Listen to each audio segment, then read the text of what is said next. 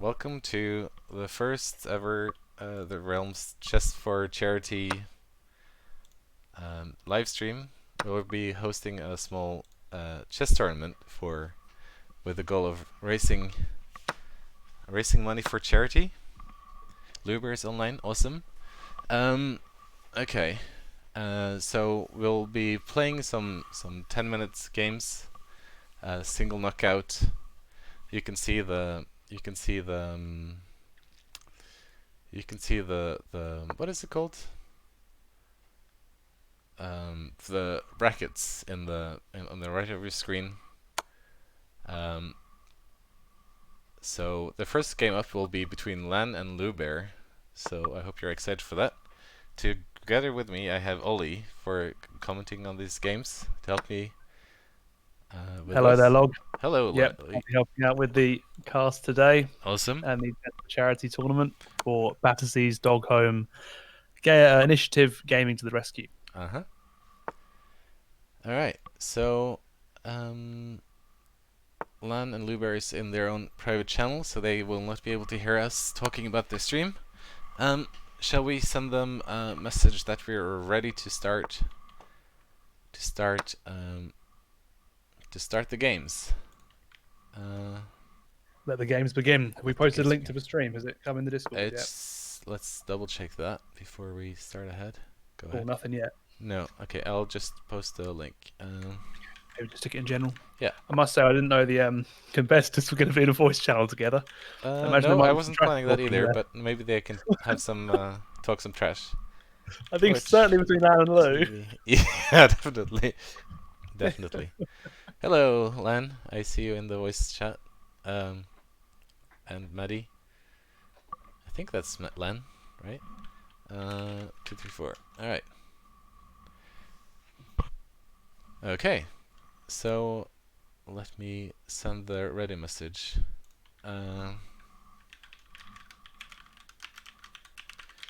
Before the first game starts.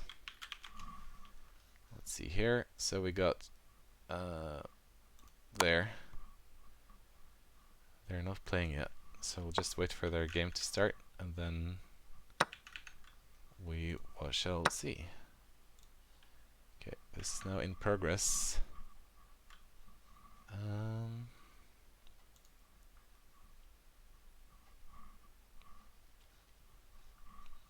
Should I refresh this maybe? Friends.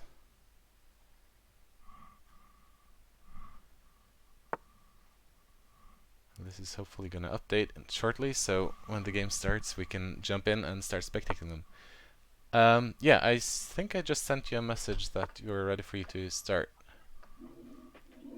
Yeah, awesome. Brilliant. Awesome, there we go. Luber. Oh, Luber is playing someone else? Question mark? Luber is playing game a random from Spain. Awesome. Awesome. Good stuff. It's a great start. Alright. The stream looks a bit odd right now, Log. Just let you know, mate. Oh, yeah. So this is what is going on. A little bit off. Hopefully this will correct itself. Oh, this is because I have these on the side here. There we go. Okay, let's see if the challenges get that's all good now. Get started. Yeah, there are always some technical difficulties when we're trying something new. Luber X with E4. Lou appears to have forfeited the game. Yeah. Okay, Lan is now online again. We shall wait for them to get the challenge going. So let's talk a bit about our competitors here. So we have Lan, and he has. Let's see. What do we know about Lan? Well, Log did a couple of player interviews before the game, and he knows a fair few things about Lan, as do I. He described his playstyle as erratic and enigmatic. Right, and enigmatic. So we can expect some pretty creative plays, I think. Definitely creative. Yeah. Considering Lou gave improvise as his answer in his playstyle, so we're expecting some interesting stuff. Both players actually described the other one saying they had little experience, but seems like they're good. So yeah, that's an interesting one. Absolutely. Oops, I opened the wrong link there. There we go. Okay. Very close to starting. Okay, they are so this started. does not count as a loss for Alright, Lou. Not so yet. the game is afoot. Here we go. Let's see how they open Lou up. with the white pieces, Lan with the black. Okay, so Lou Bear opens up with the classic e4. Lan is ready to fianchetto his white bishop. Lou is taking the center with his pawns. Yeah, confidently. Creating an overwhelming majority of the control of the center pawns. Lan goes out with his knight, attacking this pawn, which is still defended. Doesn't choose to go with the bishop, and he defends the pawn accordingly. Yeah. Let's see if he plays bishop in to try to take control over this diagonal. That is a common theme here. And then perhaps plays king. Get his queen out so he can either castle this way, or is he trying to fight? Is he playing to fianchetto his queens on both sides? Perhaps. His bishops. His bishops, yes, indeed. Indeed. Now, it seems that Lou here can just push his pawn forwards and make this knight move. He can and he will. Where is it going? That is the big question. He can go to these squares. There's a fair few. Yeah, I doubt he'll be bringing that back. Yeah. You could see him going forward here. Yeah. He goes very aggressively out, straight in here. Lou can attack this again with his bishop or his queen. Will he choose to? That is a good question. He can also push his other. Oh no, he goes in with his queen. Okay. He's getting his pieces out, like going hard in for the attack. This is certainly going to be an exciting game. That's for sure. Absolutely. Yes. This is going to be very, very spicy. Very spicy. This knight might just spend the start of this on the run, though. That is the big risk, and that is probably also why the computer is giving Lou Bear a slight advantage here, almost a pawn advantage, despite not having any advantage in the number of Where pieces. can this knight go realistically, or does he just have to try and defend it? It cannot go back here, and there it's actually lost. There it's also lost. Yeah, I don't see. And he's just giving up his knight. He's just accepted. In reality, here, you could see that the knight actually. He can't actually save this knight. He has to play some other. There must have been something good. Other move, but he does. It's not able. He would have played. He would have played the other knight down. Yeah, he would have done that before when the queen was there. Right. Perhaps. That is certainly a possibility. Now the rook's threatened. Now the rook is hanging. This is he's gone for check. This is really going in for the kill here. He is almost checkmate, but he can save himself by moving this bishop in front of the king. He sorts his rook problem out by playing that bishop move as well. Lou is playing a very aggressive game here, and is certainly taking advantage of every single opportunity he gets. This is great play on Blue's end, and Lan was very unfortunate to get his his knight trapped in the middle of the board. That was a very unfortunate start of the game for him. Let's see. Yeah, he's stopping this. Yeah, now, he finds it. He finds it. I mean, I think that was one of only two moves. He could have also gone in his queen. Oh, he's giving up. No, they're trading the bishops. He's going in for the queen. That's interesting. So where does the queen go? That is the question of the day. Where does the queen go? Big question. All right. Can he attack the knight with a queen move? I don't think so. He could go down there. To the side. All right. And the computer says that this was not the optimal move, but why is the answer? Knight. Oh. And here is the answer. There's a fork between the king and the rook. A rook there. How did we not spot that log? That is also a very good question. I have a feeling there's going to be a lot of good questions in the stream today. I must say your annotation is very good. The arrows and the red squares. Thank you. I appreciate that. Now this knight is probably not going to be able to get out because both of these squares are defended by a pawn and this king. So he needs to forget that knight ever existed for a bit and just attack with his other pieces. He's got the rook. He should be happy with that. All right. Now there's only one move that is actually good for white here. that leaves the white in a position, and he doesn't find it. What was it? It was. Oh, that's controversial. That is very controversial, and he doesn't. And so is that. He misses the free knight here. I think his might have been a bit too scared from the check. That is. Yeah, the knight's going to get away, I think. So if we go back to this position here, then actually the computer suggests to just go. Oh, no, hang on. Let's just keep up with the game. Yeah, sure. And now there's a great advantage for black. And this knight is just hanging. He has to move his king somewhere, queen somewhere. That knight's going. That knight is going. Wow, that's a great spot from. Yeah, great spot that from. That knight's gone through. All right, and he's keep. Oh, it's a good ball. This is his. His what is it called? Goodbye, rook. Spearing. Yeah, skewer. He's skewering the queen and the rook. And this rook is lost for the ages. Although he doesn't go after it. Oh, he loses his queen. No, that was a rook. Sorry. Phew, you should take the rook at the very least. You should take the rook. This is very good. Hey. He does it. He manages to find it. So we're rapidly approaching a queen and rook and queen and knight endgame. Yeah, so this is, I would argue, this is already an endgame. Now he has to be careful here that Luber doesn't get his queen up there to go to. He can do it though, and he can also fork the rook and king with his knight. Lots of options for white. That is true. Here you also have I don't see how black's winning on the engine. Black has to move here, defending this, or doing that. Oh, okay. Although the engine said there was a better move, but this is certainly not a mistake. He might be losing this pawn. Yeah, I think he can take a check. He can. Oh. And what is the issue with this move? King b7, knight b5. There is still an escape for this knight. Yeah. And then queen takes. So I think white could very quickly start losing his pawns. Yeah, this pawn is certainly hanging already. Luckily, he has this knight defending this pawn, so the center is at least defended. Question is, does Land go for this pawn? He goes for the pawn. He takes the pawn and see. Goodbye. Yeah. This pawn is now hanging. Here he has queen f1. Check. Everything there are possibilities for.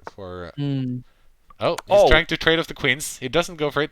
Oh no! Oh no! This is very dangerous. He can still. This is mate. I'm pretty sure this is mate. No, it's not. Well, the knight's not covered. This knight is not hanging. Yeah, the knight is still hanging. Okay. Maybe if he plays a4 and tries to do it that way, but I think black will be able to weasel his way out. Yeah, white can move his knight out of the way. I don't think. Computer is suggesting a4. Or knight out here. This is still safe. Very good. What an exciting game! This is going. Yeah, this has been great start. Both ways. All right, he's going in for the check, snapping up this pawn potentially. He can also. All right. Queen g1 check. Yeah, there are no mistakes to make here. Almost. I mean, you're not gonna lose. You're no, hang on. That's the wrong way. There is a lot of mistakes to make. This was not one of the best options.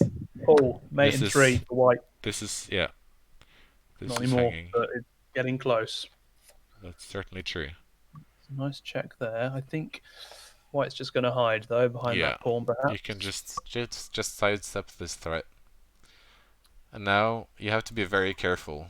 These squares are defended by the knight, and this is attacking the king. He can also go here, which would be a mate. That would be the really nice mate. No. What is? Okay, he goes for another check. Queen b1. Yeah.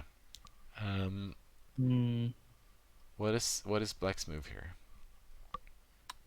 I think he's going to be thinking about potentially of the mate. He still has 4 minutes on Lan still has 4 minutes on the clock here.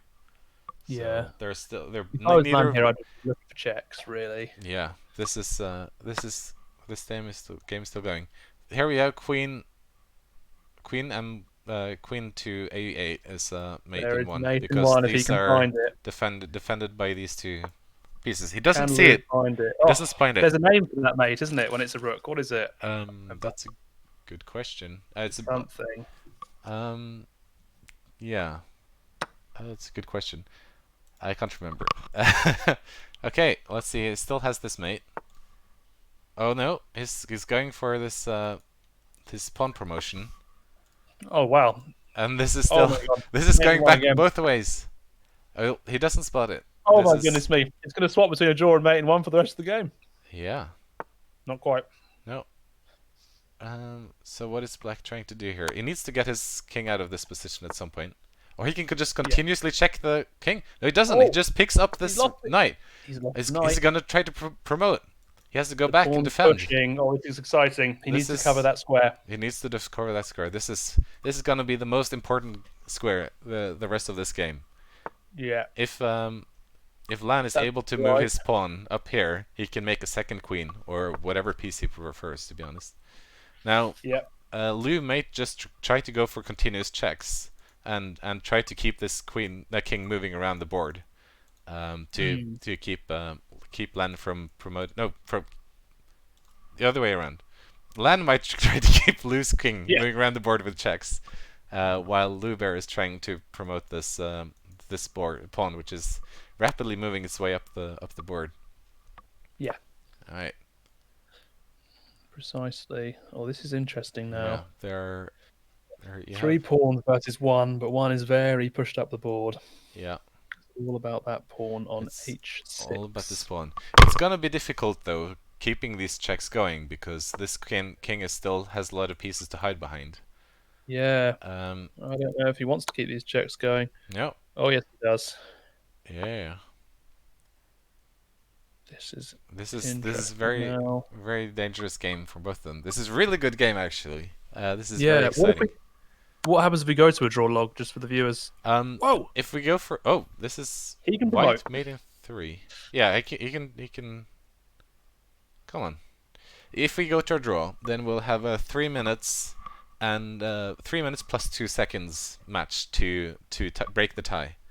Now that will be something. That will be exciting. That will be a very quick game as well. And if that's drawn? And if that, you have a second one. It will keep playing 3 minutes plus 2 seconds until one player wins the game. Nice.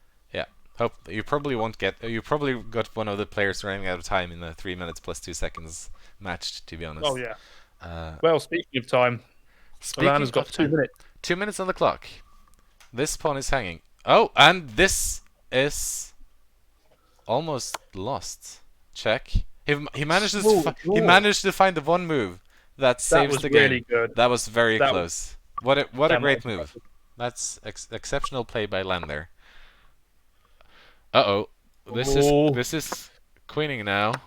Trade, and he's an extra queen. He's running for it, but he defends just in time. This pawn does not make it to the end of this game. Goodness me. And this is gonna be a rough ending for Lan here. Yeah. As Luger cleans up this. We'll see how it goes. I hope he doesn't resign. Let's see how good Luber's mating technique is here. So yes, what you want to be you want to be very careful that you don't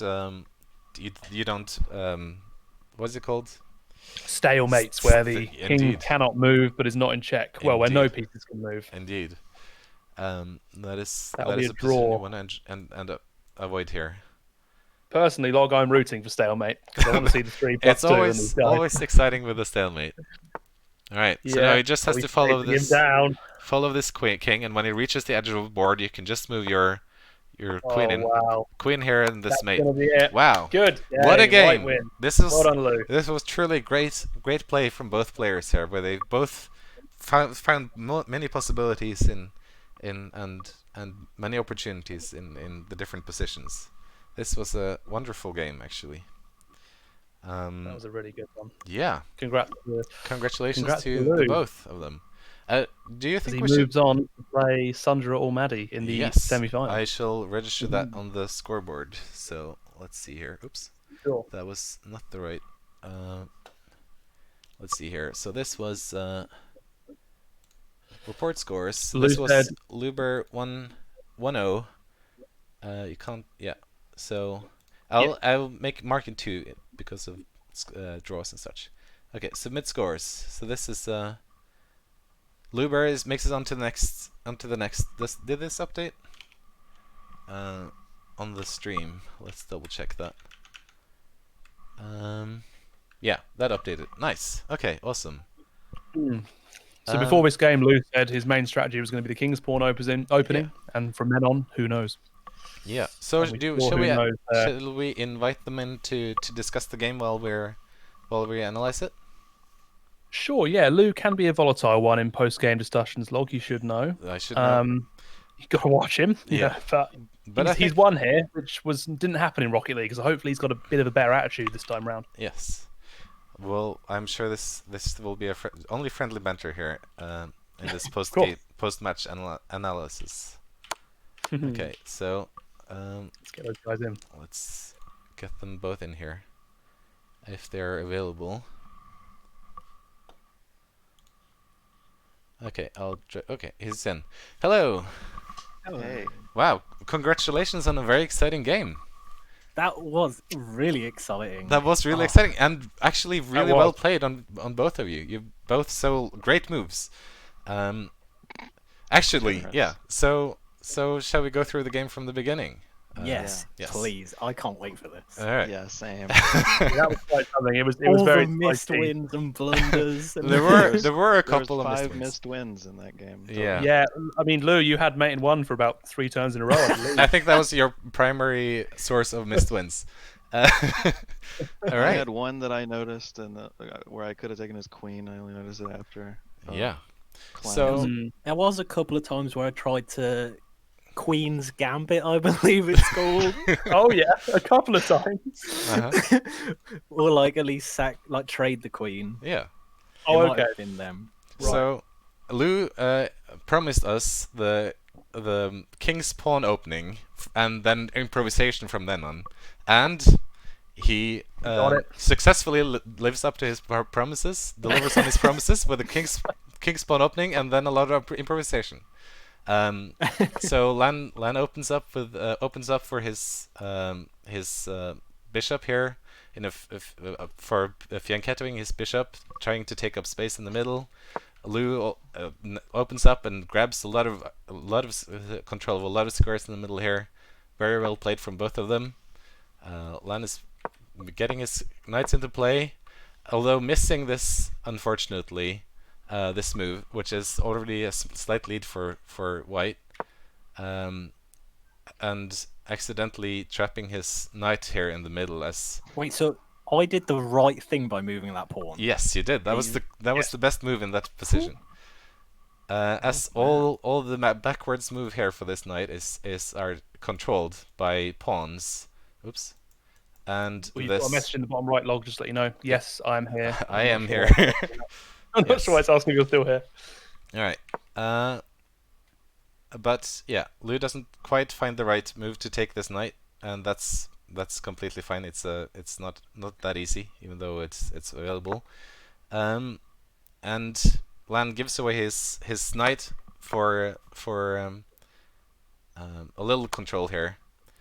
Blue goes in for the check, trying to mate the king, but Lan luckily finds the best move, which is this pawn, moving this bishop in, breaking off this diagonal. That took him so long. I was ready for if he didn't do that. It was deciding. Yeah, this is so you have only, well, yeah, you could also have moved this up, I guess, but it's not. Oh, it's actually defended by the knight. So there were a couple moves you could have done, but moving this bishop in is definitely a savior in this position. You trade off some pieces, and Lan pushes on in the center, grabbing some space there. getting and there's the fork. Yeah, Lou unfortunately misses this possibility here for Lan forking the king and the rook, and Lan is quick to take advantage of this. Now there's it's quite interesting here. The computer says there's only one good move for white in this position, and that is playing e6. Which is an absolutely absurd move, because, I mean, you're not going to see that. But apparently that is the only move in this position that actually doesn't lose. And then there are some... Yeah, we're not going to get into that, though. At this point, I kind of realized his knight was in there, and there wasn't much I could do, so I just went for the trades with my knight here, right. I think. Did I? Yeah. Hang on. Yeah, that was good, because his knight isn't really going to escape anytime soon. Yeah. And no, we'll get to that, Lou, because you did let it go, unfortunately. Yeah, I wanted to take advantage of my queen's position with the knight. Yeah. Hang on. Let's see. Here? No. I have... Yeah, Lou, you're going to kick yourself with how this black knight ended up, mate. Yeah. Give me a second here. Yeah, because I saw that I could... I think... I can't remember how it went. But I knew I could have got it with the rook, but I think I did something else, didn't I? Basically, it came up and checked you, and you could have just taken it with your far left pawn. But you were like, oh no, check, and then move the king. All right. Oh. Was that the second check or the first check with it? Because he checked it. Oh, I'm not sure. We'll see. We'll see. Because I think the first check I couldn't do anything. Maybe. Yeah. Oh, wait. That might have been the one where he forked. No. I don't know. Let's watch. All right. So here we go. Okay, we're in this now, and yes.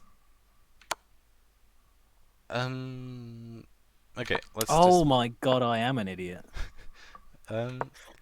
Yeah. So here, there's a free knight. The question mark next to the king. An accidental miss.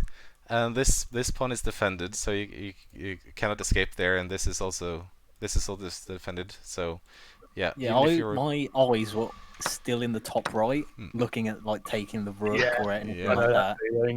But Len is was considered a blunder. Holy shit. Yeah, this is a very strange position. I mean, I thought my brain was huge there. I was just going for points. Yeah, no, but I mean, this is a very natural move. Like you have a knight that is very exposed, and then you just want to trade it off. So I mean, I wouldn't say there's anything. Yeah, I'm surprised that was come as a blunder. Now there is the move e6 once again. E6 is the best move. Oh no, now it's for black. But yeah, queen d2. Yeah, no, here's... Oh yeah, I guess if it's e6, then black takes it back, and then the knight comes in to take that pawn.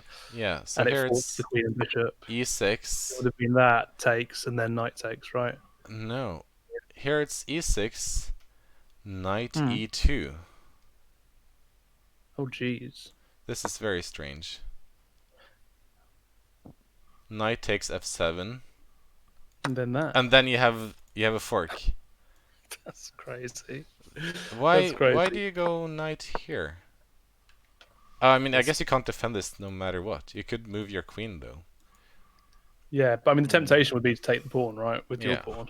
But then you get a different fork with knight bishop, with queen bishop, which I would think would be more preferable for black. But yeah, I don't know. Well, I guess if you move your queen here, what happens then? Then queen to f4. Apparently. This is a very strange position. Like, this is not... I would not be able to see this myself. Luber, we were so stupid, we broke the game. I mean, so like instead of taking this knight, you just move your queen over here. It's like, I don't know.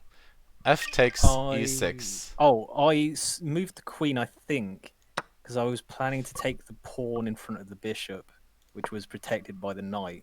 Or no. I was planning to take the knight, use the knight to take the pawn, so that I could take the rook afterwards because it was defended by the queen. Ah, you were planning to take this, and then take. Yeah. So I moved the queen to defend that, and then to take the rook maybe, or to the queen because it would have been a fork or something. Yeah, well, I think you just take here, right? So. Oh God, this is happened since. Yeah. So here you have pinned your knight to your queen, and you can't really move your queen and still defend. You have to move your queen twice to defend this knight, because if you just move here to defend the knight, then you're hanging your queen, which is slightly problematic. And I mean, yeah. I think realizing when I pin my own pieces is something. Is like the next step up in actually learning how to play chess. Yeah, for sure. it will be a challenge. All right, and Lan is able to make use of this. He's able to win that knight, which is great. He's now has the lead in the game. Yeah. And then you finally pick up this knight, which has been hanging there next to the next to the king for how many moves? 1, 2, 3, 4. Oh, yeah. Quite some time. Quite some time. And Land finds this. I always forget the name of it. The skewer. Skewer. That's it. Skewering the king and the queen and the rook, and he might be able to pick up. So you have this move here, and then so if you move down here, then you could get into check, and then you just go here, I guess, and then you can trade queens. H7. No, you win the rook. You pick up the rook here, and then actually, and that is not quite what happens. Well, it's sort of what happens. Instead of with the check, you get this pawn move in between, and then you pick up the rook and you take that rook. So, I mean, that's same thing ended up happening pretty much. Pretty much. All right. This was the point where we said, I think this is an end game now, because it was queen rook versus queen knight. Yeah, there's only 4 pieces left on the board. Not count. That's the pawns are not counted. Now this. Tell me if this is good. But I started to realized like rook is generally a better piece than knight, right? Yes. It has more checkmate opportunities. Mm-hmm. So I knew that it wasn't likely going to be my knight that won it. Right. But I also noticed that less of my pawns were blocked by his pawns. Right. So I could promote easier. So I started looking to promote around this time. Right. So you have this free pawn here that could be able to make it up the board given the opportunity. So if you weren't in check here, you have a couple interesting opportunities. You could go here, and there's a fork. And you also have queen here, which is also a fork. Oh, not a skewer. But you're in check, so you have to move out. And Lan is able to save himself from this fork by castling out of the way. Okay. Yeah, that was good. And then you lose this. You lose this pawn, Lan, but it's not a great move here. So question marks. there's always going to be a lot of those. Yeah, ignore those unless it's 2 question marks. Yeah, it's basically a good move. And yeah, you're able to get the knight out of danger there. I figured it would be just a free pawn if nothing else. Yeah, and I was looking like I said, I was looking for the pawn game and the promotions at this point. Mm-hmm. Now, so I'm very curious about all this, right? Because, like, for me, this doesn't look that dangerous. Like, why is this such a bad move? Right? You can certainly, like, almost no matter what he does, you're able to get your knight to safety somehow. So that's kind of curious. I should probably watch the chat as well. All right. Talking about. Yeah, it's yeah. All right. So Lan picks up a free pawn. You pick up a free pawn, and you accept to trade your. Yeah. And Luber finds the best move, which is gets Lan's king into a very precarious situation here. Is this where I start to miss checkmates? It's coming. It's very coming. soon. I'm pretty sure my king was in this position when I made that noise that you asked. Did I miss something? Oh yeah. Yeah. So here's the deal.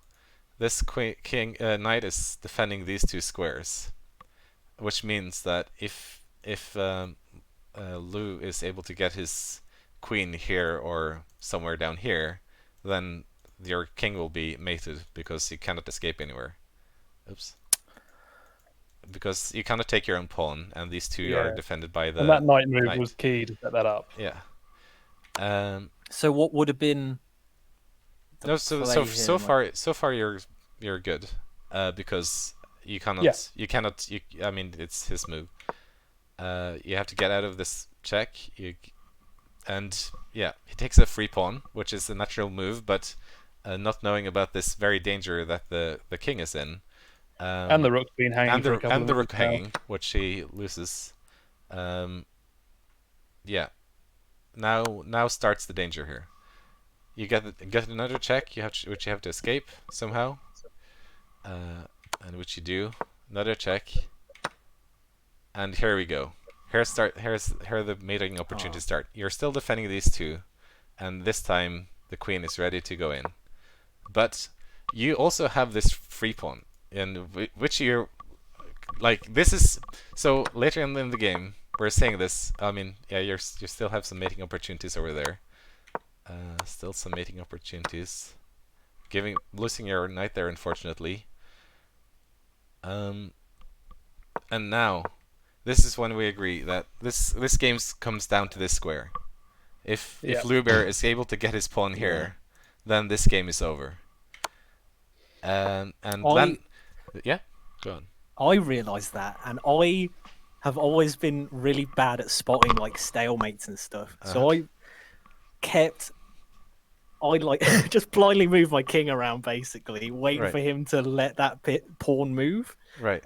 And it could have been blown at any time if my king got into a bad position. Right. And I think if Lan might have known better how to maneuver my king with his queen. Yeah. Especially getting it away. I was sort of like thinking, I can get it to the queen and the pawn. Yeah. And that's a bit more of like being able to defend those two pieces as well as trying to get it behind his pawns. Yeah. Yeah. But I think the key would have been trying to, from this point, maneuver my king down with his queen, right? Right. So, and I think your opportunity here is just trying to check this king forever, essentially. Now the issue for you is that there are these pieces in the middle of the board which he might be able to escape behind at some point, and then it might be difficult to keep checking. But it's also really hard to keep finding the moves to keep the checks going without losing your queen. Yeah, that was a questionable line. I realized that fucking move, and then he didn't take it. Yeah. God. And that happens. I mean, you're so focused on this pawn. Yeah. I mean, it's all about getting this pawn there. So it's really hard to spot these opportunities sometimes. And yeah. Wait, why was that? Why was my move a blunder? What was I supposed to do? Put it in check again? No, I think you just have your queen down here, because then he cannot defend this square anymore. Like when your queen gets down here, you're defending this square, and if he takes your queen, then he can promote his pawn coming in from here. So, but from Lan's perspective, I think the best move was the check, because you can just do perpetual checks. I think is the idea. Like whenever you see that 0-0 on the side where it's a perfect draw, that basically means that you can check in for the entire game. Yeah, and it will just never end. Absolutely. So, yeah, that is indeed the issue. All right, but we get to this position, and how the hell is that a blunder? No, it's what? it's still. I mean, the idea is still his move though. His move. How is him moving the queen to the right? So it allowed you to go back into perpetual checks. So because you find the best move. Okay. You find the best move on the next one. Yeah, that was the best. Yeah, that was the best move. So here you can keep checking. You could keep checking him, but instead you go advancing your pawn, and then he's able to promote and trades off your queen, and then promotes his queen. And from this on, it's all about mating technique. Is he able to find the right moves to mate you without? Because I literally said in general a couple of days ago, it's the accidental stalemate. Yeah. So I was super careful here not to stalemate him. Yeah. I just kept running him down with my king to defend my queen in a checkmate position. Yeah, absolutely. So and here you're finding the right technique. Yeah, this is really good. This is perfect. And he goes in, and you're immediately there. It's and it's mate. So, but I genuinely think this was like really, really well played by both of you. There's a lot of really, really nice finds in the different positions. Definitely. So yeah, I mean this and I mean you played to the end of the match. You had an opening phase. You had a middle game phase where you're trading off pieces and developing game. That sidebar is so disheartening to see it go completely in my favor in 3 moves and then lose the game. Spiky. Yeah. It goes the other way eventually. Yeah. Yeah. Just all over the place. The computer knows all though. Oscillating sidebars are very, very common. Yeah. Absolutely. So it's nothing to worry about. And but you got through all the phases. You had an early game, you had a mid game, and you had an end game. And Lou even got to display his mating my mating technique. Yeah. I've been praised on my mating technique a lot in the past. Yeah. It's happened now in the Twitch chat, Lou. Maddie said it's all about the mating technique, finding the best ways to mate your opponent. Mate you. All right. So should we ready up for the next game, perhaps? That might be able to see Maddie's mating technique. Maddie and Sandra. So, Maddie and Sandra, how are you doing? Are you guys ready to get going? Ready to play. Yeah. It was awesome to go through the game with you guys and hear what you were thinking. That was thank you fun. Yeah, telling us what we here should have muted. done. All right. So to watch from here. Yeah. Muted. Okay. Yes, I'm still here. I go to friends and then. All right. So you can start send a challenge when you're ready. I'll be joining shortly. I've just heard Maddie shout, "When can I click accept?" I've said now is fine. So we have a game on our hands, ladies and gentlemen. Yes, Maddie and Sandra. All right, so we have Sandra with the white pieces, Maddie with the black. Yep. Sandra, move. Let's see what openings he's planning. The queen's pawn comes out. Sandra is opening with the queen's pawn. The antithesis of Lou's king's pawn opening. Indeed. And the second most common piece to move of the first first move of the game. All right. Yeah. Very classical defense, just stopping this pawn from progressing further. Are we going to see some mirror play here? That is not an impossibility. Sandra plays very solidly, just locking up this pawn, ensuring that it's not going to be at risk of any counterplay in the future. Sandra and Maddie are also talking. All right. Well, Sandra typing. Oh, Maddie's talking. I think Maddie missed the opportunity for Sandra to just pick up this free bishop. But Sandra doesn't see it either. It's the ballsy play from Maddie pays off as Sandra just covers with her knight. Yeah. His knight, sorry. So Sandra certainly doesn't want to get into any risky situation with his queen. Losing it early of the game would have been a tragedy. Yeah. Yeah. I could see Sandra bringing out the knight to c3 here.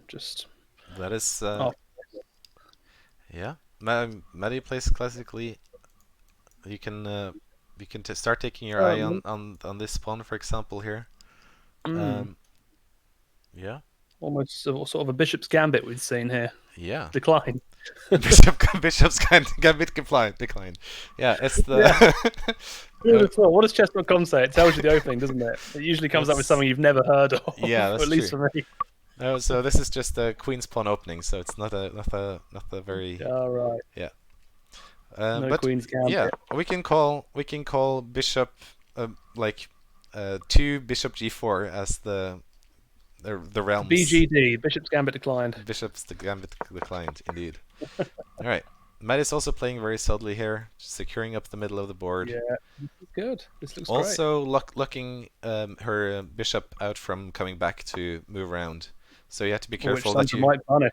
Yes, so you have to be careful that you don't end up getting your bishop trapped back at g6 here. That can be a dangerous square for your bishop. Yeah, that's dangerous.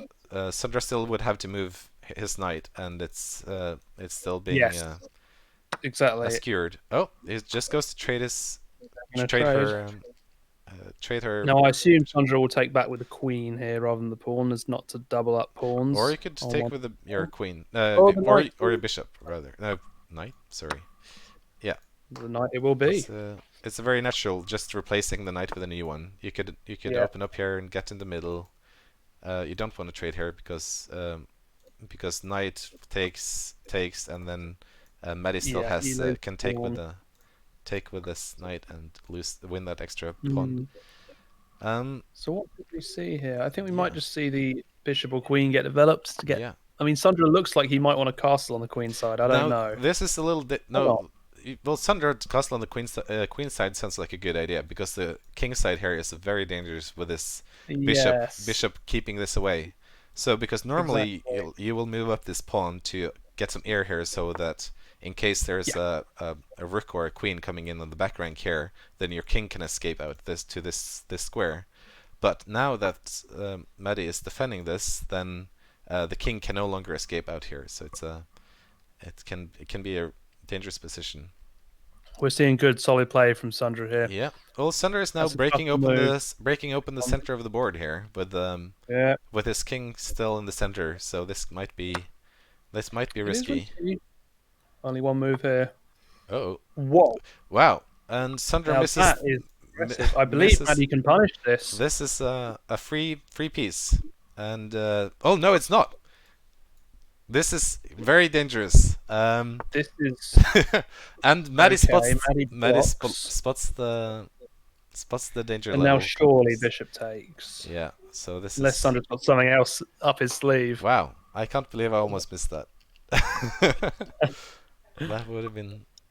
That was a wild move for the bishop, but now. So bishop takes, and then you have pawn takes here afterwards, because all of these three pieces are under attack. Yeah, this is crazy for this. Maddie is off on a good footing here in the beginning of the match. Question is, which piece does she take? Well, I guess now she has only one option. Only one choice now. Yeah. I believe this bishop is going to fall. Yeah. Unless Maddie tries to go for some other play, but unfortunately, I think this is shenanigans. I think this is the only good move, and Maddie doesn't go for it. Back. Knight comes back, defending the square from a check, I think. Yeah. Sandra will surely get the black square bishop out of there now. That would certainly not be a bad decision, just going back and regrouping over there. Yeah. And now this bishop is also in a dangerous position here. G5 there, and this is hanging. If Maddie finds G5, Sandra might just lose her bishop. Oh, actually, hang on. So bishop there, and then you don't take, because then you can just take this back. It's not a win. But if you go pawn here, this is okay. Yeah. Another pawn push comes out, which is okay because Sandra could have taken that pawn on b7 had Maddie not played that. This is true, and also be threatening the rook. And stopping any castling ideas realistically. Yeah. Absolutely. All right. Speaking of casting ideas, Sandra castles on the king's side. Yes. In a potentially dangerous position, actually, with that bishop. If that queen can come over, This can be very dangerous. We'll see. All right. The rook gets lifted. Yeah, avoiding dropping the rook on. This is quite nice. If Maddie get her rook over to the G file, she's bearing down on that king. This is a very get her pieces into play. Now look at this. This knight has still never moved in this game. Yeah, he has nowhere to go. That's a sad knight, unfortunately. Yeah. The G file is though still. Oh, that's a blunder, I think, according to the computer at least. Yeah, it's just, I don't know why. Definitely a mistake somehow. Let's see. What were you defending before that you're no longer defending? The bishop. This is still the main move here, I think. G5 threatens this bishop. Bishop moves. No. Okay. That's just nice. Just defend the rook. You attack the knight. Yeah. And you've still got the threat over by the king. Yeah. Now you don't really want to trade off this bishop because this is holding, defending this, controlling this very important square. So this diagonal is crazy. Indeed, it can be quite powerful. Sandra taking some time to think here. Yeah. About to go down on time, actually. Oh no. Yeah, but both players have about 6 minutes left on the clock. This is still a very even game. Very even. But yeah, Sandra apparently doesn't want to trade this knight for the bishop. I can hear Maddie cackling in the other room. Yeah. I'm not sure what's so hilarious. Perhaps it's Sandra's impending doom that she's laughing about. Yeah. I don't know. So you have this check here that doesn't seem to do anything. It just moves your king out of the way. Pawn gets pushed. Another pawn gets pushed. Okay. Oh. And the rook comes over. This is interesting because you'd think this rook is lost. Oh, it was lost. Well, now it's still lost, I guess. I suppose Sandra can't take with the bishop, with the pawn. Can't take the bishop with the pawn, which is quite cool. No, yes. So this is the rook is hanging. Yeah. This rook is pinning this pawn to the king, but Sandra has bishop takes, and as far as I can tell, there's no way to save this. I mean, over there, yeah. What happens here? For some reason, I cannot analyze the games. I've just heard. Oh no! Of course, you can't move the rook over because you'd be in check. Oh yeah, this is true. It's pinned to your. Of course, yeah. That makes a lot of sense.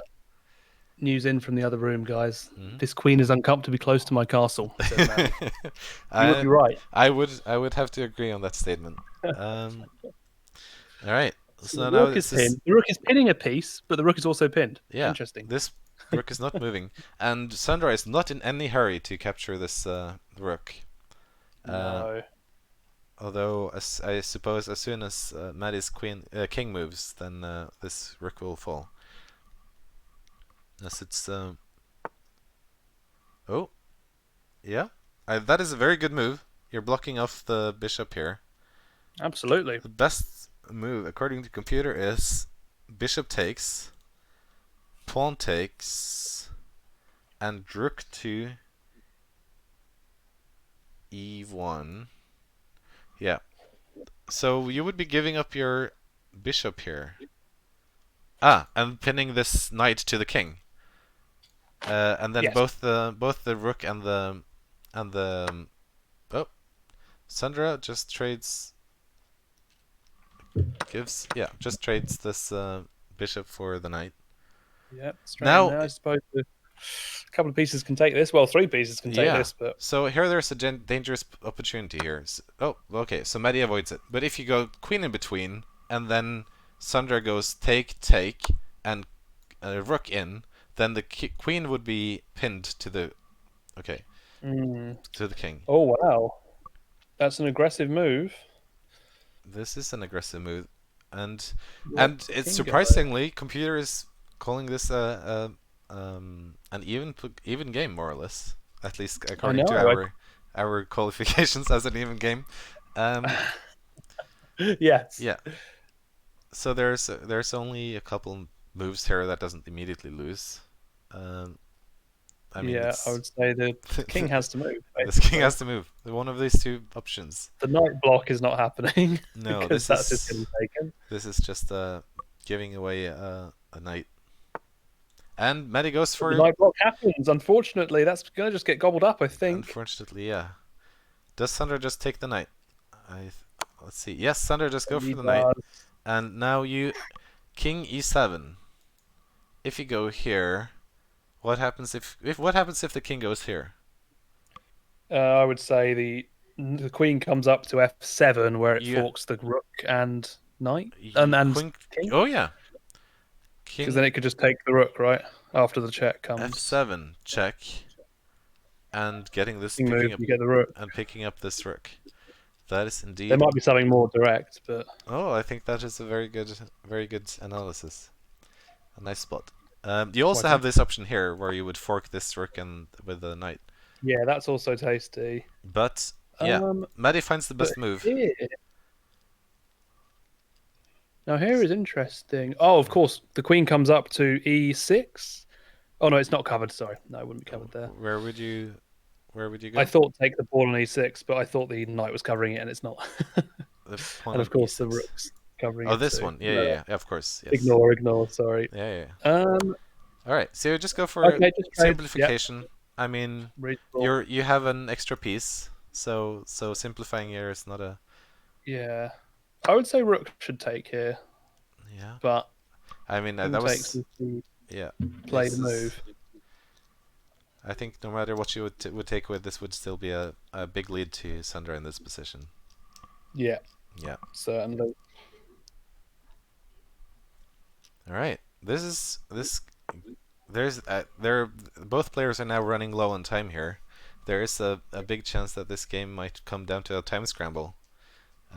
We shall certainly hope that it works out without either of them losing and fairly on time. Yeah, what's that called? The timer scam? The flagging? Block? Flagging, that's the one. That's the one. Yeah. Sorry, timer scam is from fighting games. How long has this bishop been hanging? Oh, there he goes. Anyway. Until now long. Probably that technique, though. All right. And the position is settled. There's Maddie has. Oh no. Okay. Yeah. Okay, I always thought this was a fork, but this is not here, so it's okay. This rook has to move. Yeah. You gotta get this rook out of the way. And Maddie goes, finds the rook, another one threatened. Does not spot the knight move here. That's very unfortunate for Maddie. And then another piece bites the dust. Another piece bites the dust, indeed. Yes. All right. Now Sandra has all the opportunities here in the world. Just activating her two rooks. She has extra pieces, so now he needs to get them into action. Perhaps not there, because I mean that's just giving away one of your rooks, which you certainly would like to do. But I mean, yeah, this getting your pieces into the action here is certainly the way to go for Sandra. And what is Maddie's strategy? Well, there is. I think you just gotta keep moving and hope for the best. I'm not seeing a lot of tactical opportunities here. I don't know what to do. Her time. I don't know what she would do. Her time is running down to 1.5 minutes left on the clock. This pawn is hanging. This pawn is hanging. Oh, this is getting very dangerous. This is hairy. This is defended, so you can go in for a check. You wouldn't achieve very much. Yeah. Computer is calling this mate in 7. Of course, we're not expecting a mate quite that quickly, as both players are. If Sandra finds mate in 7 log, I will donate 50 quid to Batsy Dokai. Wow, that is a very generous offer of you, and I'm sure they would appreciate that. I'm also not sure that would happen. Oh, and comes over. Yeah. Oh, this can go really wrong if Maddie makes the wrong king move. Yeah, there's a mate here. King. Oh. There is a mate. You can't go there. You can't go there, and this knight is defending here. This is mate. Mate in one. Goodness me. All of these squares are defended, and Sundar finds the move. Yay, wow. There we well have played. It. Checkmate. Well played, both players. That was exceptional. Well played, both. Yes. All right. This was quite a long game. Do we? So we still have 2 more games to go through before we start with the semifinals. How long have we been going for? An hour. About an hour now. Yep. Yeah. Bang on, actually. Yeah. So, I suggest we perhaps make the analysis a bit quicker than this time than previously. Otherwise, we'll be spending 2 and a half hours on the remaining games, which would be a little slow. So, I suggest I will thank both Maddie and Sandra for showing up, and then we'll do the analysis ourselves here. So, okay, shall we go back to the beginning of the game? Let's. Yeah, you're gonna go to the analysis mode like last time. Yes, that's what I actually missed to do last time. It does go a bit funny on the stream, but you can still see the bar. It's just like you get a bar either side. On both sides. That is a little wonky. Yeah. Okay. Well, that's something we'll have to fix for next I like it. I mean, it certainly has its charm. All right. So we have the queen's pawn opening, and the realm gambit. The gambiting a bishop. Can I just say, Maddie made some great moves. The computer's saying she made 7 best moves and 7 excellent moves. That is very true. 7. Sandra with 11 best moves and 5 excellent moves. Yeah. So Sandra certainly earned her win. His win. Oh, sorry. It's the ending of the name keeps. Sorry, I saw her at the start, and I think I've thrown you off. Yeah. But both players played quite well. That is indeed true. All right. So both we're getting pieces into the move, trading off. I mean, and this looks like a completely normal position. This is like very classical play from both. Maddie has you wouldn't know it was Bishop's Gambit declined, would you? You would certainly not. That is very true. And Sprout, it was a win for Sandra. So congratulations to Sandra. All right, and you're breaking open the center of the board. And going for this is where it got really interesting. This is a very tricky trick by Sandra, attempting to trick Maddie into taking one of these 2 pieces, missing of course that this queen is hanging from this bishop. But Maddie, playing exceptionally well, spots this move, and now suddenly 3 white pieces are hanging. And there's no way Sandra can save all of them. No. Sandra, at least, is able to grab a pawn in the process, and Maddie rather retreats with her knight than taking this bishop. Yeah, unfortunately, doesn't take the bishop there. No, but still, it was a very well defended, avoiding losing her queen earlier in the game. Yeah. All right. And this bishop is still not out of danger. You still have opportunities with the pawns coming up and trapping this bishop here. Oh, actually, now she has a defend. Oh, anyway, yes. All right, Sandra castles out of the way. There is some piece maneuvering. Maddie unfortunately misses this hanging bishop. But Sandra decides not to take it, so it's not a mistake unless it isn't. Oh, actually, no, this isn't. Maddie did say before the game, when asked to describe her playstyle, she said, "An opponent's at their weakest when confused.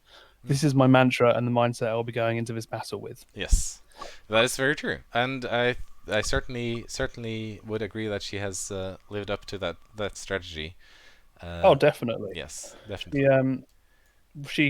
She digressed when asked more about her strategy. She said, "A mastermind never reveals their tricks." Yes. My strategy is to play in such an erratic way. Sandra will be left grappling with what's even happened, driving down his time limit. And Sandra confirms this point, stating that he was certainly confused. So congratulations to Maddie on living up to well your played, Maddie. Well played. Lost on the board, but won in the mind. Yes, indeed.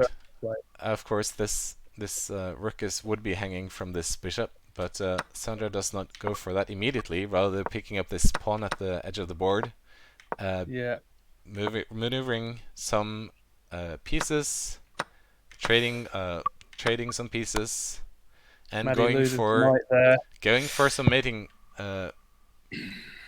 Maddie, in fact, is about to lose her second knight, I believe, Log. If you go forward one, she blocks this check. With the knight. Funny that she loses the 2 knights back to back, as when we asked her what her favourite piece was, she said her favourite piece is the horse. Yes, she worded it as horse, but she said because horses are cute and make cute clop clop sounds when they run. This is very true. And interestingly enough, it turns out the knight is the most popular piece amongst our players in this tournament. It did very well. It has a lot of players name it as its best. And it's also a very tricky piece. As you have seen earlier in this tournament, there has been several forks. Abundant forks. An abundance of forks indeed. But alas, this time the knight is lost. And Sandra simply picks up this free knight. Maddie escapes narrowly here. This moving your king here would have been a dangerous move to make, as you would be losing also your rook. But Maddie spots this and avoids this dangerous position.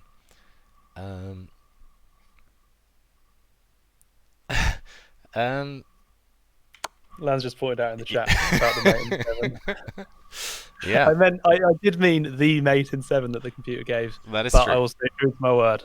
Okay, I'll do that. Oh, that is exceptional of you.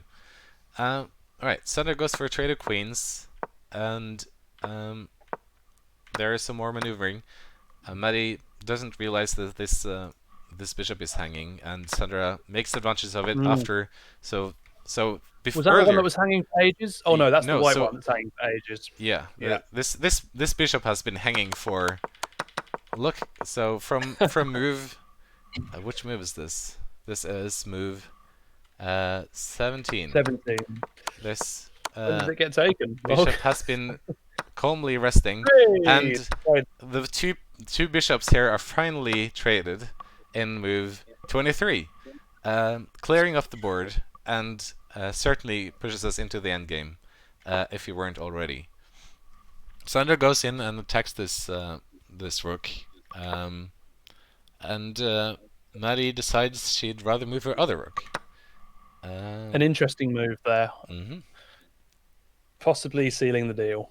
Yes. On the game, unfortunately. Yes. Now, Sandra points out that he couldn't actually pick up this bishop because of this pin, which is definitely true. If he didn't point that out clearly enough, and very quickly moves his king out of the way, freeing up this pawn to grab this bishop. Yeah, and in fact that pawn was pinned for a long time. It's also been pinned for very long. The rook was pinned. The rook was pinned itself. If you go forward a bit, Sandra, we were talking about this. The rook was pinned itself, and it was also pinning the pawn. So here there's a double pin. This pawn is pinned, and this rook is pinned. Is pinned. There are a lot of pins going on. The pinner becomes the pinnee, Log. Oh, that is very true. The pinner becomes the pinnee. Well, that's exceptionally well spoken, Ollie. All right, so let's move on. Yes, so the two bishops are traded off. Sandra picks up the extra rook, and from here on, Maddie's in big trouble. There is no easy way of this position. There's not a lot of play extra left in the game, and Sandra quickly finds the mate here, going in with where the knight is defending both the rook and this escape square, and these squares are then of course defended by the rook, and the game's over. So well played. That's that. Well played to both Sandra and Maddie. It was a great game. It was a Maddie great put up a valiant effort there.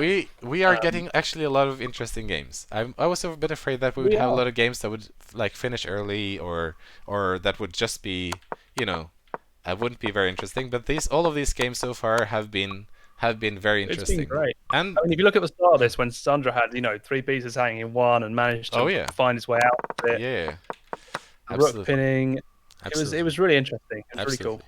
All right, I should update the score while I remember to update the score. Yes, and our next match we should probably be talking about. We've got Blitz versus Green Turtwig. Certainly. Or just Green, she's more commonly known. Yeah. Blitz versus Green. So this was 2 points to Sandra, who makes it on to the next game. Why is it 2, by the way, and not 1? Because if there was a draw, I would give 1 point to each. Because, okay. So this is just just in case. There's no. I've always seen it done with 1s and halves though, but I guess either way it doesn't matter, does it? Yeah, well, I'm not sure you can actually have halves in this system here. Oh, in that format. So, okay. Yeah. So I'm just going with 1s and 2s to make it easy. All right. So next up is Blitz and Green, and are the 2 players ready? I am still here. I see a little silhouette of a man, Scaramouche. I do not see neither Green nor Sandra online. No, Green nor Blitz online. Blitz is asking what Green's name is on chess.com. Green's. Oh, sorry. Green's name is Rose. Hang on. Let me go check that real quick. It's details together for the players Watercolor here. Rose. Watercolor Rose. That is all one word. All one word. 2 R's? Yeah. No. Yeah. Blitz is online, although Green is not here yet. I'll send a reminder.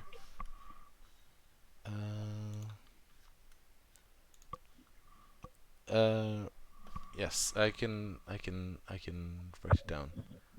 I've DM'd you just to check spelling. Color Rose. Yeah, with a capital R at the capital W and the capital final R. That is indeed correct. Now, is Green around? Not sure. We can give her a message. Yeah. Oh, I'm typing on the wrong keyboard. This is all a little... Oh, Green is now online. Awesome. Okay.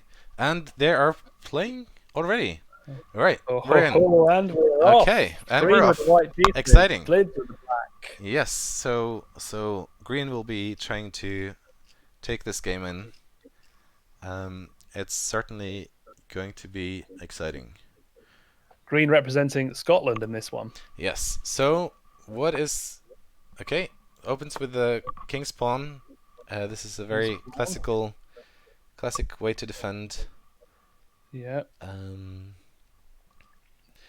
quite a normal response. Yes. You might see knight to G3. Blitz strategy here is not to lose in the first couple of turns. So if you just give him a few more turns now, we should see whether he's lived up to his own expectations. Right. That was his strategy. He said he wants to stay calm and play the way he has been before the tournament. All right. So neither player here decides to go for the pawn trade in the middle of the board. Quite respectful, you might say. They're mirroring each other now. They are. So this is the 4 knights game. It's very classical. Nice. You can have this bishop out here, for example. Now you want to be dangerous. There is an opportunity here for white to play what's called the fried liver attack, where you maneuver your knight out here, attacking this with let's see what happens now. Oh, the answer comes early. Yeah. So here there is a couple interesting takes. Okay. Oh, so this. Oh, wow. So here you have this is a very interesting move. This is just a free knight. It's a free knight, isn't it? Let's see if Green spots this opportunity here. Maybe Green thinks Blitz is playing a trap. This could certainly. She's wary. So. Yeah, I mean, Green is not one to easily to just step in blindly, and wants to ensure she's not making moves that makes her lose, and she instead decides to just open the center here, offering a trade. Oh, actually, this is just a free pawn. I guess no, you can trade here. No, is art. This is a beautiful position. Yeah. this pawn is under attack a lot of times. The audience are loving mirror chess. Yes. Certainly. Fantastic. All right. Very exciting. Wow. Threatening this. When is Blitz going to spot that his knight is hanging there? He's got to move it. He's got to move at some point. But is it going to be like last game where it hangs for 10 moves? that's we're gonna find out. All right. So we have. Oh wow! Why is that so? Queen check. Bad. Knight. Oh, he found the best move there. Yeah, attacking both of these. Oh, because there's then the fork. Queen E2 check, and you have to move your. No. Queen check.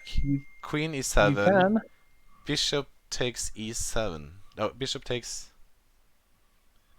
Green has got to be very careful where she moves her queen, but she's not going to. This is very dangerous. But he doesn't take the queen. Oh my goodness!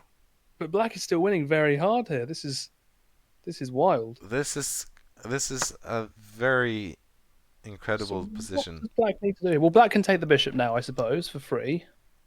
He missed the. Which bishop? The one on the far left, right? Oh yeah, of course, yes. Oh, I was looking down here for so long, I completely. And that's not even the best move. Wow. Computers are crazy.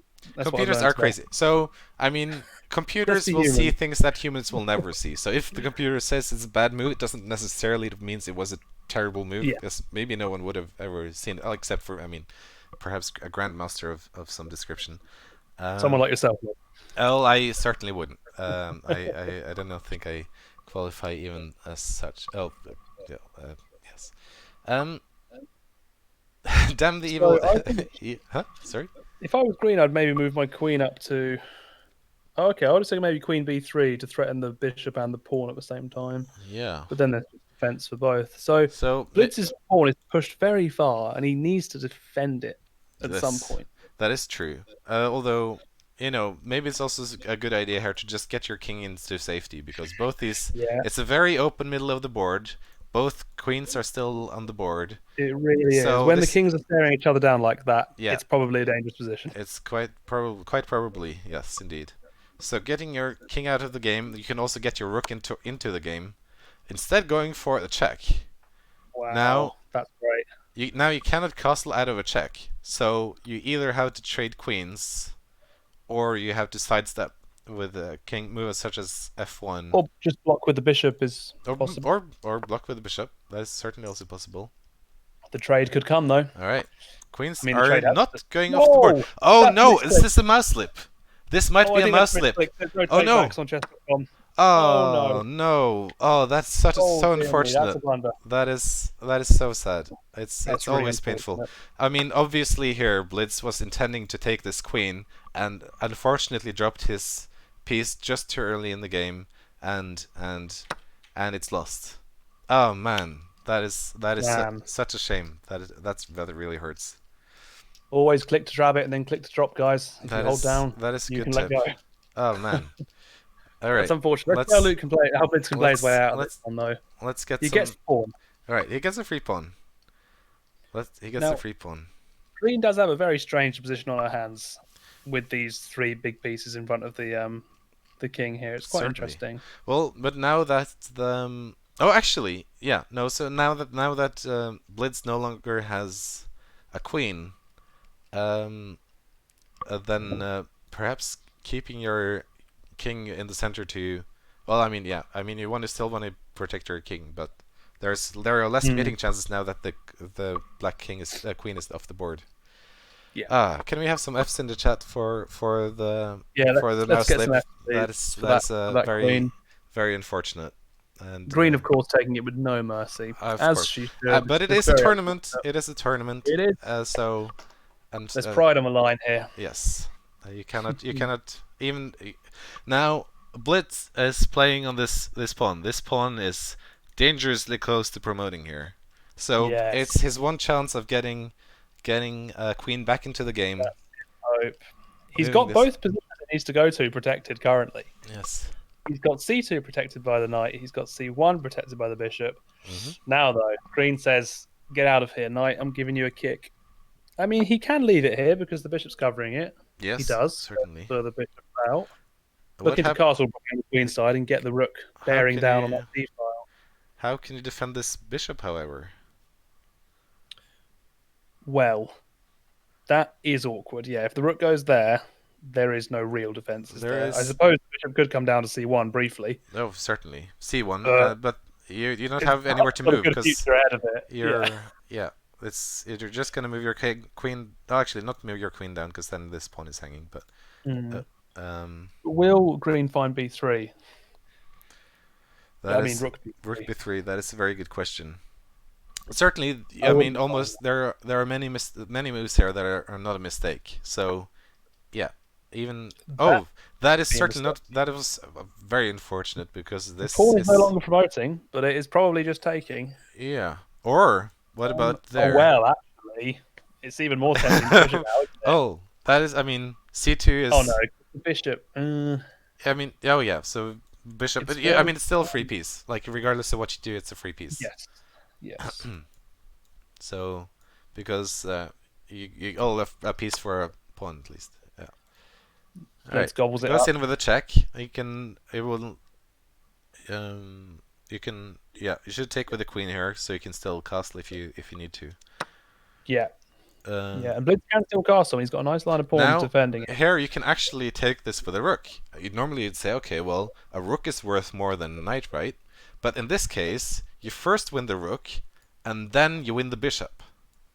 Yep. So 2 pieces for a rook is a very good trade if you're winning 2 pieces. Certainly. And certainly now that Green might know that. Green could also be tempted by just gobbling up the pawn with the bishop on. This pawn. Yeah. Yeah, that pawn there. Okay. Protects the knight. That's another defender, so that trade's no longer possible. Yeah, indeed. That is very true. The pawn can be taken. All right. Now the computer is still recognizing that this bishop is still under grave threat here. It can no longer move to c1. Yeah, it really is. If Green spots that bishop is a goner. I wonder what the defense here is. Yeah, I mean, Luke pushing a5 here really says he wants to castle on the king's side. Certainly. That is true. Absolutely. Now it's fascinating that Blitz is the player with the least. Oh, that's not where they're meant to go. That is just a free rook, I believe. Luke's queen, though. Oh, moving there you go. The rook is left. Perhaps that was also a mouse slip. I mean, it's very probable that this was meant to be to b3 rather than. Very similar with what happened with Luke's queen. And Luke is back in the game. So, and this is very fascinating. So, you have essentially you have a queen for a rook, right? And a bunch of pawns. Like, I mean, you're up how many pawns? Yeah. 2 pawns? Green is in a favourable position, but it's probably the more difficult position to play because you're relying on your pieces rather than your pawns. You're relying on being very efficient with this queen. Yes. Whereas if Blitz is able to get his 2 rooks into the game, activate his bishop, then this exposed king can be in grave danger. So So can Green still castle? I believe so. I don't think Green has moved this king ever. Yeah. Just mirroring the move. All right. So we're crossing our fingers for a castle here from Blitz. Get your rooks into the game. Well, I mean, you can also do a rook lift here. Oops, perhaps not there. Oh, and the castle. Here we go. There it is, the kingside castle from Blitz, looking to activate that rook. Hopefully on the e-file, we'll see. The rooks are coming into the game. Certainly, they could be bearing down that king in a few moves. The knight happily sits there protected. Also, if Green makes a bad move with her bishop, then the knight can come to d3 and fork the king and queen. Oh. But we are one bad bishop move away from that happening. You need to, yes, of course, yes. It needs to stay on that diagonal. This game is still up for grabs despite Blitz being very down. Much, now comes in, we have to remember here that the players are not able to see the evaluation bar. They do not know what the current situation is in the game. No way. So there's very high probability that Blitz still feels he is in grave danger as he does not have a queen. not recognizing that this is actually, according to the computer, an almost, well, it's not, I mean, it's 2 pawns, but you know, it's not a clear win with a extra queen. What is oh, this is a free bishop. No, it's not. Trade. Free knight. Yeah. Trade, and then rook takes b4. What happens? Rook takes b4. Okay, so takes. Rook takes b4. Queen. Why? Oh, and the queen can't take this. Yeah. No. We should. Is this what they've played, or is this what you've done? No, this is one my. Sorry, I should be. Yeah, I should be careful with when I'm moving piece around. This is the position as it is. Okay. Yes. So. It looked like you were moving it, but they were actually doing the moves themselves. Yes. I was moving ahead of them. Yes, but I should be careful not to confuse the people watching. That would be very, unfortunate. All right. Okay. Bishop is getting into the game. And this is and we have to remind ourselves that Blitz is down a trade of materials here. Well, actually, no, this knight is still not taken actually.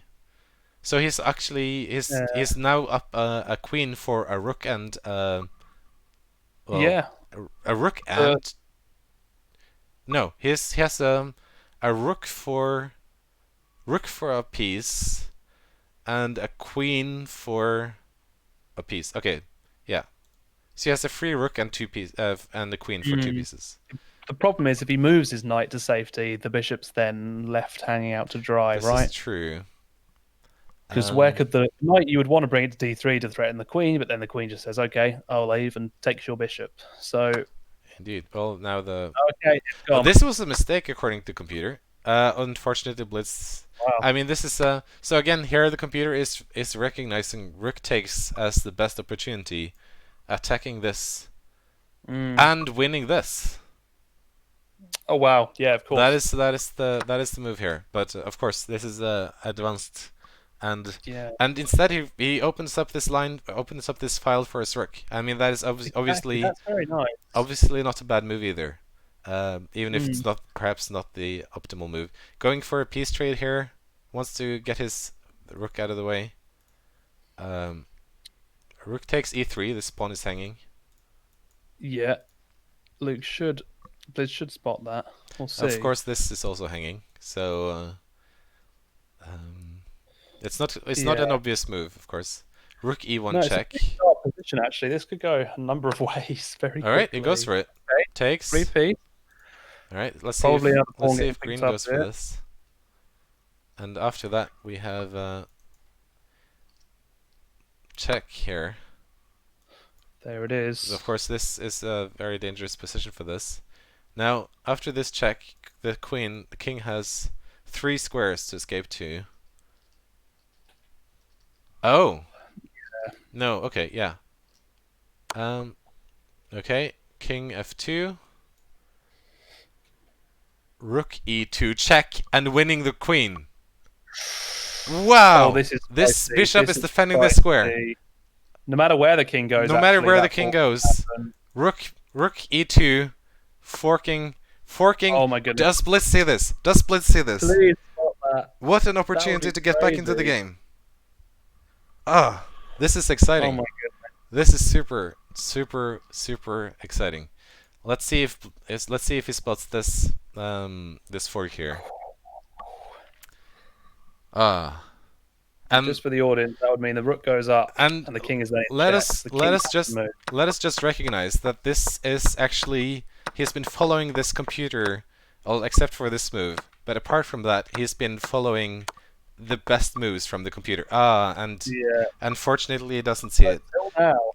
Now there's only one move that is. Oh, that's unfortunate. This is hanging. The rook survives. And this was hanging, but now we still have this fork. This fork is still going. He can still do it, but now he loses his bishop afterwards if it happens. Well, he probably would have lost it anyway when it was up on b5, I suppose. So take, check. Does he find it take. though? What do you take? You take that bishop, and then you have a rook for. You got 2 rooks versus 1 rook. I mean that is still good. No, true. Yeah. I mean, even if you trade here, then you can escape with your bishop. So it's either 2 rooks or a rook and a bishop if you manage to find this. It all hinges on Blitz finding rook e2 though, because he just moved his bishop out of the way, right? I mean, it's no longer under attack. Now it's under attack again, so he might just try and move the bishop out of the way again if he's still thinking. And he spots it. He sees it. Wow. Oh, what a move! What a move from Blitz. Wow. So Green now has to move the king somewhere. You have to move your king. You have to go there, and it's a timeout. We completely forgot to look at the at the clock. Oh my god, I didn't see that at all. Going by quickly. Wow. What a plot twist. What a plot twist. In the position as well. King. Good game. Let us also recognize that King F1 is a mate in 3. All right. Damn. So this, what a game. That was extremely good play from Blitz. I couldn't believe that. Exceptional play from both players. And a fair play from Green as well. Yeah.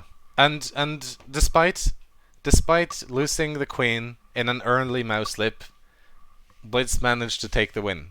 What a game. All right. Wow. Chess.com is dubbing it as wild, a chaotic game where both players had many chances to win. Absolutely, yeah. I think wild is certainly a good descriptor for this game. For the tournament, perhaps, Log. Yeah, for the tournament, indeed. Oh, what a number of games we've had. All right. Okay, so shall we, in the interest of time, keep just analyzing this on our own, and then perhaps we can do some more cooperative analysis later on. Okay, so. We have a king pawn opening, knights coming out. We have the four knight game, or I think it's called. All right, not going for this bishop, not going for this pawn. Trying some tricky moves here. Like this is very naughty. I like it. Yes, this is a very tricky. But of course, this knight is hanging. Yeah, that knight is just hanging, but it didn't get taken. It didn't. No, indeed. Green rather goes goes for a more solid game. So goes for a more solid game, cutting off this bishop from its target. Yeah, and to quote Lan here with a great comment, that game had the peanut gallery on its toes. I certainly couldn't agree more. Yes. All right. So yeah. Okay, we have some pawn trades. Green is trying to get this bishop out of the way, but of course this knight is hanging, and I'm not sure why that was so. Oh, we could let's see what the computer recognizes here. All right, so we have knight takes, no, queen takes, check, block, and wow. Yeah, I mean this. I mean, no one would. I certainly none in our tournament will play this, so we can just disregard that. That's a very. Yeah, no, let's carry on with the game, shall we? Let's just carry on with the game. Okay, so a Blitz picks up this pawn, offering his knight away for that pawn, and takes back this bishop. I mean, yeah. So this is just a pawn up. It's a good trade. And actually, he's already. Oh yeah, the queen could have won the bishop there with a4. Yes, because of it's a fork. You're forking this king and this bishop, picking up that piece again. But Blitz spots this, defending the bishop and checking the king at the same time. Okay, they go for, and here we see the awful mouse slip here, This was obviously supposed to be a queen trade. Look at that bar go from black to white. My goodness. This is devastating. But despite this grave situation, Blitz chooses to play on after the queen is lost. All right. Okay. Yeah, good man for playing on. Very good man. Got him the win in the end too. And now here we also spot a bishop in grave danger here. This bishop only has one place to go. So if rook goes up here attacking this bishop, the only escape square is c1, and it can quickly be lost if we're not careful here. Yes. Blitz has confirmed that it was definitely a mouse slip. Yes. Quite indeed. Yes. All right. And green goes in, sacrificing her queen to get this dangerous. So let's recognize the threat of this. This pawn is very close to transforming into a queen here, and green sacrifices her knight in the attempt in getting that pawn off the board. All right, very solid play from Blitz here, just securing this knight in place. There's no threat that will get this knight to move. And green, unfortunately, presumably does a mouse slip. This was also very unfortunate. Can we hearing from green whether this was in fact a mouse slip? I choose to believe so. Two very unfortunate mouse slips in a very short number of moves, and Blitz returns the favor and picks up the hanging rook. Yeah. Yes. All right. Now Blitz is opening up the space for his rooks here to get into the game. Perhaps not those squares, but you get the point. All right. And so, green blocks the further progression of this pawn here. So typically you would choose here to either push this up and develop your rook through here, or you would go for a castle, because now there's a lot of empty space here around the king that can be dangerous. As Blitz chooses to do both castle and push the h-pawn. He can of course defend this by playing his other pawn up, and is taking his aim at this bishop that's low hanging fruit in the middle of the board. And precisely. Green, rather than moving the bishop here, goes for a counterattack against the knight on the side of the board. The pawn push. Now, a computer recognizes that checking the king here is in fact the best move. And if we can just look at this, this is pretty wild, because I think I see the point here. Because when I think I don't. Okay, well, so the point here is, I think. Oh, okay. Well, instead of doing that, so well, it's not clearly winning, but I think the point here is, like, if you trade here, then this pawn is hanging and this queen is rapidly coming into the game. This position is extremely vulnerable for black, so they will have to play very carefully not to get mated in this corner, as the queen and the rook will quickly come into the game here. Yep. Mouse slip. Okay. Well. Very well. Okay. Okay. So they go for a trade of pieces. Green leaving the knight for a few moves, and Blitz opening up the space for his rook rather than trading bishop for a rook at the edge of the board. Now, here Blitz finds the best move. This is the computer suggested best move, and from here on out it was near this is exceptional play from Blitz here. We have Okay, we have rook takes, rook, check,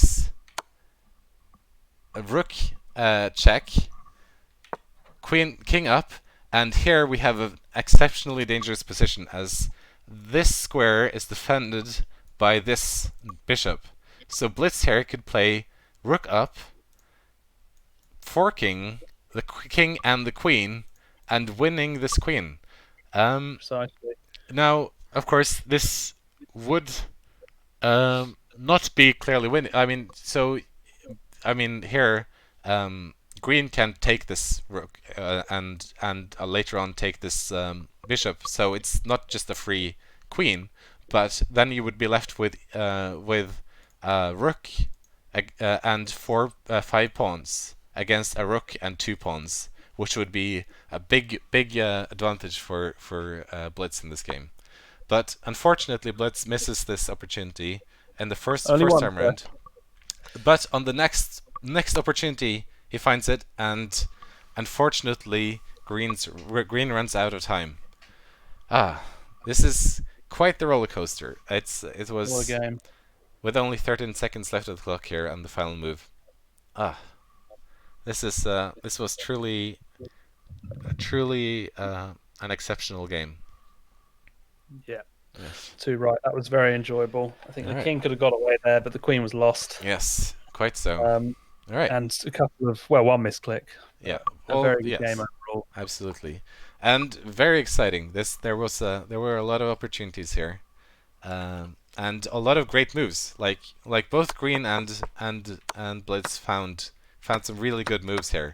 Like if you just recognize this, here we have the best moves from both players.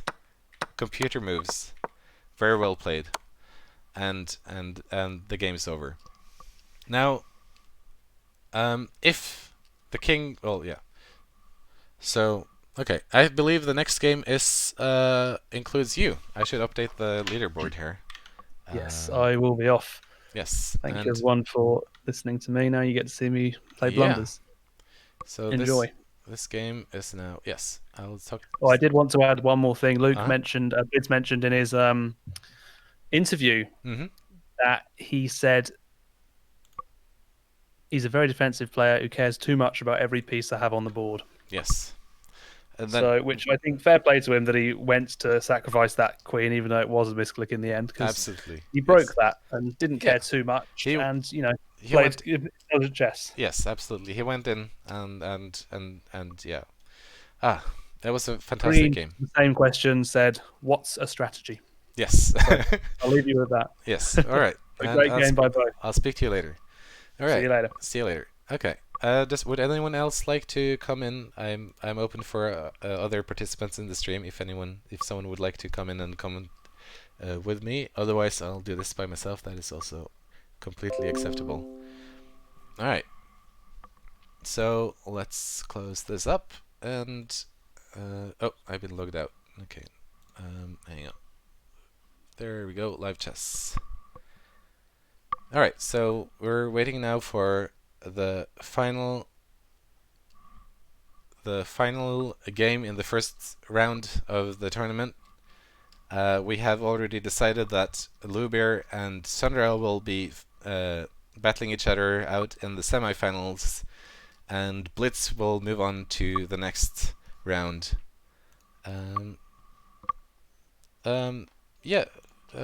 Sure. All right. Let's see here. Dwell is online. So Ollie will be playing Dwell. We'll see them pop up shortly. Hello, and welcome to the stream. Yeah, it's good to be here. So Ollie's out. He's playing his game. Yes. I'll come the next best player available. Of course. All right, and I see they've already started here. So Ollie is playing with the black pieces. Dwell is playing with the white pieces. Let's get this game rolling. Let's see what they will be opening with. So let's see what the players has been asking here. So Ollie's game here is to play, have a fun and play entertaining chess. So he's opening up Duel is opening up actually very, very, very interestingly here on the queen side of the board. And Ollie responds by taking control of the center. All of these central squares are now in Ollie's domain. Bishop here aiming its way up the board, and Ollie quickly blocking off the bishop. This bishop will no longer have any future on this diagonal. This Duel will have to trade off this pawn certainly to have any life for this bishop. Already this game seeming a lot faster paced than the previous ones. Would you say that's a sign of their caliber as players? Certainly. I believe both Duel has played before. He used to play on occasions, but yeah, I mean he's no veteran. Ollie, on the other hand, has been playing for a couple on and off for a few years, so he is certainly showing his experience here in the opening. Getting pieces into the action, and yeah, I mean, as you noted, this is fairly quick plays. We're already on move 6, and it's not Ollie's only down 30 seconds on the clock. Duel is already down 60 seconds. Yeah. So what game are we hoping for here? Are White is certainly here trying to do a kingside castling here, keeping this, securing his king behind this bishop, very defensive. Which is a very defensive position. This is still a very even game. This is still almost as like the opening position, according to the computer evaluation. Castling as a move, would you say that's something you aim for pretty much every game? Is it something very situational? So is there a certain time you want to do it? Yes. So the you should castle before you start opening up in the middle of the board, and the reason for that is if you start opening up, your king will be very exposed here, and there can be a lot of attacks coming towards your king. So then castling is a very efficient way of both getting your king out of the way and getting a rook into the game. Now this is an exceptionally complicated position here. I've already lost track. This is not a single piece has been traded off. We're already at move 9. This bishop is under threat, but I also feel like this knight is quite. This pawn is under a lot of pressure, so this knight might simply be worth more than this bishop. But as I was saying, I see a lot more attacking and covering of pieces than in previous games. Yes, getting some experience certainly helps on that front. It's a matter of practice, and if you're not used to spots for moves like this, then it can be very difficult to see opportunities on both sides of the board. So there's definitely a lot more of seeing multiple moves ahead. Yes. With how many pieces they are covering and attacking with. Absolutely. Like on single spots being attacked and covered by a plethora of pieces. Exactly. And Ole is showing his experience here, getting his king out of the way. Let's see if Duel follows on. No, instead he's going up for this. He's trading. Wow, Ole can take this. Ole can take this knight, and there will be a doubling of the pawns here out at the H and the A file here. That is certainly a positive development on Ole's end. The disadvantage, of course, of having doubled pawns here is that you can no longer push any pawn here to attack this pawn. So both of these pawns will now forever be stuck on this file, and then they are open for attack from other pieces going in here. They can no longer be defended by any other pawns. So it's important to try not to double your pawns like this. But of course, we're seeing this is still quite an even game. Ole has a slight advantage now, and this time is also quite even. It's only 15 seconds or 20 something seconds a difference here. Oli is immediately going for a trade of this pawn, which I find interesting, as this was I consider these quite some weaknesses in the position of Dwell. But Oli has decided otherwise. He wants to open this file for his open this file, I suppose. As if Dwell takes here, then Oli's only choice is to take back with his c pawn. I do often see pawns as just in the way. Yes. For me personally. So pawns are perhaps the most important piece in the game, except for a king, of course, because without a king you've lost naturally. But pawns are a super important tool, both to block up the position so that your opponent doesn't have any open files to attack through. But it's also great at great way of stopping your opponent. Well, of protecting your pieces. Oh, that was a hanging piece there. That Ollie immediately grabs. This was very unfortunate. Oh dear. Now this knight is also hanging, so this Dwell can take back here, and it's not a completely lost game. And the rook's in danger as well after that. Which this rook is, yeah, absolutely. So you would have to move this rook. I don't think you can defend this in any other way. No. Oh wow! So this is a fork. So so instead of going directly for this knight, you can force the knight to move and pick up the rook instead. And now the question is, oh no. Would you say that is Ollie not seeing that? No, I'm not sure. I believe I would think this would be an advantage for Oli. No, for Dwell, but the computer disagrees. It's the move that lets him take the bishop afterwards. It's the only way he can trade that bishop, right? Yes. But he loses a rook for it, which isn't something you want to be doing. No, so. Absolutely.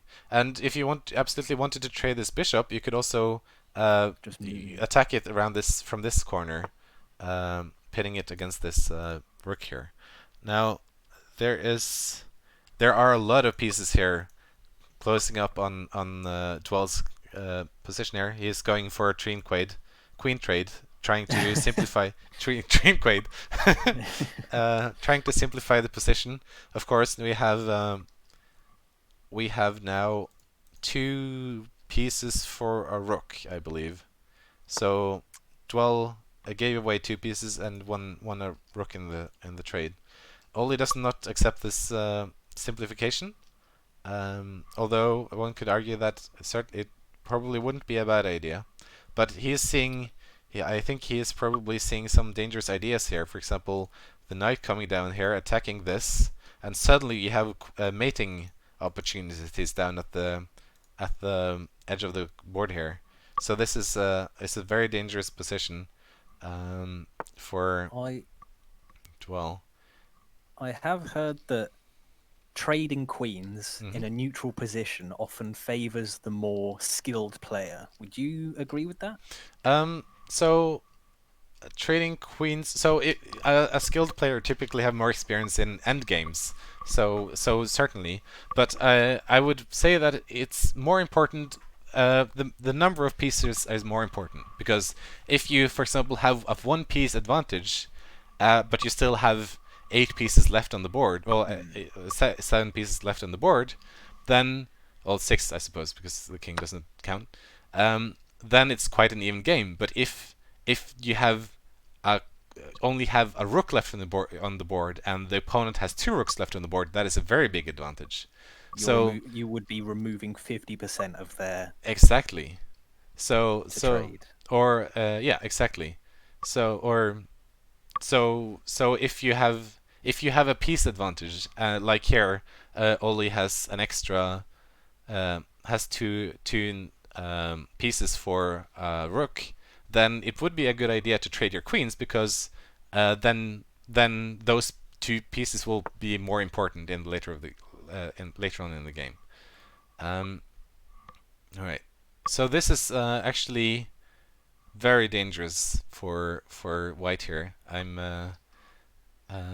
What is the best move? Queen f3. So you're threatening to just coming in here with the queen.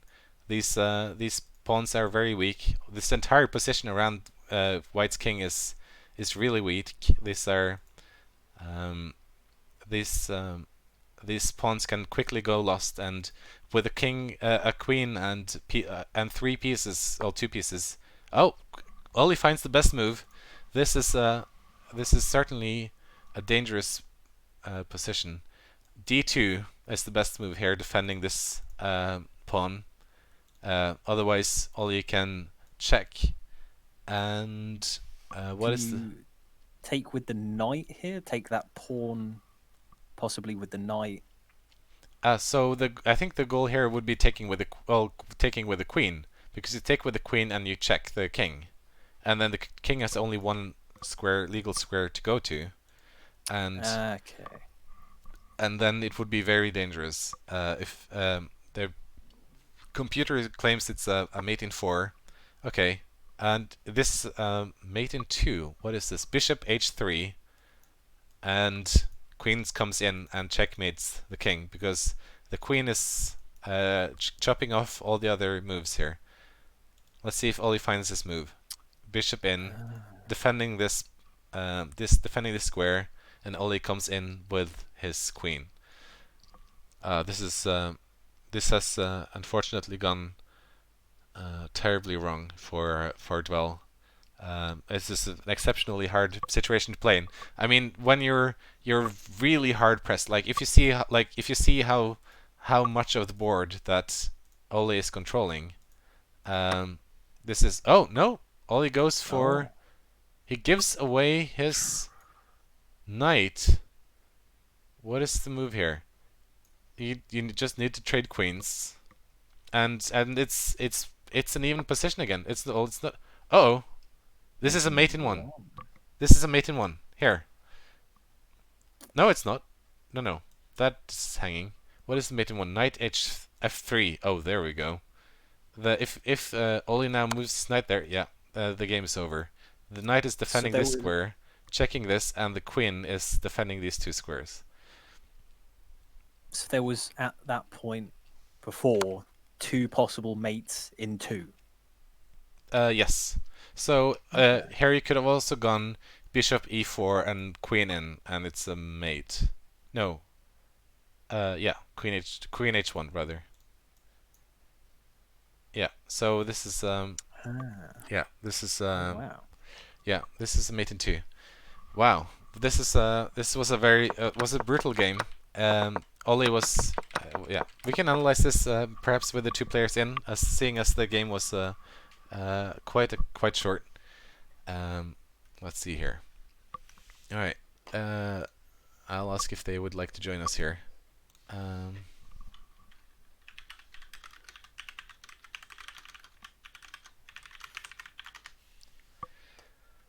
right. And Dwell. Hello. Hello. Wow, that was quite the game. You found some really nice ideas at the end there. Thank you. Shall we see if we can get Dwell to join as well, or Dwell would then match? Sure, I can message him. He can answer in text, perhaps in the Chess4Charity playing group. Then we can pay pay attention there. Wow. Will it be my game next versus Sandra? That it would be. Oh yes, I should update this board. Okay. The next game would be you versus Sandra. That is indeed correct. Okay. This is now 2 points to Ollie. Dwell said he will answer with text quite happily. All right, awesome. I'll leave you to analyze the game and go psych out my opponent. Thank you okay, for having me. Very well.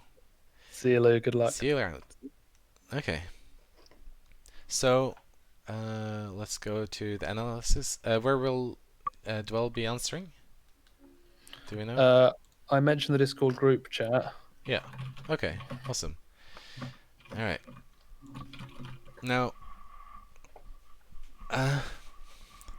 Dwell opens up with a very I mean, it's a book move, but you're already opening up at the slight disadvantage here with white when you're opening up with your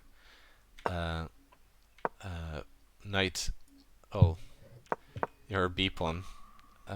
It's quite an exotic opening.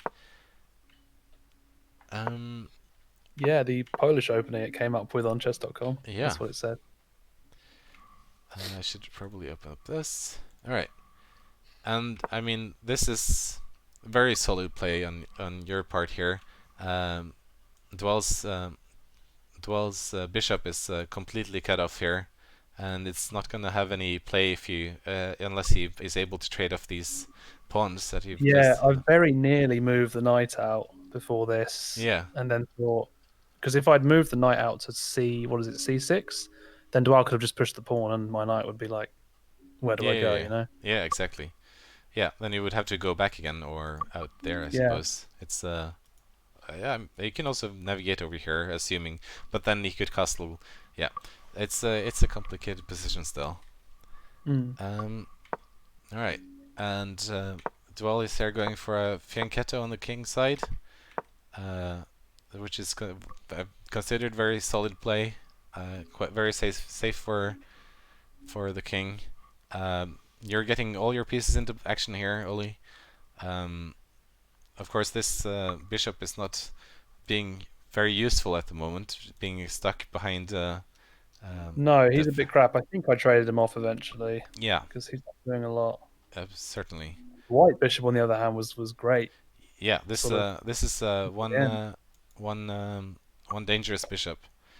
Certainly a very powerful piece in this game. All right. Dwell continues to just play solidly. I think his main issue in the opening here is that you see you're taking a lot of squares here, for if you just look at sort of where your pieces are, like at this point in the game, like you have taken a significant chunk of the board here, and you're definitely controlling the middle of the board, or also even controlling these two squares quite far into Dwell's position here, which is very dangerous. I mean, it's going to be very hard to develop from here because you cannot push these pawns very easily. I mean, you could trade here, but it's very hard to play when you... I mean, if look at this knight, for example, right? You cannot take here, you cannot take there. You could potentially go there, but if you move your pawn here, then this knight is not going anywhere. And of course, this bishop is behind this knight, so it's also quite blocked off. Yeah. All right. Yeah. But instead, develops his other knight, getting it into action. And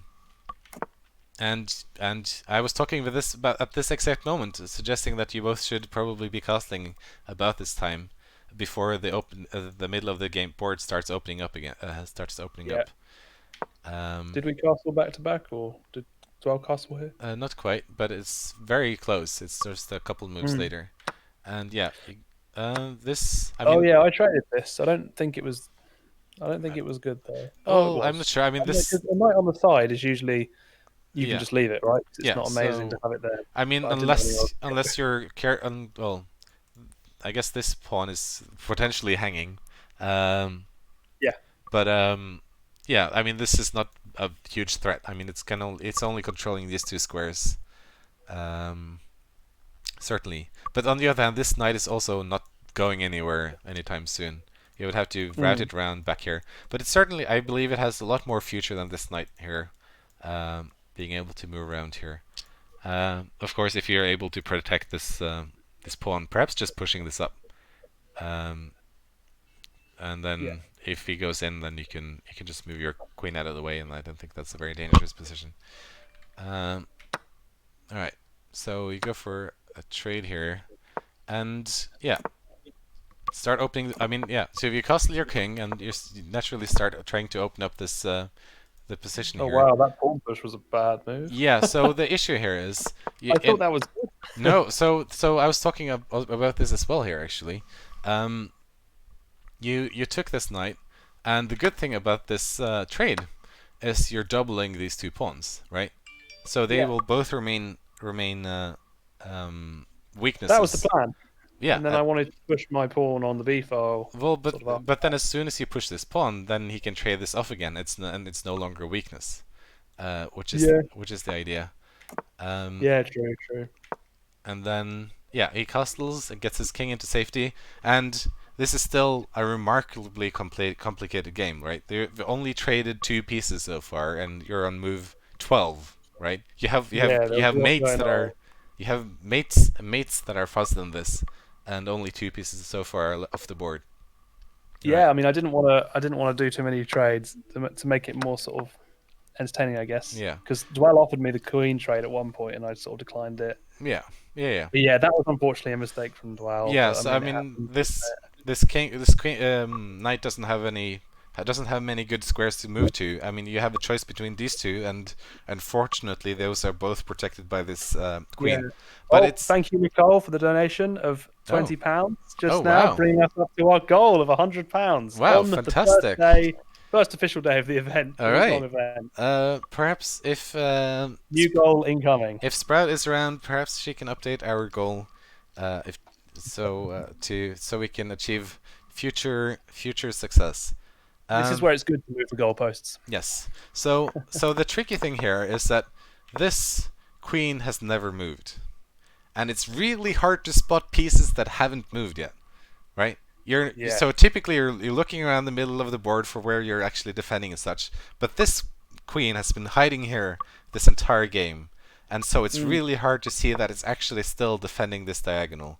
And this is a mistake I do myself on a number of occasions when I'm playing the London Opening and accidentally putting a knight here, and of course the opponent has already moved this knight, and it's just hanging. So it's a very natural move, but it's unfortunately a hanging piece there. You would also have a hanging piece though, which is why the position isn't even more. So because this knight, after this. This knight is actually just taking the knight with the bishop would be oh shit! Yeah, of course, I didn't even thought that. Yeah, I mean, I lost my rook to it in the end, but I could have done en passant on this. Yeah. And I realised afterwards, and then when my rook got taken, I thought, oh bugger, the game's over. Yes, that's how it goes. And so I had to move this after this is fascinating. Look at the evaluation of this position, right? You just lost a rook, but you're up 5 pawns in the evaluation, right? What a position! And I think this has to do with, like, look at all your pieces. You're very close to this king. The mate there was what I really was after. Yeah. So this is, I mean, you certainly could say that. I mean, this is losing a rook is never good, but certainly this is a very dangerous position to be in for the white king. When I lost the rook, I put oops in the chat, and Dwell said, "What do you mean?" Yeah, and you take back, of course. All right, and I think is it here you find the best move? Yeah, I mean here you're playing very well. I not necessarily this move, because you had your knight there attacking this, threatening a checkmate here, which is very dangerous. You still have this idea. Yeah, I declined the queen trade. I just thought I'd move over because there are more opportunities for mates, I think. Yeah. All right. So here we go. Again, ideas about this pawn defending here and mates on this. Yeah. Or of course, we also were thinking about this. This is also... Yeah, I wanted to go aggressive because when I moved that knight in the first place, I was hoping that I would just take it, I'd take back with the bishop, and then I'd have that sort of bishop queen battery on that he would have to move his king in order not to get mated immediately. Yeah. But unfortunately, he does not see that. That's not how it goes. You trade off your knight, and you immediately spot the mate in one.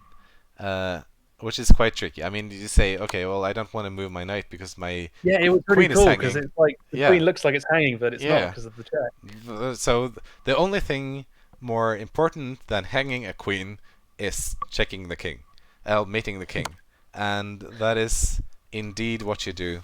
And yeah, this was a very very well played, and I think very well played by both players, because Dwell is very unfortunate here in not being able to grab enough space in the opening here, and that just makes the game very difficult for him to get any active play here, and that's what you see for the rest of the game is, you know, this the after effect of just losing out on this space in the middle of the board. Yeah, and you're getting your pieces into play. So I mean, of course, well played to both players here. Thank you, and good game, Dwell. Yeah, good game. Okay, so Lubeer and Sandra, are you guys ready? Oh, here we go. The first semi-final. The first semi-final. One of these players will move on to the final. Yes, indeed. Very exciting. Yeah. Lou versus Sandra. Lou showed a lot of promise in his first game. Yes. Let's see here. I am here. Found some great moves, and Sandra was solid. Yeah. Well, up against the unpredictable and erratic Maddie. Yes, indeed. He found a way through.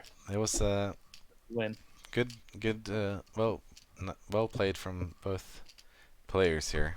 And it's been a lot of very interesting matches. Like, this has not been, despite, I mean, nearly every player in this tournament has confirmed that they don't play chess very often, or they haven't played in a decade, or how many, yeah, in many years, and still they come up with these fantastic plays and great ideas.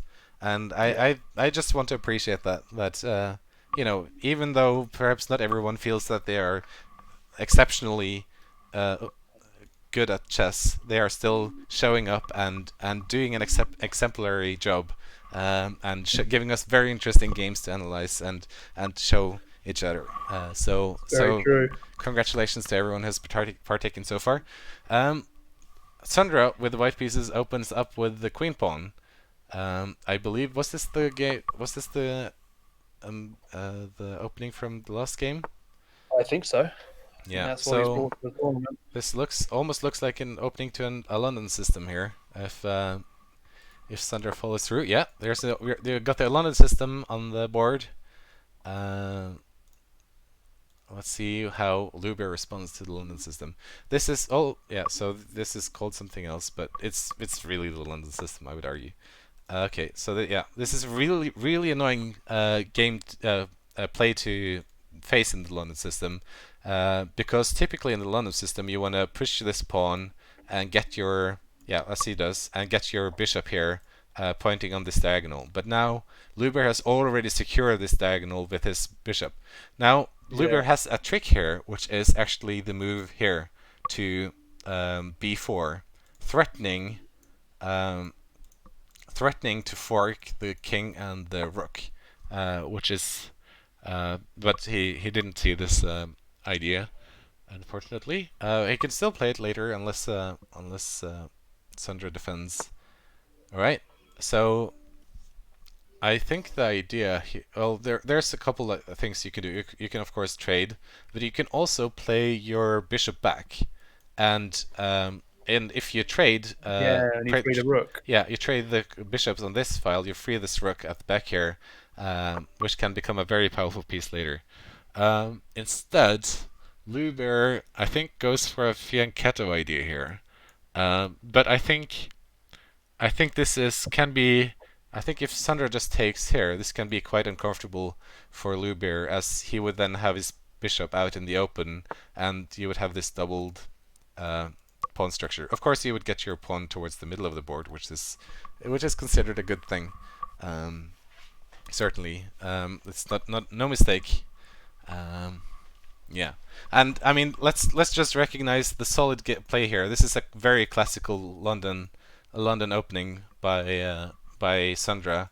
just get your knight into the middle of the board, and of course this is normally you wouldn't have this. So normally, yeah. So you have the fianchettoed bishop on the king's side here. So here there is an idea. So when the king castles, you want to open up this diagonal so that you can trade the bishops here. Because when you have this position here, losing your dark square bishop is actually opens up some weaknesses around the king here. So some high levels ideas that they, of course, is probably not very relevant. Wow, Luber is going in for the attack. Wow, that was a very aggressive move. Let's see how this I don't goes. think the computer saw this even, right? Because the computer says this is an even game. Sunder goes in and says, "I disagree. This is winning." Yeah, Luber just opens up space around his king here, preparing to push this pawn and open up the middle of the board because Sunder's king is still in the center of the board, and you have to be careful. Now, yeah, and he immediately castles. All right. Wow, that went right down to black. Yeah. Just before that pawn was pushed. Yeah. So here we have bishop takes. Oh, this pawn's kind of hanging, isn't it? F5. Bishop takes. Takes. There's a lot of takes that can happen here if the players want to trade. Yeah. Basically. This is a very unclear position. There are many possibilities and also, here. The bishop is hanging, right? The white's light square bishop is hanging. Yeah. So, but if you trade this bishop and they take this bishop, then it's not in the Oh, and instead he's trading his. I think he's just losing a. Why is black so much better here? He's just opening. This is fascinating. There's some weird idea, definitely. This is hanging. You just take this. Okay, well there's the answer. This bishop is simply hanging in the middle of the board here. Just to let everyone know, hanging means that a piece can just be taken with nothing in return. Mm-hmm. You've hung it out to dry. Yeah. You've left it to hang.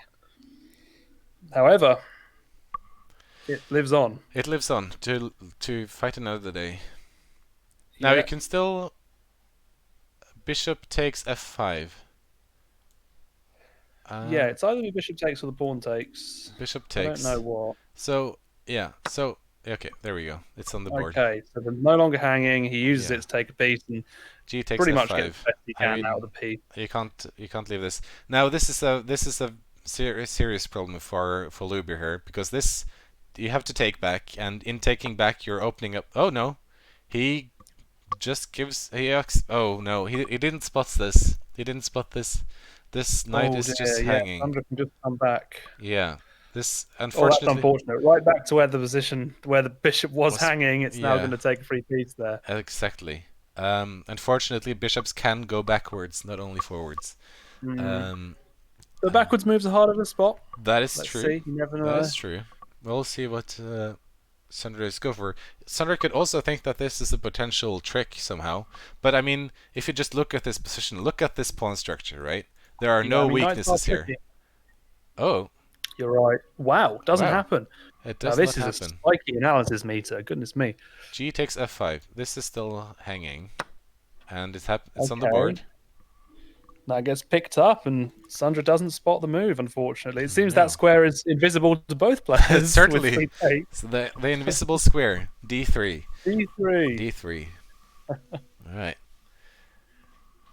Very interesting. So why does white go from here? So with that take with the pawn, obviously it kind of ruins your nice little structure, the cute little thing you had going on with the bishop and the knight and 3 pawns. Yes. Bishop's kind of unprotected now. Yeah. So I think interesting. I think. So what do you think?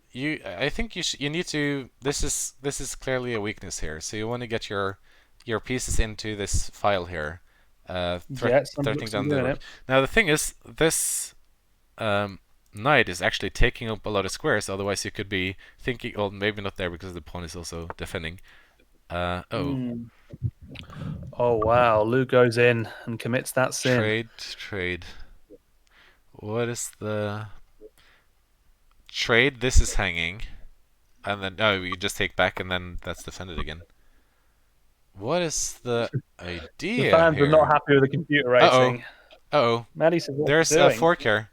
This is that's nasty. That is defended by this knight as well. Oh, that's awesome. Either knight can just go and fork the rook and the queen there, ladies and gentlemen, on f2, because that is defended by the other knights, whichever one doesn't go there. Let's see if Luber spots it. Got it. Wow. He's got it. He's picking up a rook here. What a play. Now, when he picks up this rook, Sandra is going to want to take it back with his knight, not the pawn, because otherwise he'd move the pawn over to h and double up, and leave his king completely out in the open. Certainly, you don't want to open up this position any more than necessary. Sandra moves the queen. Now you can also take with the queen. That is certainly also an opportunity here. And Lou should just take the rook here. So what is the piece position here? So actually, currently, Luber is up 2 pawns. He has won the bishop that was here for 2 pawns. Yep. And now he's looking to gain another 2 pawns. So knight is worth 5 pawns, and a knight is worth 3 pawns. So in trading this bishop, oh, he doesn't go for it. Whoa. Wow, mate in 2. Whoa, mate check. In 2 where? Oh shit. This is. Oh, sorry for my language. No. This is check. No, where is this? Queen takes f7 check. Oh no, he doesn't spot it. And then the rook would come in. Yeah, it would be queen f7. King moves over to the right, and the rook comes in for mate in 2. Yeah. Wow. You should show that just to see what it could have been for the. So let's see here. So if you just go back here, then we can show this. Okay. Well, the game is still going on. Yeah. There's. Okay. Well. Oh yeah, hang on. I'll show that later on. We can go through that in the analysis. All right. Sure. So where are we? So this is still mate in 2. Back to mate in 2. Oh my god. Okay. So Queen we're right takes. back here. Oh, that was not the mate. Okay. Because the king escapes out there. The king is able to escape around the back. But there's only one move there. King has to move over. There's no other legal moves. There's only one legal move. Queen goes. Okay, queen can't go there because this is taken. No, not really. What is the idea? Queen takes f5. It's hard to know what white should do here. Yeah, I guess you just have a free pawn. But the problem is, from Sandra's perspective, he's going to be looking for mates and really wanting to win right here. Yeah, but I mean, it's a free pawn, and then you have a mate in 1, right? Yes, you do. So you're certainly still not out of the woods, as Luber here. There it is. There it is. So you gotta... really, Lou needs to push his pawn now, or he's getting mated, or protect it with a queen. Yeah, there's a couple of moves. You can even block with a bishop because the knight is covering. Oh, if he moves the bishop. No, because this. There. I don't know. This is dangerous. Oh. Oh wow. Okay. Forking the forking queen. Hell log. Yes, forking hell. That is indeed true here. Forking hell. Wowee. Wow. All right, you got to move your king. You don't have any other moves. And knight takes. All right. That's got to be. I don't know what I don't know what Sandra's thinking about. There we go. It's on the board. Bishop takes. And then you can take the pawn, I takes suppose. There. But I mean, you're not getting mated anymore. No, exactly, which gives Lou away into the game. And if Sandra makes mistakes, I mean, these knights that Lou has got are bearing down. Yes. So we'll see how it pans out. But he picks up the free pawn, now obviously threatening another pawn over on b7. Yes, certainly. Lots of things hanging. So, I mean, here we have a potential fork as well, but I mean, it takes 2 moves to get there. Yeah. No, actually, 1 move. Okay. This would have been a fork here, but I mean... yeah, that would have been good. Oh, queen e4. Uh-oh. Well, that's just hanging. Oh, yeah, he's picking up a rook. Oh, no, he's not, because the bishop's there. Yeah, this is just a free rook. Hey, okay. The position's not evened out again. Wow. Lou moved his king out of the way earlier, didn't he, when he could have taken? Okay. So I'm really glad he takes back a... What? He takes back a... Okay, hang on. This is not actually... I mean, you got a rook, but you have to give away Okay, yeah. No, I mean you trade. You gave away a knight. Oh, this is hanging. Oof. Oh boy. Okay. Oh boy. Well, I mean, it's not as bad as the computer thinks it is. It's not basically a knight and a bishop and a rook for queen and a rook. Yeah, indeed. But I mean, a queen for a bishop, it's a very good position to have. Yeah. I certainly would like to be Sandra in this position. No, not at all. Look how. But no, I mean, I'd be very tempted by queen b7. Can we just h7? Sorry. Yeah. Can we just appreciate how closely these two players are following each other on the time here? With 4 minutes to 3 minutes, this is quite even left on the time. Yeah. All right. So this is now a more maneuvering game. Now let's also just keep in mind, Sandra still has every single pawn on the board. Wow. Sandra has not traded off any pawns so far in this game. And the first pawn trade, no, this is not happening. Oh, maybe tricking Sandra, hoping he takes it so the rook can having none of it. Just blocking it up.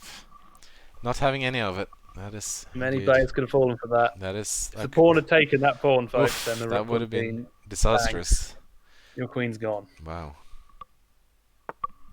All right, king's coming into the board.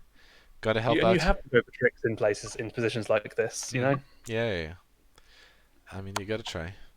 Okay. You can just move back. I mean, you can move your king anywhere. You don't. I mean, Sandra's rook is you don't particularly activated, I suppose. Yeah. But if he moved it over to the D file, it would be. Yeah. I mean, you gotta. So what happens here?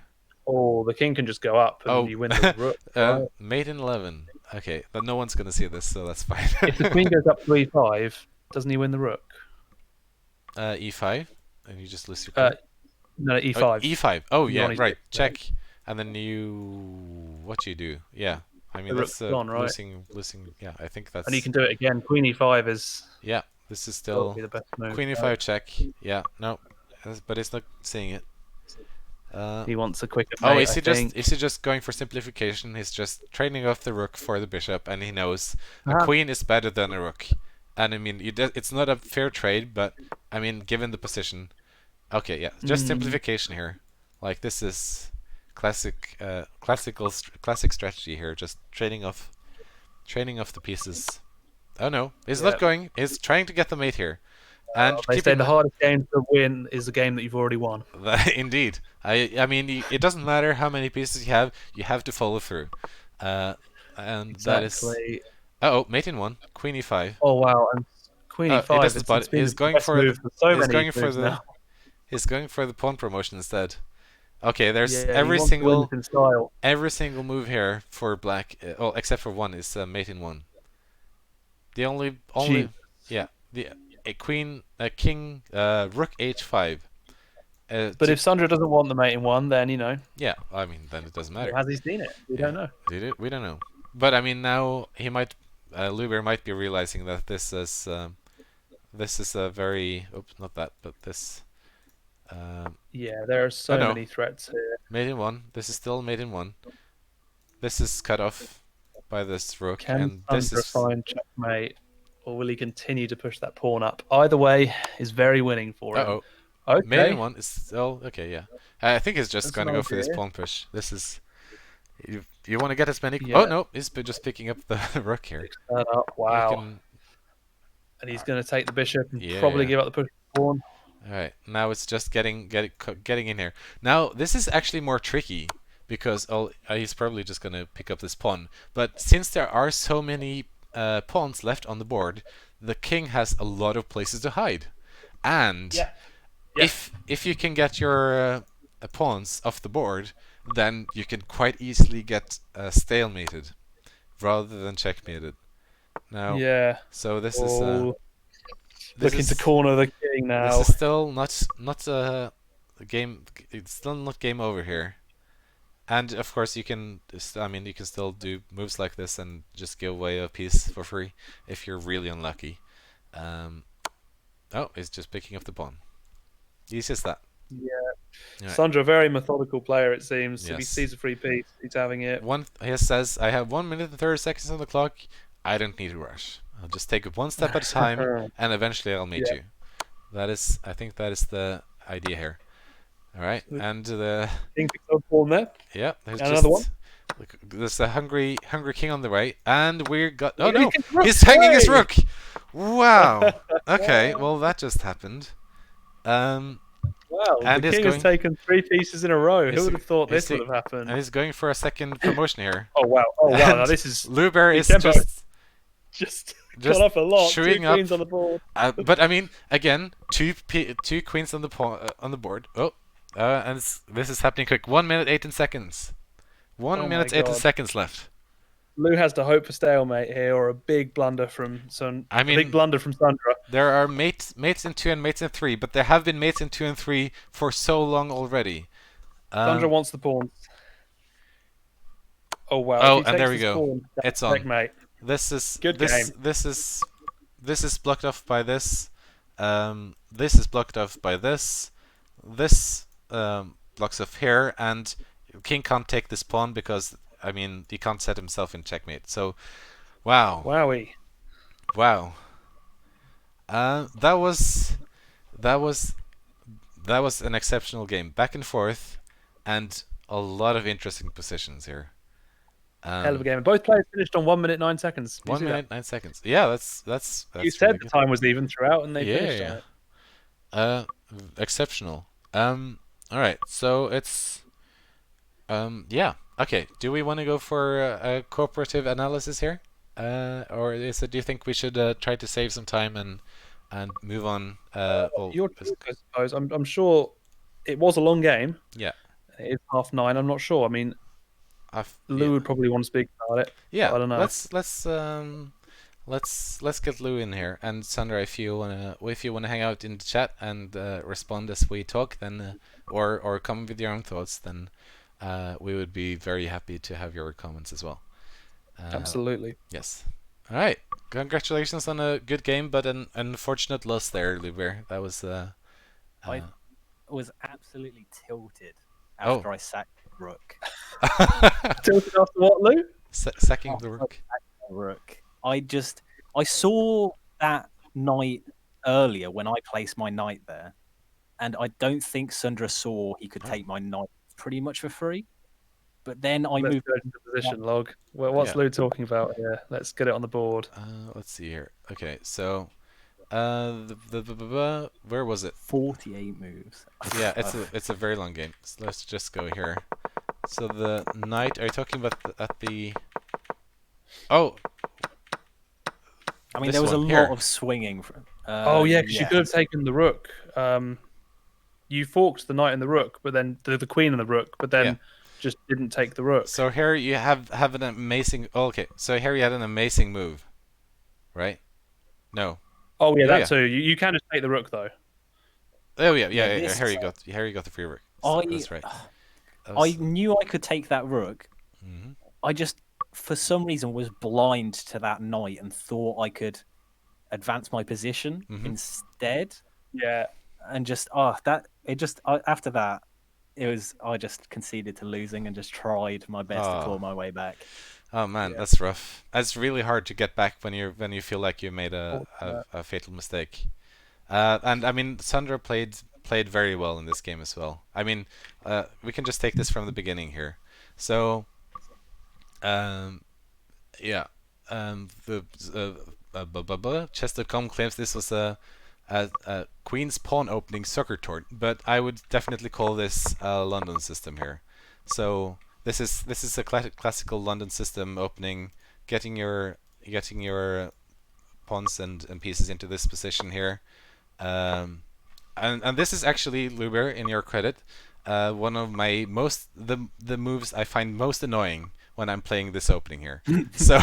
so well done on finding this the opening, because the idea is you push this pawn and then you want to get your white bishop in this diagonal here, and then you're waiting for the black king to castle, and you're threatening here. Now, so you get this position. Now, typically here as black, you would probably want to take here. Just get that bishop off the board, because this diagonal is very dangerous as black. So, like I answered my question, my strategy was the king's king's pawn opening into complete improvisation. Yeah. So this was full. There was no king's pawn opening. This was full improvisation. True. I had no clue what I was doing. Yeah. Until you play black, then what do you do? No, but I mean this. Yeah. I think so. I think this is still very well played, right? So the only mistake here is that you didn't take this, right? Yeah. Because playing this opening here as black, very good defense. Like, so typically you wouldn't want this position as white. You would like to, instead of getting your knight in here and pushing this pawn, you would get your pawn up here and start pressuring around the side. And you wouldn't want to push this pawn up either. You would like your queen and your bishop here to attack in here. So, I mean, you managed to get a very comfortable position here as black against the London system. So I think following the London system in its entirety, this is like the penultimate London system where you get the position, but get the pawns and pieces in this this position here. You're just waiting to play this and attack, right?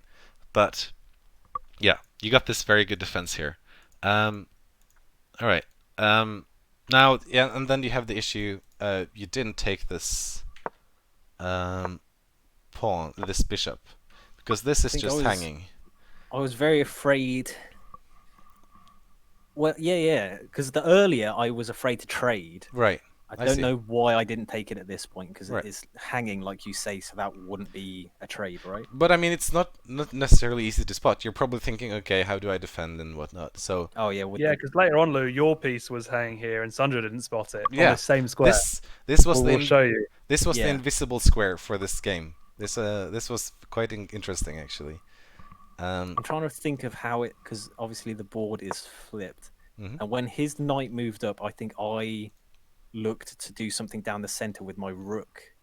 Yeah, here as a defense. So here, when you have this position, it's like you have the very typical thing you do is you get your rook out, and then you push this pawn up and try to open up the middle of the board here, getting some pawn trades, and hopefully before Sandra castles here.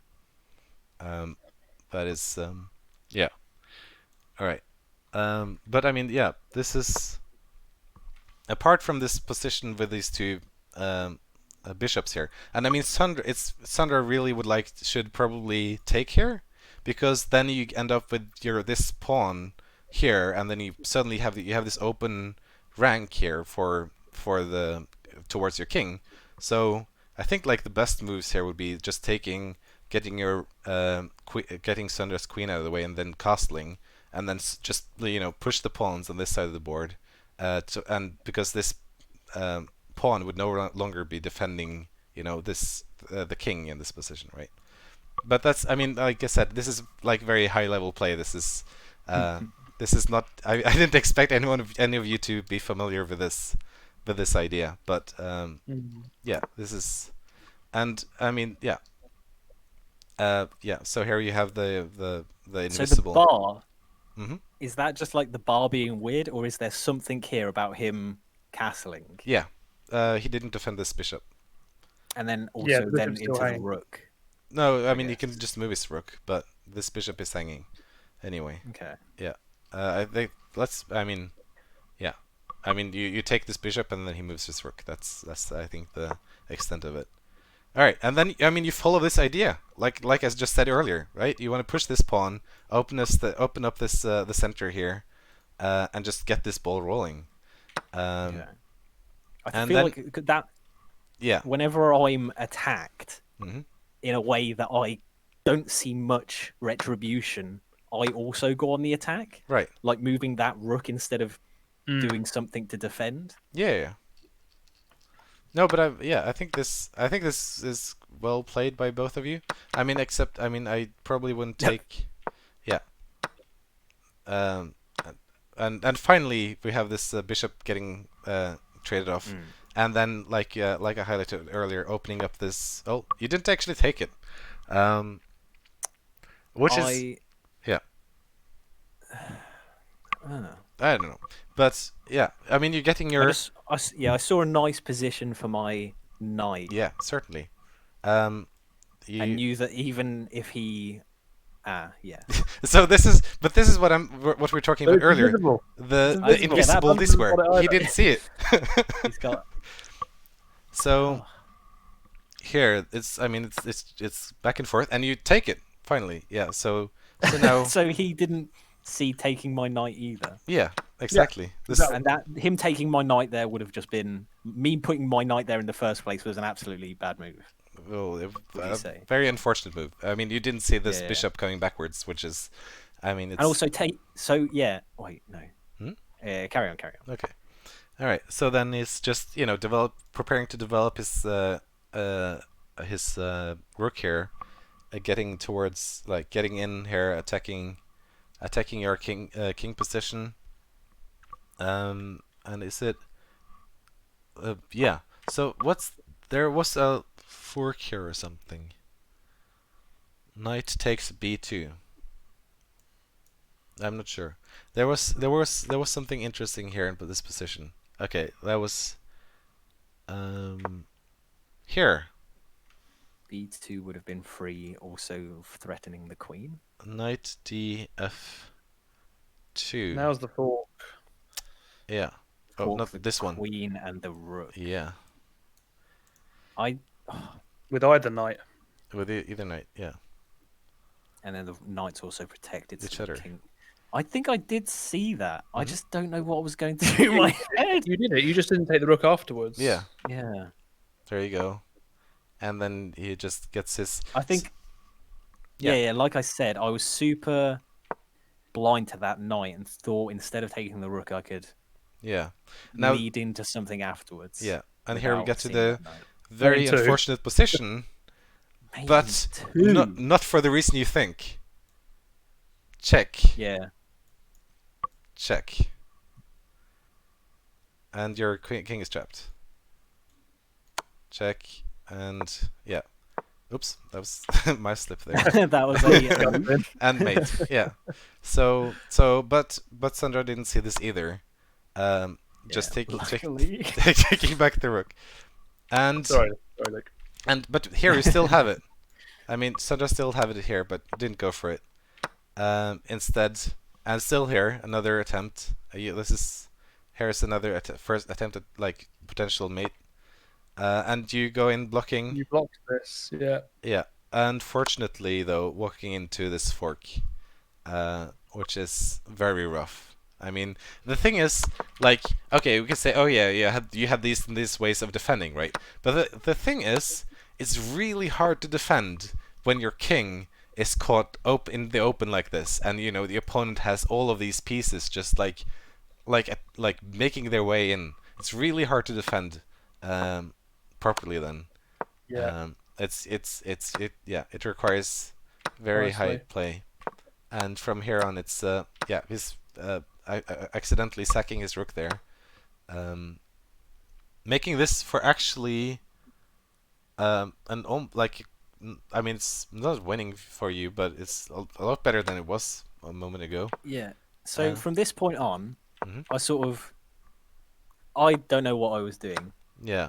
But what I should have started looking at right away here is stalemates, and I sort of started to look at that at some point where I literally had nothing left or something. Yeah. So I like this though, the pawn push that comes up here. Yeah. When you push this pawn, you were hoping to take it, right? So if the rook could just take the queen. That was really cool. It was a good try. Pinned the pawn. Yeah. And then Absolutely. Just to trade the rook and the queen. Yeah. With those pawns defending that position as well, it would have been. So here's an interesting idea, right? So let's say he does something inconsequential, just random move, right? Take. Oh no, hang on, doesn't work. Never mind. Wait, what did I do? Did I actually take? He just pushed his pawn. And then I can't take that. Yeah. I moved the king here thinking... I mean, getting your... I mean, there's not many pieces left on the board. So getting your king into action might seem like a good idea, and normally it would be. Unfortunately, it's a queen and a rook. So if you... I noticed that and knew that even if I just trade everything down, he can ladder me with those. Yeah. So here we have... I mean, from here. I think it was actually around here that I did start thinking about stalemates. Yeah. And the fact that he had a queen and a rook terrified me for that reason. Yeah, absolutely. I can't. How am I supposed to stalemate versus I don't blame a queen? you. There was mate in one here. The queen goes up. Yeah. That's mate in one. And he ends up a few times, but I think you want to push that pawn and just take everything. You can't go there. Yeah. You can't go there. Because it was a queen and a rook, I looked for more attack-based things. I thought about the stalemate, thought queen and rook can't really stalemate very easily. Yeah. So I looked for more stuff, but then he misplayed, and I got his rook. Yeah. That's when I started to look at coring myself. Yeah, because you took a pawn, and then a rook all in a row with your queen. It was quite the tour. Yeah. This is yeah, here we go. So here the race starts. There we go. Pawn, rook. See, I'll get behind his pawns with the king. Yeah, infiltrate the back lines. Yeah, my pawns will just meet his, maybe trade or just like become blocked. I guess I could have moved my pawns up so that they literally couldn't move, but with him checking me constantly. Yeah. Just 1 second. Because obviously, if I move the pawns up, they get locked. I have no more moves apart from the king, and then if I can get the king into a position, maybe I can stalemate. But obviously, I can't. That has a lot of places to move the pawn with him aggressive on me. Well, yeah. Yeah, exactly. I think you went sort of to take a few pieces here, but then there was just mate coming. Yeah. It was inevitable at a certain point. All right. Yeah.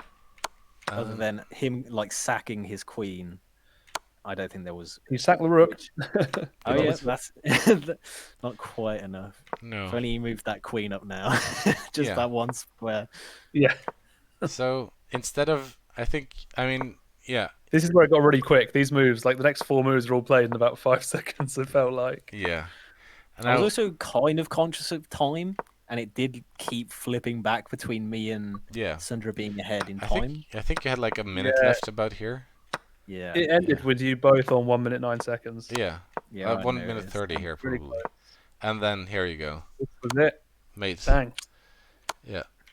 Which is because you can't take this because the queen is actually protecting it through the king, and here actually. So yeah, and this is protected by this, and you can't take your own piece. It was a really good, entertaining game. Yeah, absolutely. All right. Thank you both. Thank you. No, thank you. So, okay. So it's Ollie and Dwell next, right? I think I'll leave you here then. Hang on. Yeah. Dwell, not Green. Not Ollie and Luke. Blitz, yeah. Blitz. Not Green, not Dwell, but Blitz. I'm very confused. There we go. I need to. Yeah. This is 3 for some reason. Okay. Well, I don't know if you want to get someone else in. I don't think I'll help cast the next one. Sorry. Oh, that's quite alright.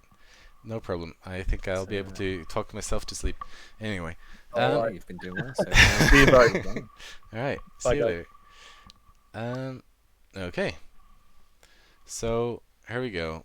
There is now only 2 games. Well, 2 or maybe 3 games remaining. First, it's Ollie and Blitz, and then it's Sundra versus whoever wins of those 2. Yeah, so that's going to be very exciting. How are everyone doing? Sprout is, of course, cheering for Blitz. That's awesome.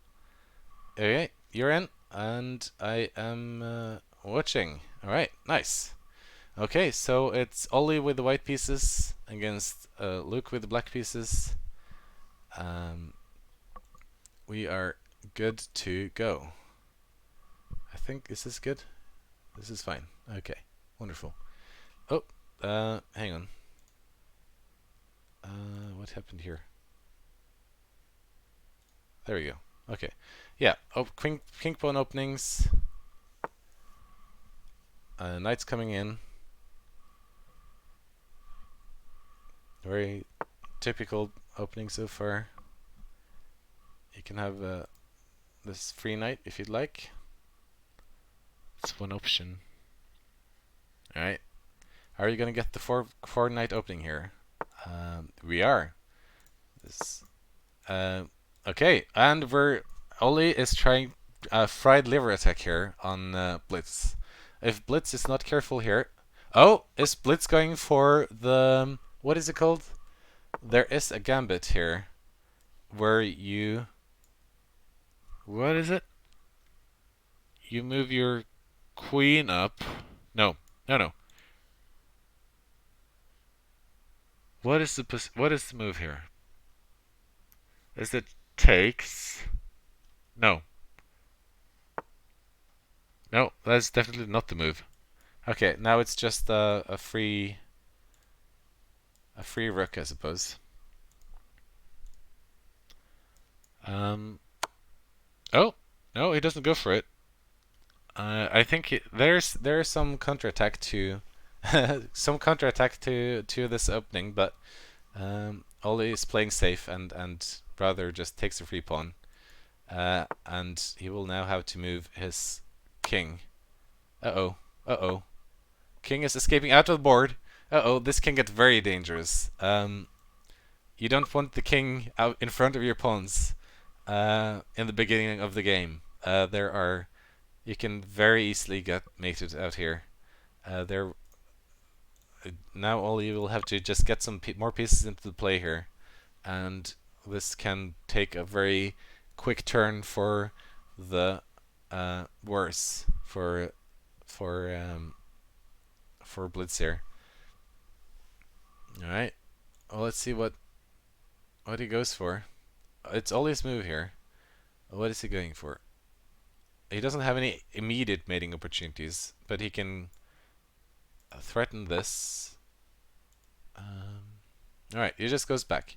King is still in a very precarious situation here. He can't go back here because the knight is attacking it. Could go there. This knight is hanging? No, it's not. It's defended. Never mind that. Yeah, I mean, this is not a very clear position. There's not a lot of great moves. Oh, that's free. That's hanging a queen right there. This unfortunately very rapidly did take a turn for the worse. Rook takes, I suppose. And then you can just trade pieces here. Oh no, he doesn't take it. He doesn't take the knight. It's another check. And he wins the rook. Oh no, this has gone terribly wrong for Blitz in the opening. Oh, that's very unfortunate. Man, what a rough opening to the game. And the rook is lost. All right. Oh, he grabs the bishop in the process, and he's losing his other rook. Oh no! All the forks. Man. What a devastating opening to this game. He's losing all his pieces. He's just has to move his king all just back and forwards. Oh no. And you can take this pawn with another check if you'd like to. Knight e4.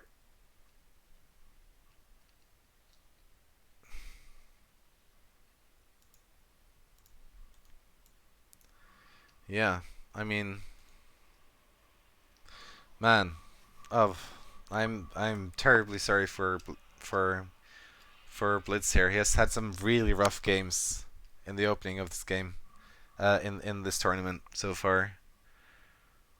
All right. But he's still playing. He's gaming on even though he's in a very rough situation here, and he's not giving up. That is quite remarkable. He can hope for.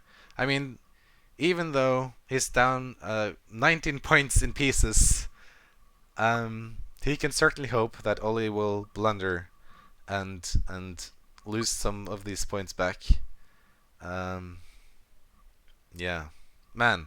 This is a devastating example of what two knights can do in an opening.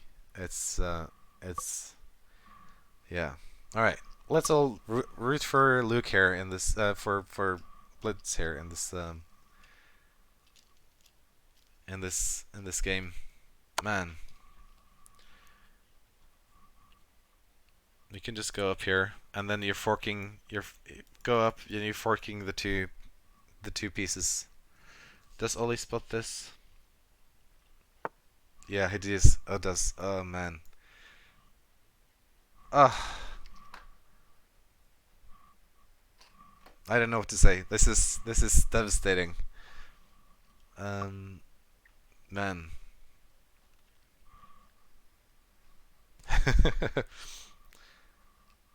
Yeah. All right. Which do you take? Do you want the? I mean, you don't have to take it now. You can even castle and get your king out of the way. Although, yeah, or you can just go for it. All right. This is. I have a feeling this game is gonna come to an end very quickly. Although, look at this. Look at this queen. It cannot go to any of these squares.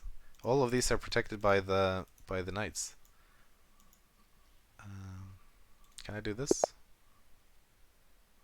I can. Okay, nice. Does this look okay? No, it doesn't. Okay, never mind. I'll go back. Alright. Uh-oh. Here we go. Okay. So, what moves have we had? Just, we grabbed the... he grabbed the other knight. Yeah, that's not threatened because it's defended there. That pawn is hanging. No, it's not hanging because it's defended there. Okay. Do you just grab this knight? Just trade down, simplify. Do you get this out of the way? No. He is insisting on keep checking the black king here. Uh-oh. We're in mating mating land now. Alright. It's rather than trading down, this is only just gonna go for a mate.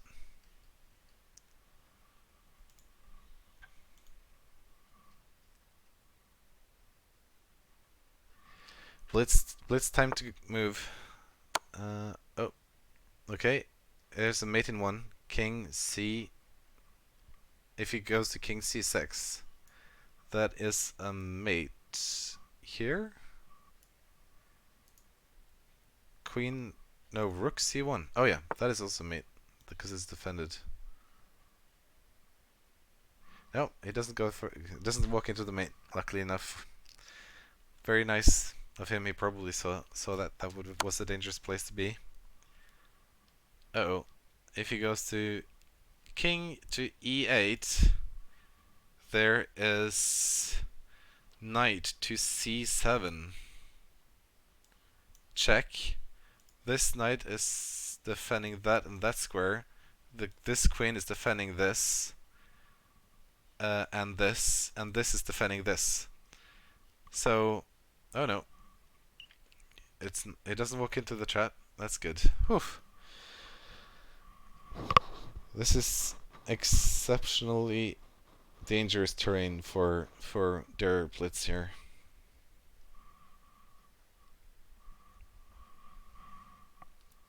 So how is this going to turn out? Let's see. It's just giving up the bishop for no, it's defended. It's a free pawn there. And let's just see this. Like, this knight has been under attack for so long, but his king has just been checked around and around and around, and has not had any opportunity of just taking back this knight. Although there's probably many other more important things he would like to do at this time. Alright. Knight, I mean, almost what. Okay, yeah, picks up the free pawn here. With a check, he can go in and defend himself if he wants to.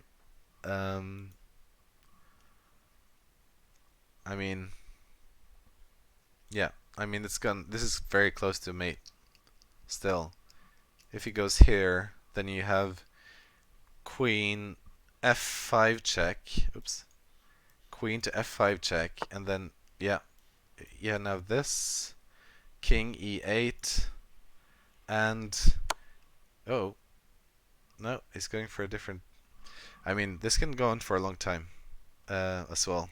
Just checking this king around. But all of these pieces are going to get lost in the process, because this is now hanging. Oh, wow. I mean, I'm not really sure what Ole is trying to do here. This is... Okay, you have mate in 1 now. If he is going to king... If he goes to d7, you have queen takes... Queen to f5. Man, I mean, there's a lot going around here. It's a very hard position. But this is... Yeah, now you have... There, this is checkmate. This is defending this. This is defending this. This would be defending that square. Oh, he didn't say that. King takes this. That is a free bishop. Queen to c6.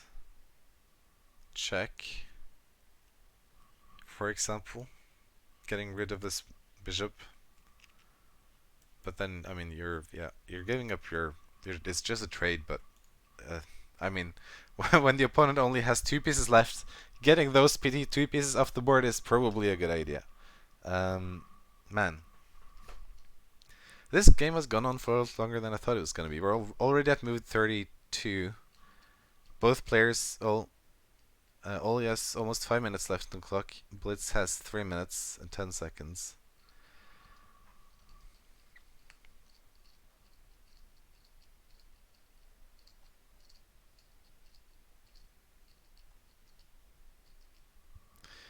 What is Oli gonna do? He's certainly spending some time thinking here.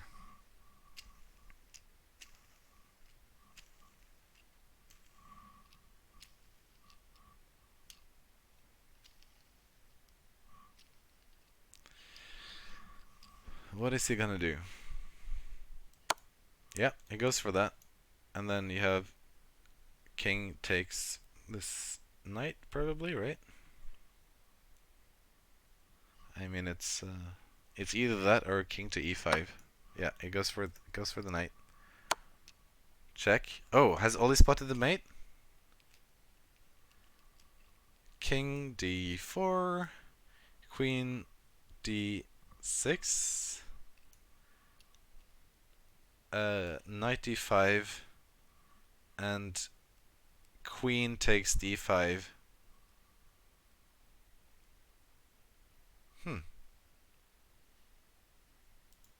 Oh, because this pawn is defending this square. Yeah. This game is lost. Either you go to king f... Yeah, now it's a mate in 1. There, I think. No, that's hanging. That's not your... There. Sorry. Yeah, that's a black knight, not a white one. Oh, no, he didn't see that. Okay. Man, this king must be getting in great shape. It's been running around the board all day. Yeah. If anyone's looking for a king to take on a marathon, then I have the candidate you might be looking for. This knight is still defended by this pawn, so you can't take that. I mean, if I was Oli, I would probably just get these pieces back into the game. Get these rooks into the game. It would probably make the job a lot easier. Okay, that's a free knight. Oh, now it's mate no matter what you do. If you go there, it's there. If you go there... Oh, no. Oli's just gonna promote. He's getting another queen. Is that... Yeah, well, I mean, when you can, why not? But, yeah, I think there would be a lot faster ways of finishing this game than going there. Okay, mate in 1. What is the move? King G4. F3, check, mate. Oh, or that. Okay. F3 would have been a beautiful way to mate, but yeah. Okay, wow. That was ruthless. That was really brutal. And I think that's been a theme when Ollie's been playing. Wow. Wow, wow, wow. Ah. Yeah. I'm feeling bad for Blitz now. He's had some really rough openings in these games. Yeah. What a game. Wow. Well, like, okay. Rough for Blitz, but well played, Ollie. That was exceptionally well played, undoubtedly. Absolutely. And that allows me to update the score. Ollie 2, Blitz 0. Okay, and then that means in the final game we will have Ollie versus Sandra. Will Ollie come in to comment on this game before he finishes? We shall see.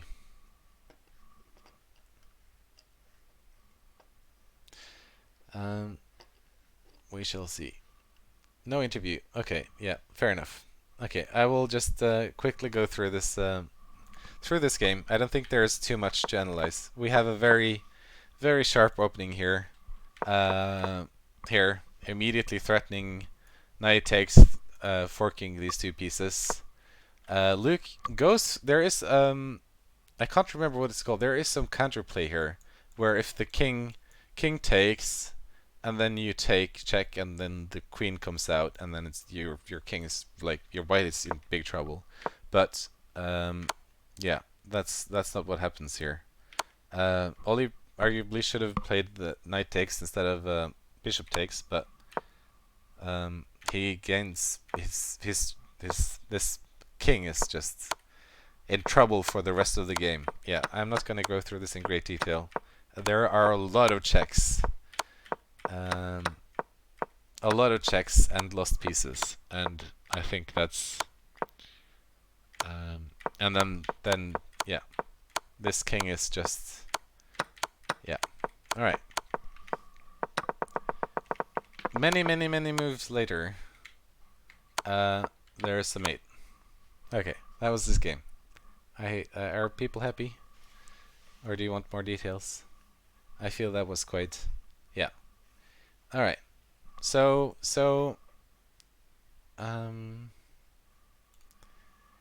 yeah. Yeah, Oli, there were quite a lot of. I mean, you can look through this yourself. There were a lot of.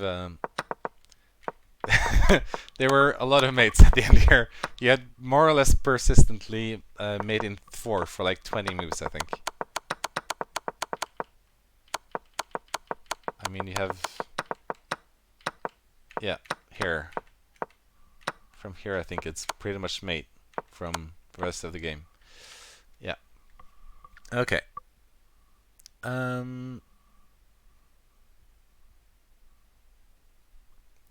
Okay.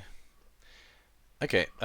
So Sandra, I hope you are feeling ready. Because I think you're both up for a challenge now. As we approach the final. Let's see here. Ollie is online. Sandra is probably coming online shortly.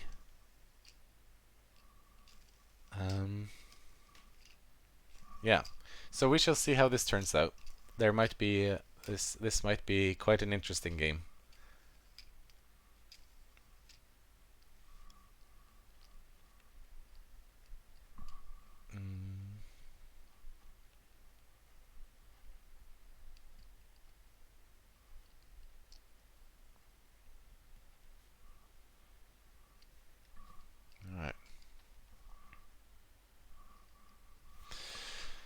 Yeah, I mean, what a tournament so far, though. It's been there's been everything from like fantastic end games with pawns racing for promotion to queens, mates in the middle of the board, or other fantastical positions.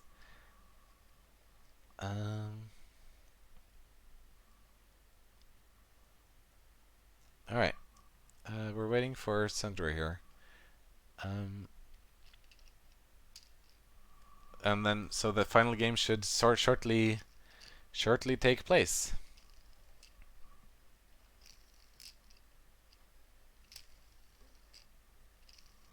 And yeah, Sandra's online, and they're playing. Wow, that was quick. I'm following the game, and it's Ollie with the white pieces against Sandra with the black. And it's a king pawns opening. And are we gonna get the 4 knights game? Quite possibly. He's gonna play his... Oh, he's going for the fried liver attack. Uh-oh. And this is... Uh-oh, this isn't quite free liver, because you need your... Ollie needs Sandra to have his knight on f6. I think the right move here is... No, his bishop takes d5. Oh, I think either's good. I mean, yeah, I mean, that is fine. And then you move your there, and then check, and then, I mean, you trade. Oh, or you do that. Is it just take? Take. What happens now? No. Oh, no. Ollie's already gotten a free piece. Sandra didn't take the knight here, rather taking back the pawn. Ollie has gotten a knight for a pawn. So this is already a very dangerous position here for Sandra. He needs to get his king out of the way. You don't want to get mated. Again, their threat is here. Knight comes in, forking these 2 pieces. You can defend, I believe. Maybe not. Knight h6. Queen g5. I mean, uh-oh.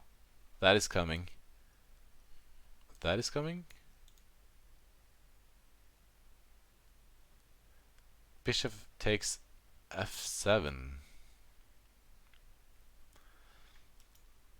King to e7. And knight to c6. Check. Why is this? King takes f7. Knight takes d4. Oh! Oh no! This is a fork. You're gonna end up with the king here, and the knight coming in here, forking the queen and the king. Oh. King d8 is also a possibility here. But that's also bad. Knight c7, forking the 2. Oh no. Oh no. This... Wow. That's so rough. Alright. Oh, you got your queen trapped. Wow. Ollie just walked into a queen trap. But luckily he has a knight to defend. Defend if it takes. He can't take back. That is, this knight is hanging. What are you gonna do? There? And then defend it instead? Might be the best decision. Knight c6. Yeah, you can just like push up here again with the knight. I mean, yeah, you don't now you don't have to take back, and it's fine. Okay. Oof. I was expecting this to be a bit... I mean, this is still very sharp play. This rook is, for example, hanging right now. This knight is attacking it. Where do you move the rook? That is one option. C3. Still just taking space in the center. Bishop D. Yeah. Knight takes A7. This is hanging.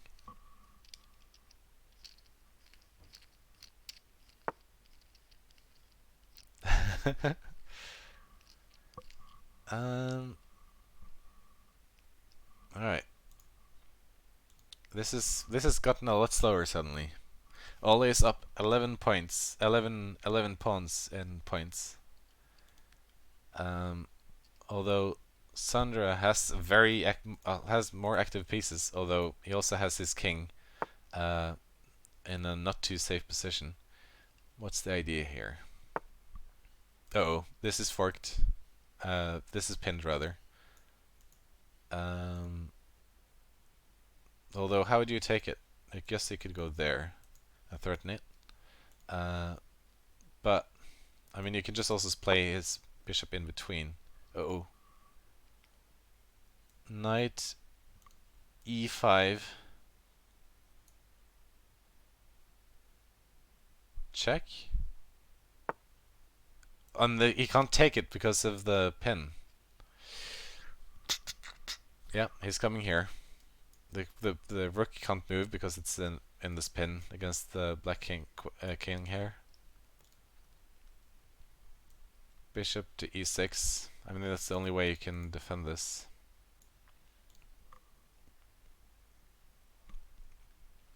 And then you can trade. I mean, it's better than giving up a free rook, I guess.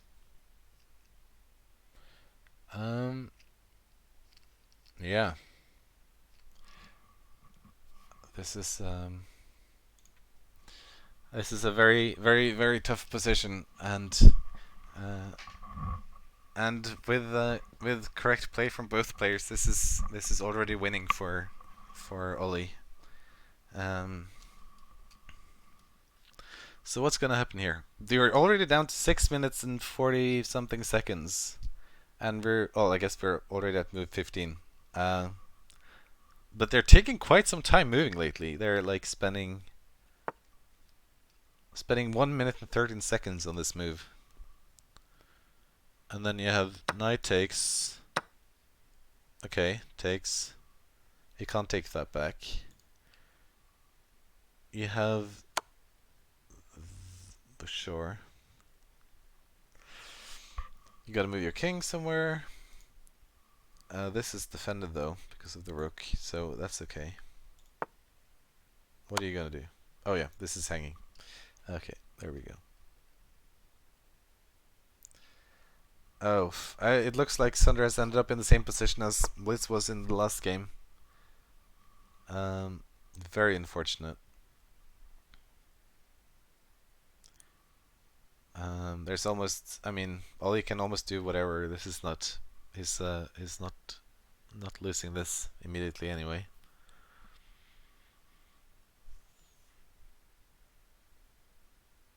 Just castle and get your rooks into the game.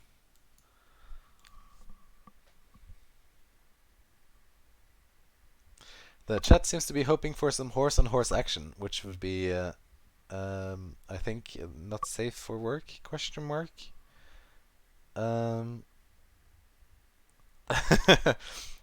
Everyone's cheering on Sandra though for fighting off Ollie's tourney. I'm sure Ollie doesn't mean. Yeah. Okay, Lan is arguing that it's safe for work if you're a horse breather. That is probably true, yeah, I guess.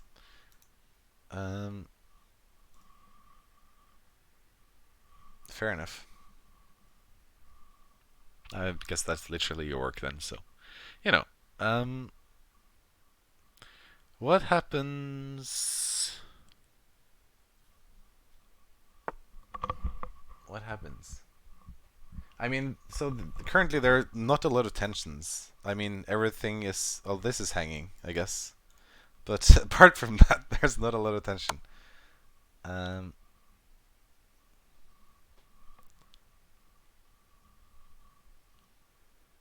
check.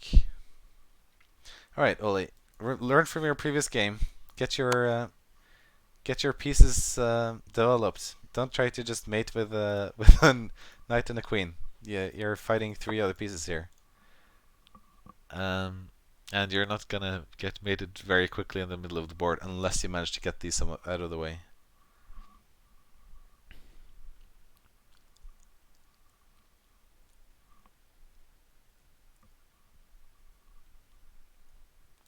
Come on. Rook's in. Yeah, there we go. Bishop takes f2. Trading this. Why is this a good idea? Knight d3. Uh-oh. I guess you can just get out. Computer says this is winning. I guess this is why it's winning. This is a free bishop now. Rook takes f4. That is also free.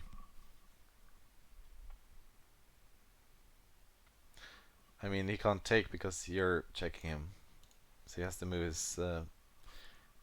his king, and then you can move your queen out of the way.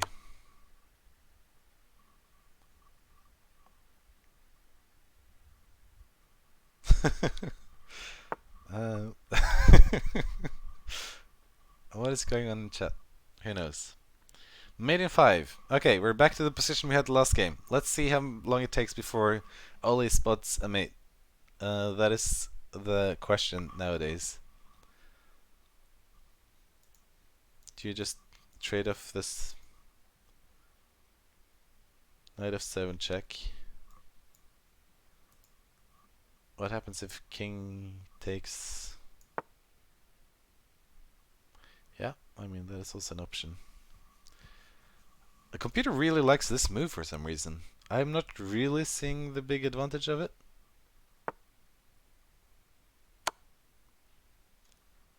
This is forked.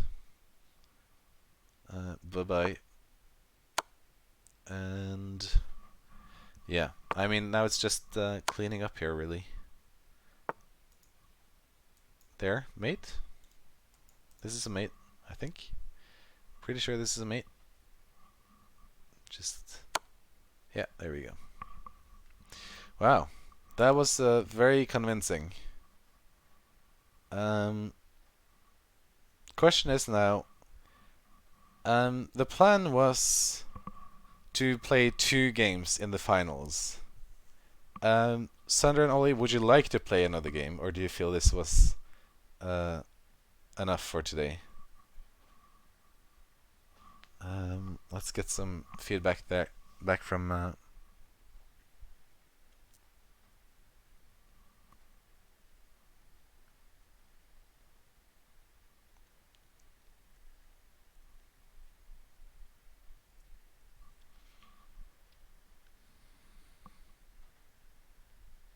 yeah, no, so that was really unlucky. So you were very unfortunate to walk straight into this whole thing, which is very difficult. Yeah. So Ollie, the plan was to have 2 games in the final, but I mean, for me, I'm not too bothered. If you're happy with the result, I'm not sure it's gonna change. Ollie has been playing very decisively. Yeah. Then I'm happy calling this congratulations in that case. What is your feeling, Ollie?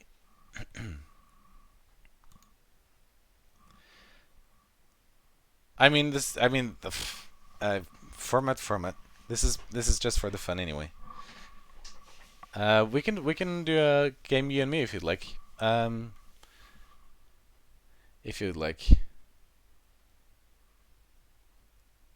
Sandra, would you like to get another? Sandra, would you like to get another opportunity at Oli? I mean, you're free to if you win, then you're in a draw, and then you will play a third game to finish this up.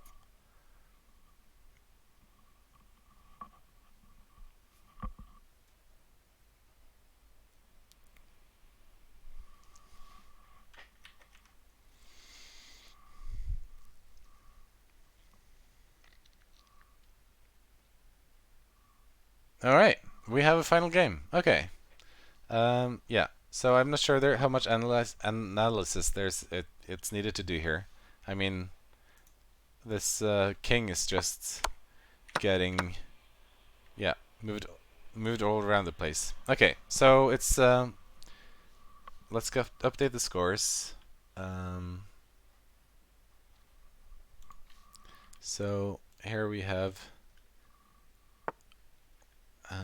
add a set. So set 1, Ollie 2. Submit scores. Yes. There's no winner as of yet. Ollie has 2 points. 2 points. Alright. We've got the queen. What move is this? Oh, there's the London system. Sandra's playing the London system. Okay, now black has a trick here. They can play knights in. Let's see if Sandra goes for this again. Oh, here we go. Does Sandra spot this? He didn't see it last game, but maybe he's learned this trick in the analysis. Ollie has not yet defended for it.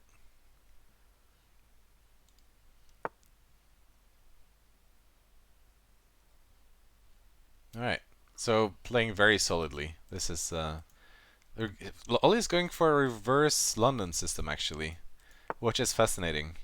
Oh. Yeah. Now you want to trade off your pieces and get this out of the way.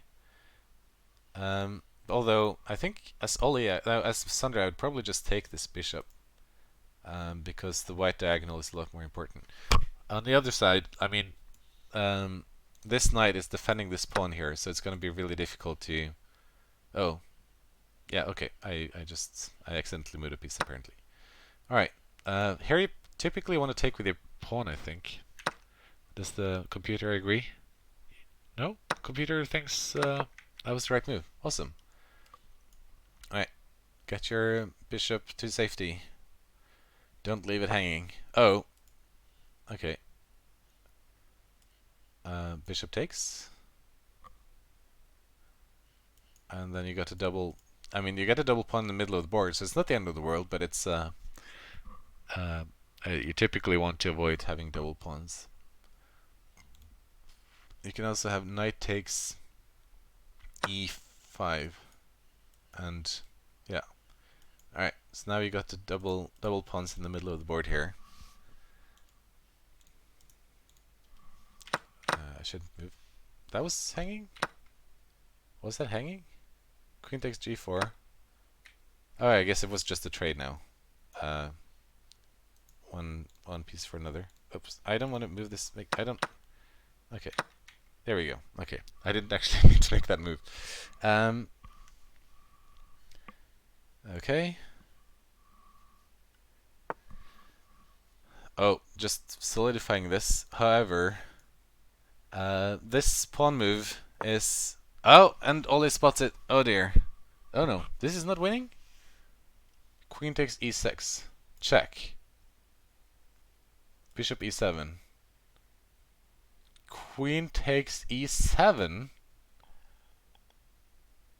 What is going on here? Check.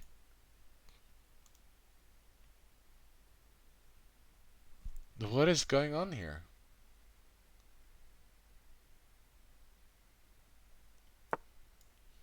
Yeah? Now what? Rook c1. That's the best move. Sure. I mean, getting the rook into the open diagonal.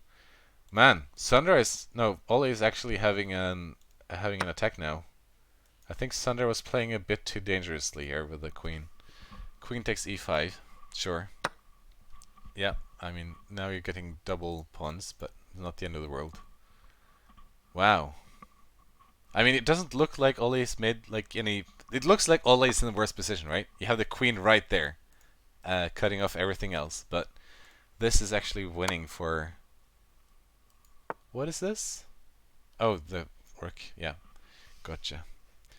Queen takes here. Queen c8. Queen takes d8, and then just trade. Here maybe. All right.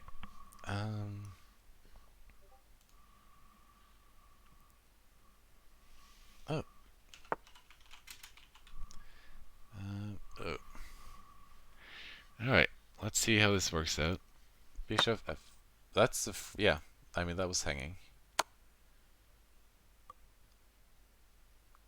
This looks very dangerous. Why is Oli leading here? I guess he's up. He's up 4 pawns. Okay, fair enough. And Sandra doesn't have a winning. Is this just a good move? And then no, rook comes in. Yeah, I mean it's yeah. Rook comes in. Now I mean this is losing. You have to trade the rook here. If rook comes in, you have to probably take or at least move this out of the way. Check. Comes there. Yeah. Oh no. Uh-oh. Oh, he messed up. Uh-oh. Rook f8. Uh-oh. Queen takes. Wow, he just lost the rook. How is this happening? Oli was playing so well, and in the turn of in 2 turns, he's just lost he's lost his lead. There's an 11-point shift in 2 turns. Wow. I guess that's a good example of how wrong things can go when you start making the wrong moves. Yeah, this is a free pawn if you would like it. That is not free because of this. Wow. Okay, well, Sander is certainly giving Oli a run for his money. He just missed this. Check. And he moved his king. Yeah, he takes the free pawn. People say there's no such thing as a free salad. Sandra says, no, this is a pawn. It's not a salad. It's fine. I'll have it. Thank you.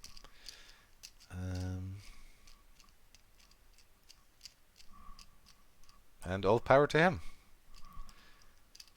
Alright, so what does Sandra want to do here? So the thing is, there is an equal number of pieces on the board.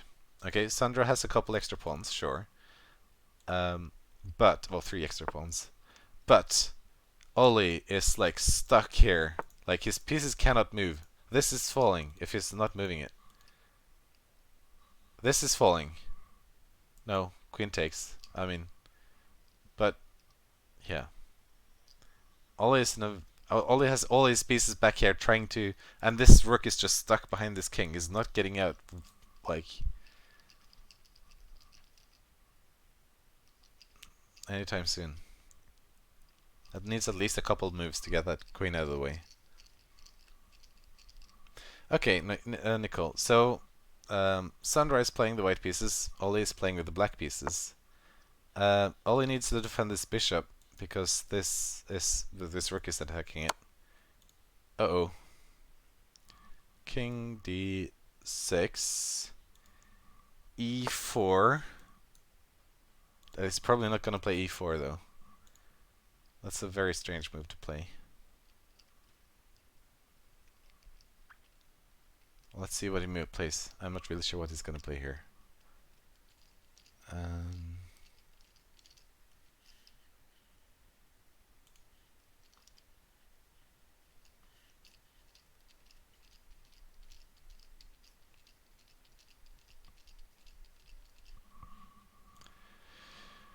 5 minutes on the clock. 6 minutes for Sandra. Sandra's actually playing faster than Ollie. I think that's the first opponent Ollie has played that's played faster than Ollie. That's quite impressive. He's going for a promotion of this. Knight f3. Just get your pieces into the game here.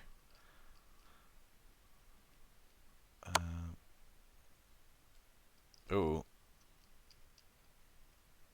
Yeah. You gotta move that. Okay. Okay. Wow. Like, well done, Sandra, for playing this so well. Is he probably gonna... Oh, no. He's just promoting these pawns. He's going for it. This is a free pawn. No, it's not, because it's pinned. Sorry about that. His king is out. Now this is a free pawn. Queen... Check? Maybe? Yeah. It's gonna play down and trade queens? Probably not, right? It's gonna go there. And then he has this. No, it doesn't, because this is a black pawn. Yeah, I don't know. It's something is happening here. Yeah, I think that's... Rook takes. This is a free bishop now. Because rook takes, and then queen takes, and then this queen takes. So, yeah, and Sandra sees it. Wow, like really well played to Sandra, being able to turn this around. Yeah, if a queen takes a queen, it also... No. If a no. So, if a queen... No. The queen goes off the board if it's taken. Like, the piece that takes the queen doesn't go off the board. No. This is a check. Sandra has a really good position here now. So if you see here, this is still back here. There's no way. There's like no way for this queen to get into mate this. Check this king. This bishop is no. This pawn is defended by this queen here.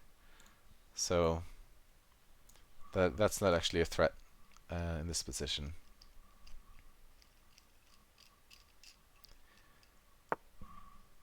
I'm still here. Yeah. And you're threatening this now. Not sure that was the best move. That's that's a free. Yeah. Wow. Made in 64. Made in 2032. Made in 23. Ollie is losing this game. If that wasn't clear already, this is how the tides have turned. Let's see here. It's not gonna get this queen into the game. All of this is defended pretty much. I mean, you can go there, I guess.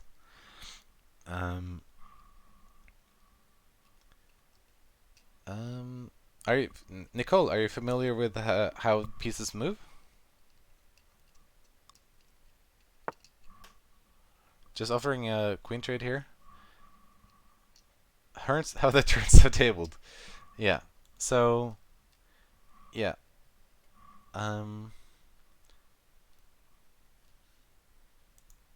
This is just very dangerous for Ollie. Takes. You really want to keep your queen in on the board now, so you don't get mated. And also, I mean, if your queen comes off the board, you'll no longer be able to have any counterplay. I mean, there's nothing like you can move your pawns all you want, but like against the rook and the knight, there's no solving it.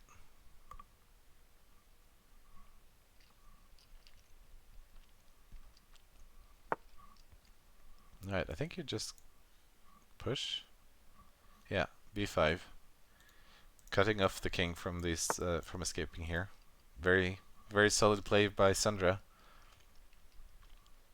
Alright. No matter what you do, this is mate in 7, according to the engine, almost.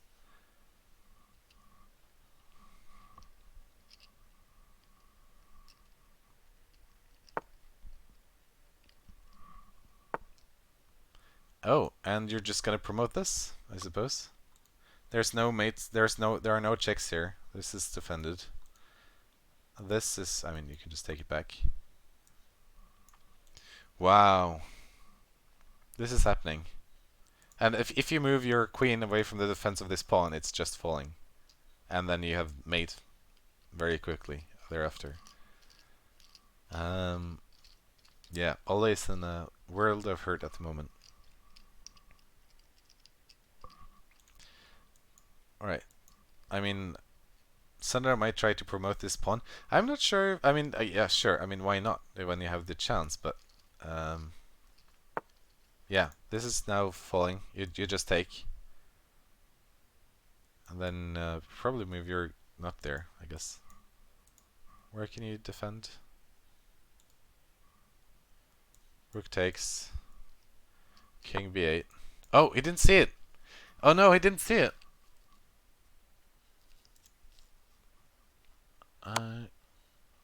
This is falling. There's going to be a lot of checks now. The queen has gotten into the position. There are, however, no more checks for the time being because this knight is defending these two squares, and I mean you can't get in here because the king defends these squares. So this you need at least 2 moves to check anything. Rook takes. Come on, you can do it, Sandra. I believe in you. And he sees it. King b8. Rook b7, check. I mean, whatever you do, mate in 3. Rook a7. King a8. There.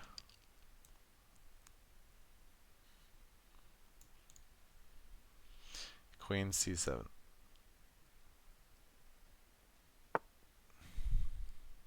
There, mate. Wow! Wow. It happened. Sandra managed to take back. So okay. Ollie got off in the lead in the beginning, but Sandra was able to equalize and take the lead and convert it to a win. Man. Yeah, now is the time for the final round. Ollie, would you like us to evaluate, like analyze this game, or do you think are you just happy moving on to the final the decider?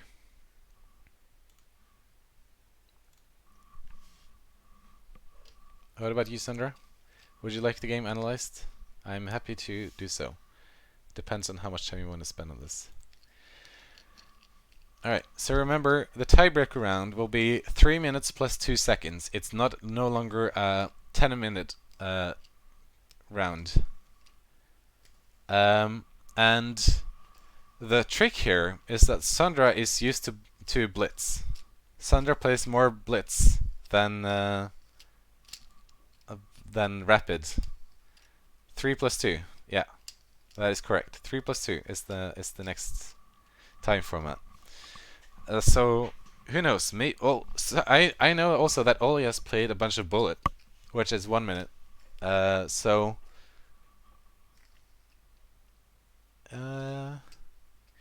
3 plus 2 means that both players starts with 3 minutes on the clock, and they get 2 additional seconds for every move they make. Well, now we've been playing with 10 plus 0, which means that each player starts with 10 minutes on the clock, and they gain 0 additional seconds. So you have a hard limit. Like when you used up your 10 minutes, then you're at. Yeah. So great game from both players. This was awesome.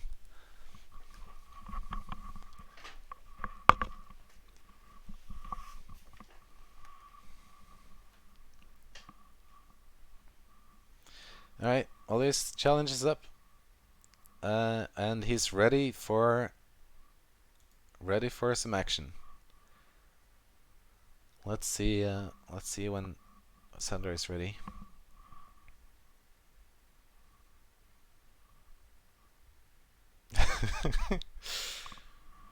Wow.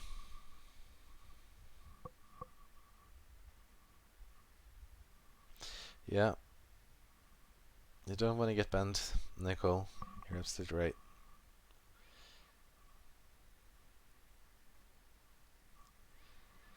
Okay. So,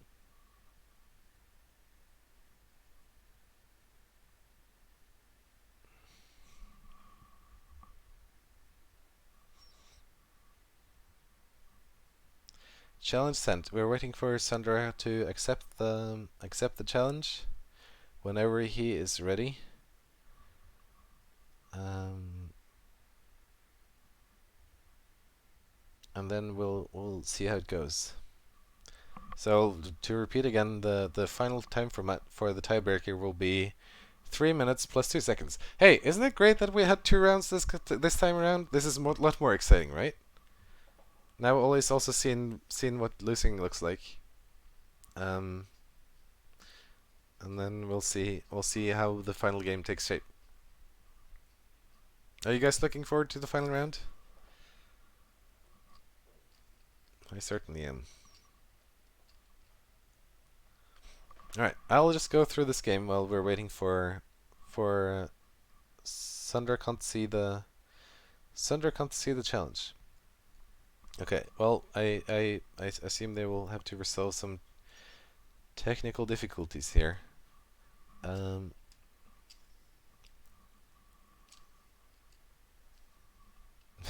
Yeah. Oh, here we go. It started. So 3 minutes, 2 seconds. Let's see how this goes. It is like a weird Pac-Man. It's a Pac-Man with 64 blocks and no walls. And no ghosts, really. There's just a lot of Pac-Mans eating each other. Uh-oh. So, Ole with the white pieces goes immediately for King's... Nims the Witch Larson attack. Which... Yeah. I think this is a pretty solid opening. I think it's played a lot. You can just do this, I think. Going back. Bringing your knights out. Bring your knights out for the boys. Or lads, or whoever. I'm still here. Alright, do you take? That is the question. Knight can also take. Then it's a trade. You take. Knight's not taking. Are you taking back? Probably not, because then you would lose a piece. Uh-oh. This is now hanging, because you have 2 attackers and 1 defender. Uh-oh.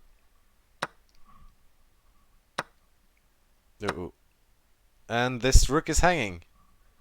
Although you can move your knight out. You can move your knight out. It's defended by the queen. This is defended by the queen. Sandra, come on. You can see it. Get your knight out. F6 is also good.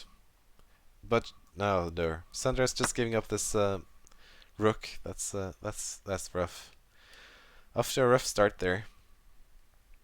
C6.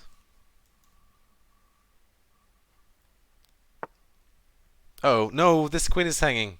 No! Oh, no! Oh, what a dramatic beginning. Move 11, and we're already down a rook and a knight. Yeah, well, rook. We're down a bunch of material anyway. Yeah, at least you got your king out of the way. And Ole is going in for the attack. Just trade off the pieces. 2 minutes on the clock. Although, they might not make it that far. Here's the trick. Take, take. Queen is under attack. You've got to be careful not to take back with your knight. So if you take with the bishop and take with the pawn, this is staring down. Okay. Take. Take. Come on. Are you gonna do it, Oli? Are you gonna make the mistake? You gotta move the. Oh, you're losing this anyway. Ah, I didn't go for it. He spotted the mistake. Whew. That was a close call for Oli there. He could have lost his queen. Oh, this isn't necessarily a good thing. Oh, I guess it is. You move there, and I guess this is defended by the king. So now we have a knight, a rook for a bishop, and a free queen. That's a lot of material to be dealing with. And though Oli has to take this to a victory, is down 20 seconds. Every move counts here. This is no longer defending this. You're losing your rook. This is a mate in 1. Mate in 2.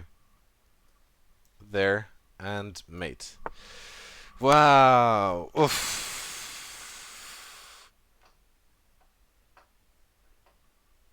Wow. That was a very quick game.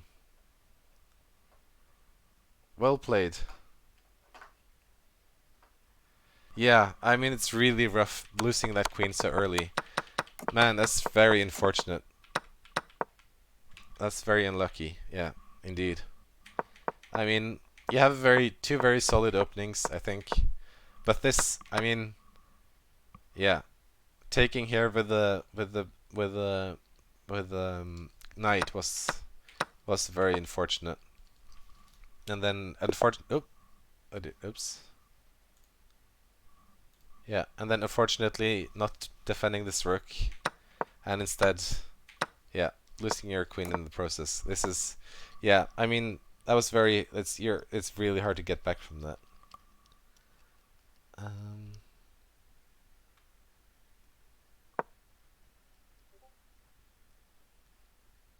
Yeah.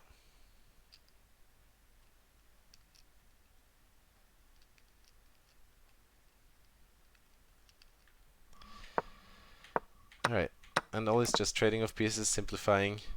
And here, crucially, avoiding the big mistake, which is taking...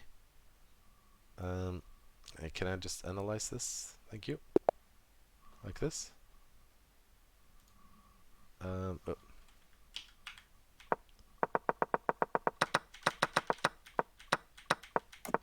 There we go. Avoiding the big mistake, which would be taking here and losing your queen and your bishop.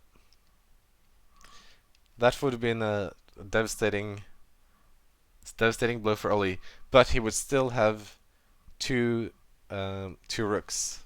So yeah, I mean, it's still a great material lead for Oli. Instead, he's getting his pieces out, activating all his pieces, and unfortunately, Sandra misses the mate idea here. Man, what a great game. Okay. So, okay. Wow. Well, congratulations. I think it is in due time. I pronounce Oli the winner of this tournament. Congratulations. And really, I mean, well played. Like, really well done to everyone. They all had a lot of very interesting plays and a lot of interesting ideas, and it's really been fantastic. Yeah, we can do a bonus round. Oli, if you're up for it, I'll move this to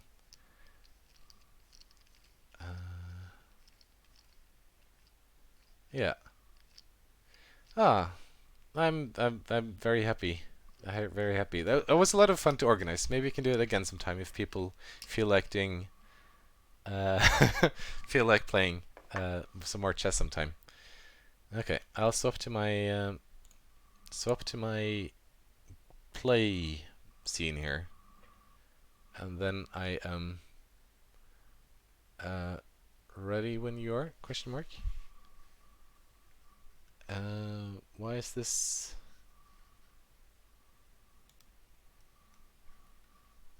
This should not be overlapping those. That's a bit strange. I guess we'll find out. That's probably gonna be right.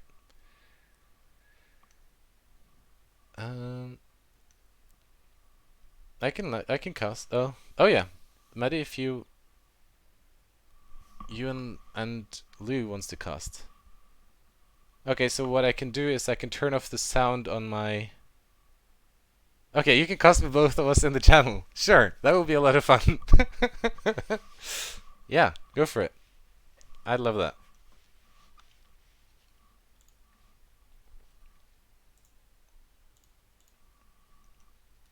So it's a 10-minute unrated with a random white and black. Hello. Hello. Welcome to welcome to the stream. Welcome back, Oli. That is Len. Sorry. Oli's not here yet. Hopefully he'll be here soon. Yeah. Welcome back, Len.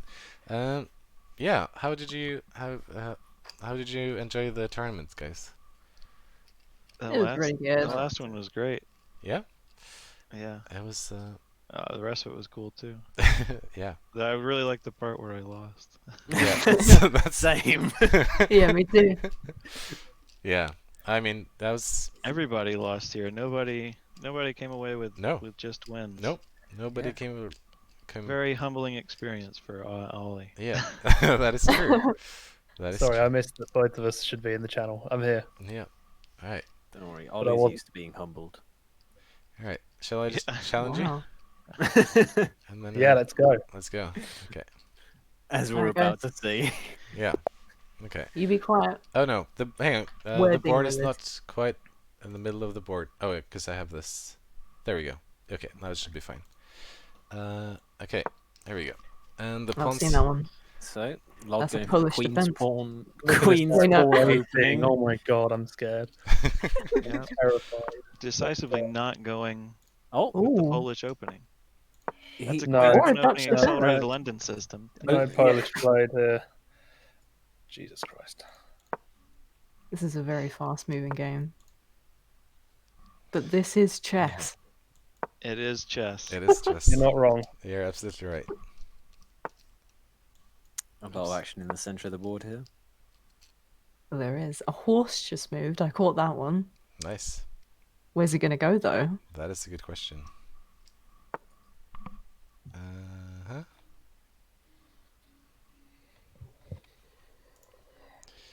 Just feel this bishop getting trapped. I'm scared. Yeah. This maybe? Could be some fork in action going on later. There is. He's telling me to fork off, basically. Oh man. Oh fuck. Where have these pens been all my life? Nicole says, "Oh my god, what is happening?" And I could just say, Nicole, that I have no idea, and I'm sat here in the casting room. But this is chess. This is chess.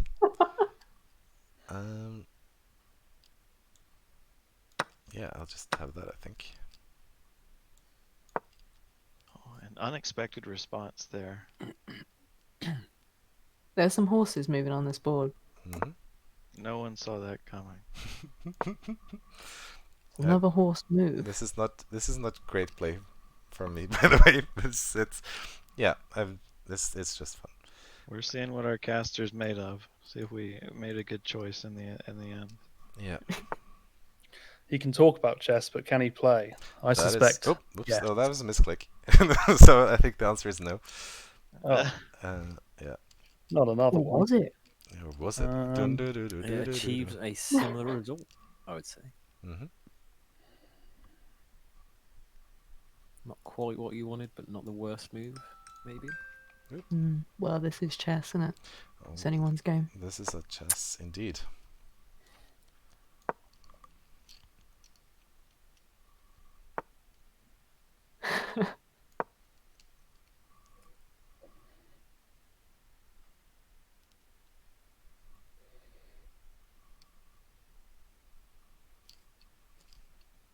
I feel like from what I've learned from this tournament is it's not best moves or the excellent moves that make the match. It's the blunders. Yeah.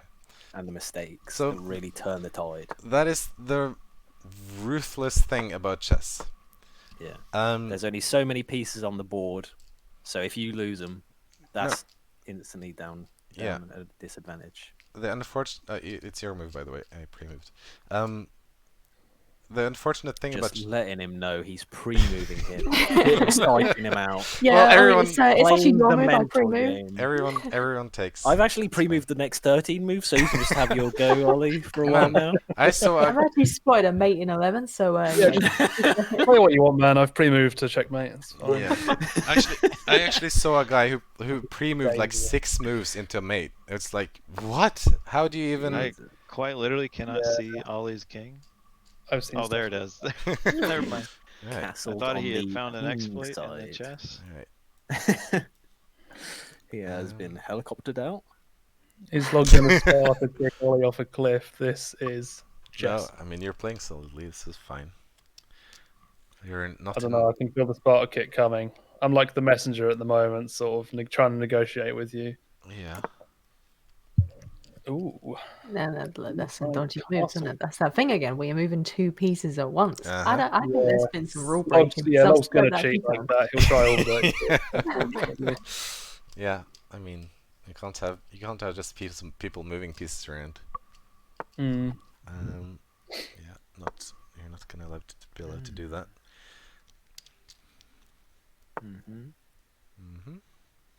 Oh, a horse move.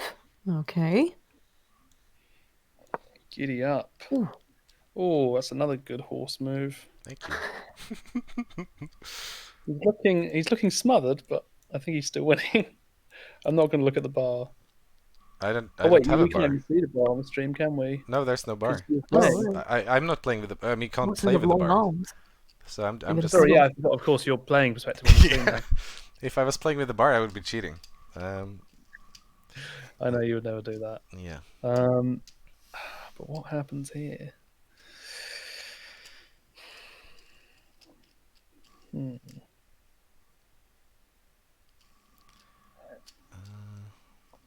It's quite the conundrum, Log.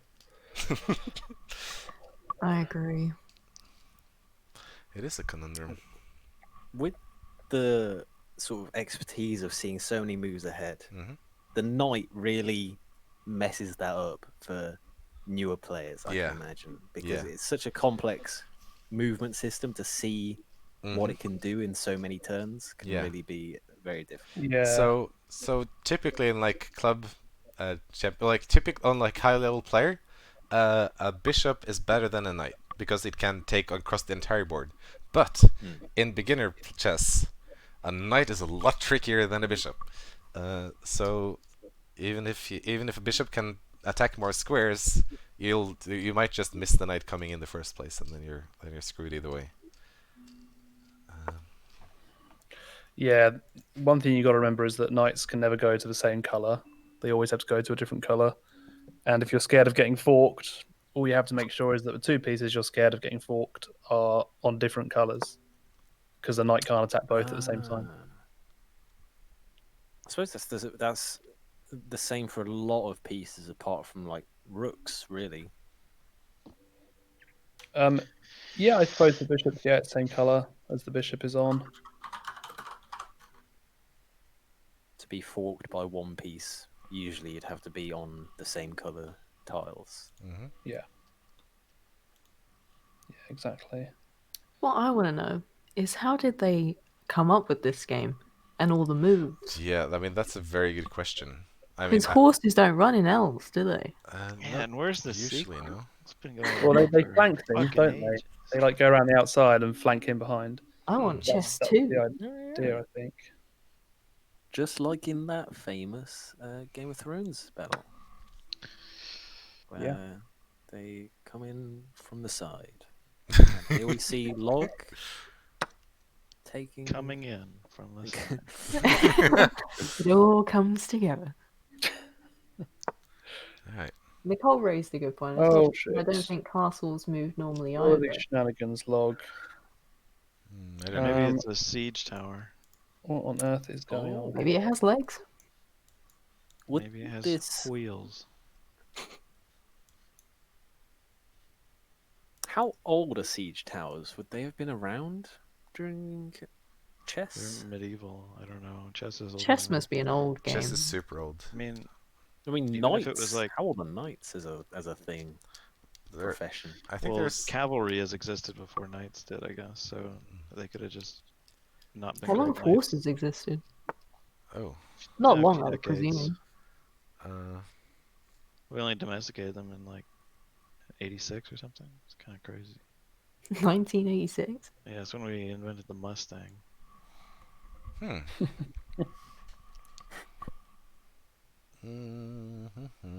Because 1985 horses had no idea what was coming. No. The bird just hit someone's window. There's a person on my back, but I'm okay with this. I think I'll listen to them. So people just walking around with wild horses, and then it was like 1986, and they were like, "Wait, I can get to this place so much quicker." Get out of there. That horse do be running fast, and that cow do be producing some tasty milk. that do be true though. Do the horse be producing tasty milk? Only the males.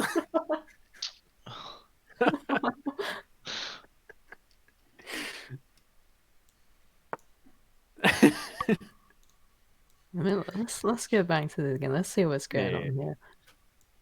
So not much seems to have changed since last time. We can pawns. That was actually a misclick. I'm not sure it matters actually. Poorly. I think I'm getting mated. There is going to destroy me. Boy.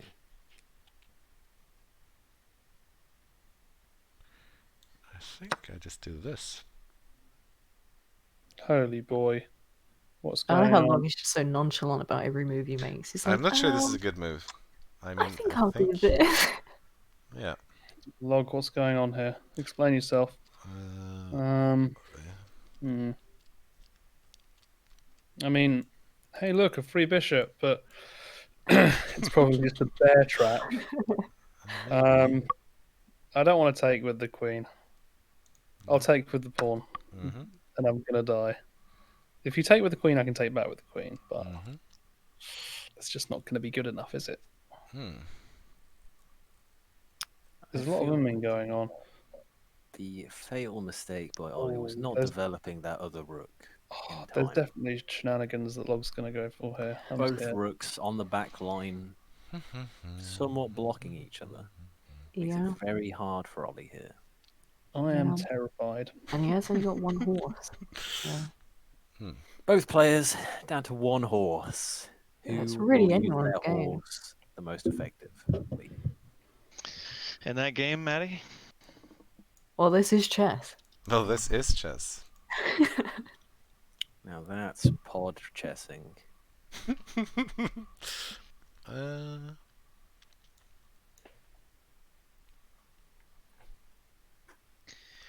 Ollie just needs to distract Log and move a piece of his when he's not looking. Says now you've let Log in on the plan.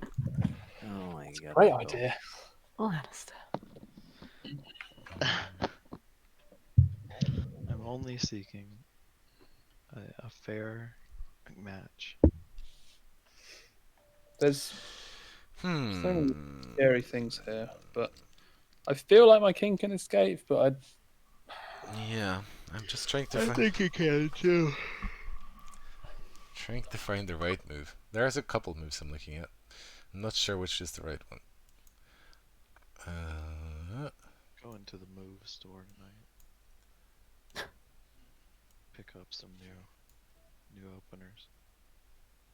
I have to return. Heard about this tapes. Polish gambit or whatever the fuck. Oh yeah, the Polish opening with the Dutch defense. That is a good one. In fact, I believe that's the one you lost with, Maddie. Anyway. Is this my best option? Maybe. I think Ollie should make defenses with his castles. Surround the king on both sides. Yeah, that's a good idea. His Block the queen in king. Yeah. Man, our queen is really in the way. Wow. That's what every man says. Yeah. Do I just do this?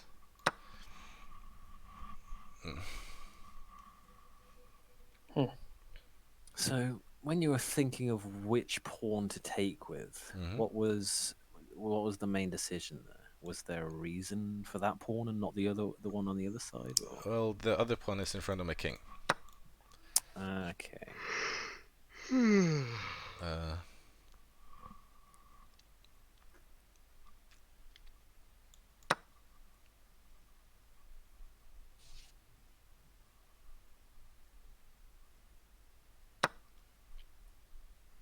Oh goodness. Yeah, you could say that. Will I happily take that? I think I might happily take that. If I go there, well, I mean, yeah, I'll happily take that. Oh, nice. Consider yourself walks, my friend. Okay. Oh my goodness me. I'm still going to lose my queen. And I'm a rook down. The game. So it's not good. The game. Actually, no, I'm not going to lose my queen. No. In fact, I could almost pre-move queen takes queen. The problem is now that log can just skewer my king to my rook. I think this is my only move. Yeah, because if I can't take with check, so I'm losing the rook. Oh, Sandra has donated £10. We're now at £110 of the new goal. Thank you, Sandra. Thanks, Comes with check too. Thank you, MasterCard. So what about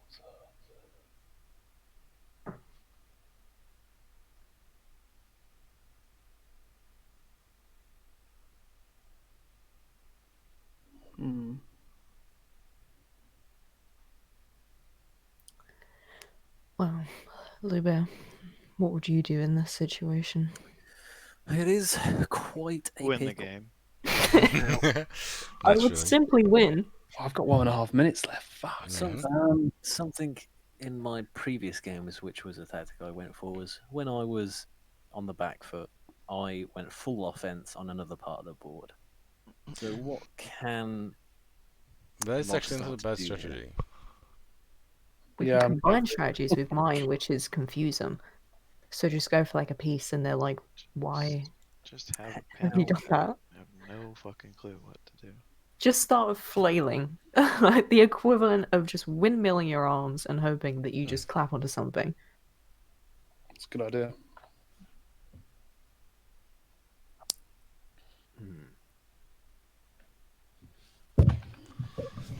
Okay, I have two options here.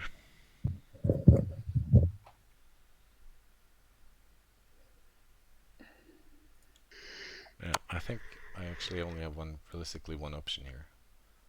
Goodbye, rook. Just in theory, could you have gone to h6, taken the pawn, moved it back so that the rook wasn't in danger of the king? h6. Yeah, and then to take g6. Yeah. Nice. And then Good start to move it back so that pawn's not in the way of you perhaps looking to check with the both rooks. Because while that pawn's in the way, it's very hard to maneuver your rooks into a check or a checkmate. Would you say? In which position? So from not too far back, it was. That's it, Luke. Keep them talking. Time to keep them down. Okay. Here. I'm just gonna try to be clever. Never worked for me. No. Yeah, or me. Yeah. Try. I'm a little scared, actually. I think I'm gonna be right. I'll just take.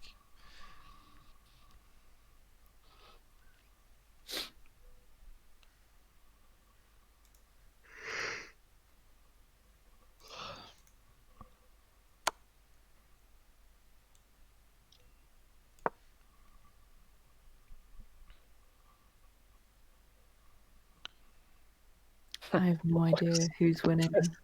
There's no checkmate here. No. Fuck. That's what I was looking for. What is there? Shit. That's. Otherwise, okay. I wouldn't have taken that. Okay. Rook. Wait, was there not a checkmate? No. No. Who wins?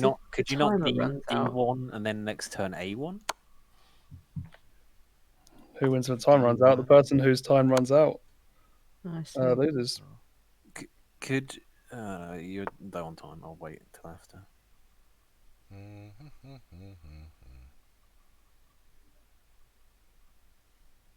We could start speeding up.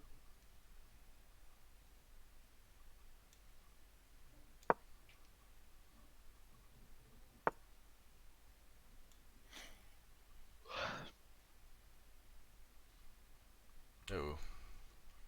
I don't believe you can move the rook like that. No. Might be against some rules, but hey, what do I know? Yeah, you're the caster here. So. I'm pretty sure I'm lost, actually. So, could Ollie? Yeah. GG. Well could played. Ollie not have checkmated when he moved the queen? I'm lost here because I moved my. I should have gone back to the back rank here, because he has this and then mate here. Yeah, he could have done that earlier, couldn't he? No, he couldn't. When I couldn't get over to A1 because of logs. Oh, the rook was H already here. there. Okay. Yeah, I was. But as soon as that was on, that was what I had. I was hoping on. to fork your and queen, knight, king and queen here perhaps, but it didn't happen. And then I should have gone down to F1 instead of going to here. Just taking. Yes, I said. Yeah. Didn't see that. Good game. Good game. Do you want to play another one? Yeah, GG. This is chess. I need to go to bed, to be honest with you, man. Fair enough. Yeah, same. I mean, all right. That was a good tourney. Good. Well played. That was good. Thank you, everyone. Learned a lot. Played a lot. I think everyone had fun. Yeah. It was awesome. 6 blunders. Wow. 6. Gosh, that is a high number. That is a high number. Pretty sure I had more missed wins than one. I definitely did. I don't think we need this one anymore. Alright, so let's see here. 70%. Oof. Yeah, so the start is just the classic London system. Nothing interesting here. Oh, that's... Is this a free?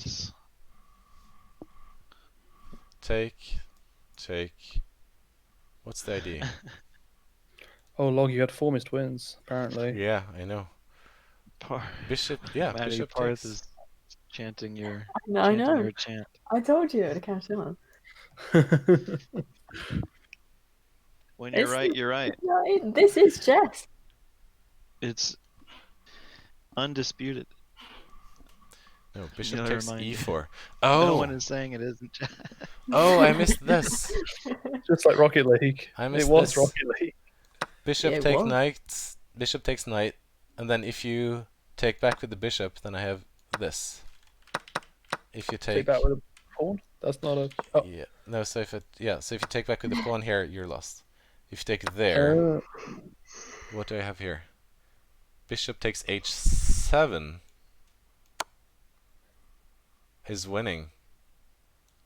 Take. Oh, and then E takes. And then I'm up a pawn. Yeah. Well, I mean. Okay. I'm probably gonna drop off as well. All right. Good night. GG. GG. Enjoy the rest of your chess. Oh. Of course. So this is one a mate I keep missing, or not a mate, but it's like if I take, you have to move there, and then I can go there. No? Oh no, because I don't have the queen in the way.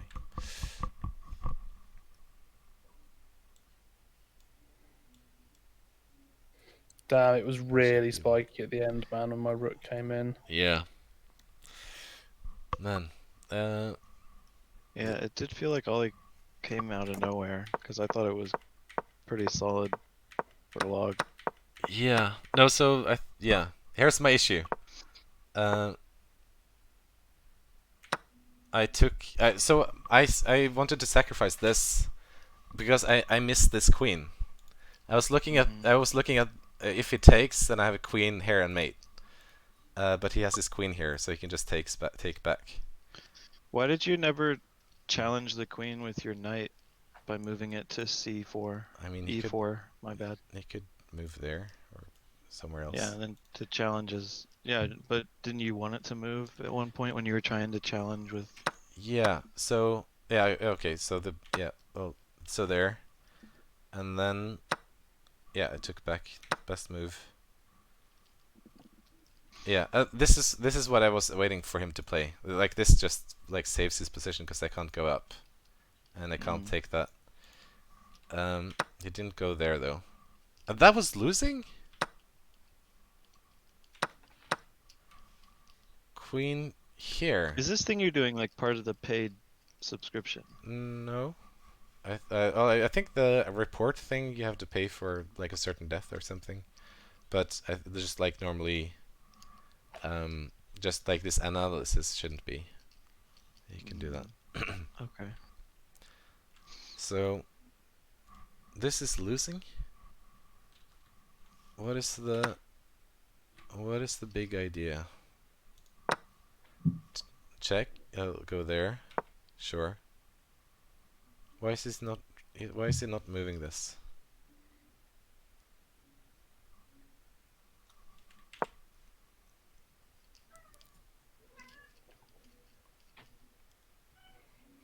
This is like losing.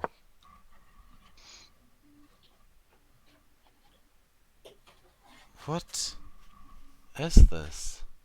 Queen A8. Oh! The rook is hanging. Oh, the rook, yeah. Oh shit. So and then it's a fork on the king and the knight as well, with the check. Here. Oh yeah, there, yeah. So I mean that is also hanging. So why is and then rook to d8? Sure. I mean that is reasonable.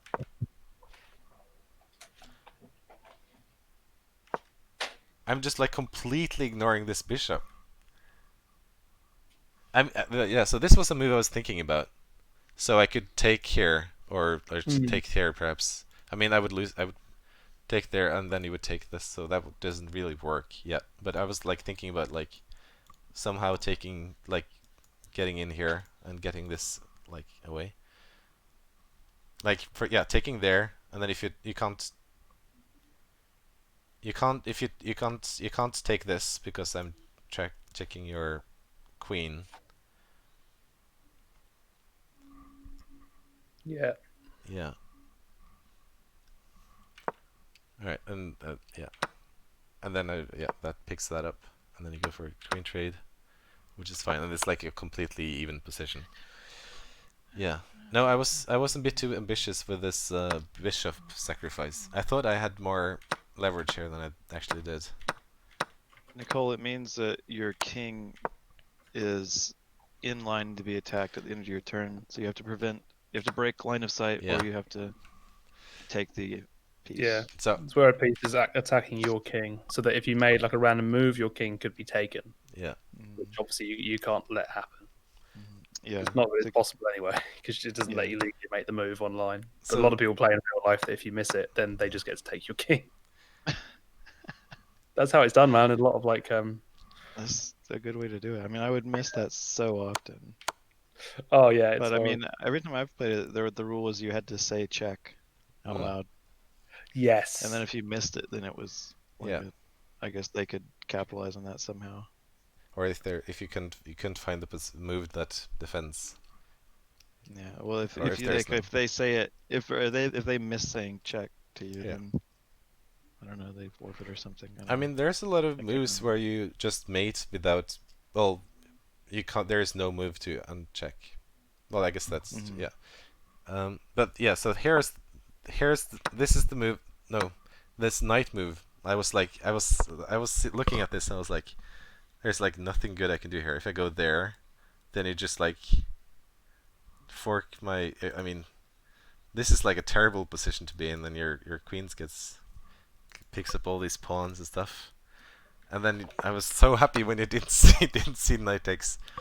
That felt so bad. There. Oh yeah, I know. But would knight takes a lot better then? Knight takes was twice as good.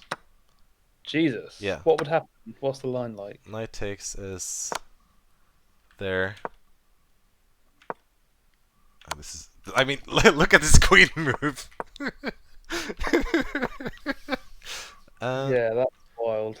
That is wild. You just go down there, I suppose, is the goal. And then I check, and I. Oh, to protect your rook. I expect my rook, in fact, from this. Okay. Damn. Yeah, I did not see that. I just thought I'll take. Yeah. Because obviously, if I take with a knight, then my queen, is still under attack by a pawn, and that scared me. Yeah. So then we got here, and I was like, okay, I'm just gonna see if I can come up with any counterplay. It's just gonna check you a bunch, and then here I was hoping that you would walk into like I was hoping you would get like into a fork. Yeah, I knew I had to get behind a pawn. Obviously, got behind him on one. And then I was thinking about this, but it's so slow. I need 3 moves to get up there. And I mean, like after I moved this, I was like, oh yeah. I mean, I should have gone down to the bottom. It's just there's nothing I can do about it. Yeah, and then that was it. Yeah. The time, is there a way for you to see the time remaining over the course of the game? Because at one point it felt like you had an insane time advantage. It's on the screen for log. Yeah. Oh, it's a bit on the strange on screen the for stream. log. Yeah. And in the screen share in Discord, they're both there, Learn. So it's No, I mean like over the like a timeline throughout the whole game, how close you were. Is it for each move? It shows it. Oh, there is. Yeah. There's, where is it? You have to move the window to show it on the stream. I think log. I mean, I'm watching on. Yeah. Oh yeah, I guess for people who are watching. Is it? Where is it? Here?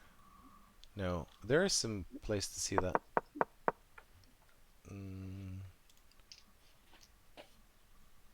Where is it? I mean, this is the timeline of how much like each of us were leaning, if that's what you're thinking about. I mean, like actual minutes and seconds left. Oh, for each hour. Because for a while, like you had like 7 minutes, and all I had like 3 or 2 minutes left. Where is that? You can show how long each player took on one of the bits. I'm not sure where though. No. Oh well, not important. I was just curious. Yeah. Yeah, I was like 4 minutes down at one point, I think. Yeah, I mean, you had 3 minutes left when I had 7 or something. Yeah. Yeah. So it's like. It was tight. I've got to go to bed, guys. All right. Good night. game. Right. Yeah. Have a good night, Ollie. Thanks, everyone. Yeah. Thanks for showing up. That was a lot of fun. Thanks for organising and doing all the cast, man. Yeah, Thank no you. worries. Bye, guys. Yeah, it was great. I think I'm gonna have some dinner soon. Awesome. Yeah. So here. I don't know if you saw, but Super was having tech issues with Space Engineers in voice text. Just so you know. Yeah. This is when I started spending time. I had 3 minutes 20 and I had 7 minutes 16.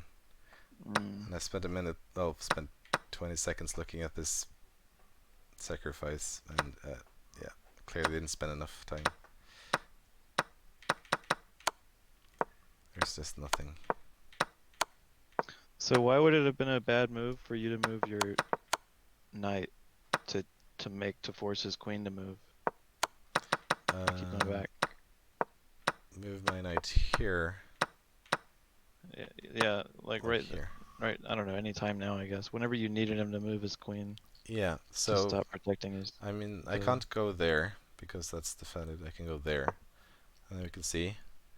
But wait, what? How is that place defended? Why is that like? I don't understand why that's a. As the pawn. Yeah, where you just moved it. Why is it a? No, this is not defended. That's why I can move there. If I move there, then this pawn takes it. Oh, sorry. I'm watching on the Twitch stream, so it was so delayed that you were looking at different things. Oh, I see. Yeah, up and to the right is what I was talking about. Yeah, no, so that's. I think the point here. Well, let's see what the computer says. Knight b3 check. It's just going down there. Oh, I see. King b1. d3. Yeah, that makes sense. I have to go like king d1.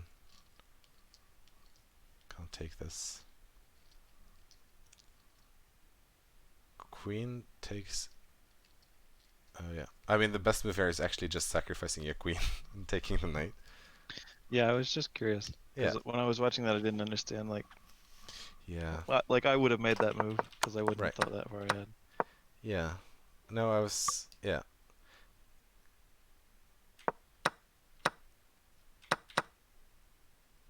Yeah. No, I mean, so the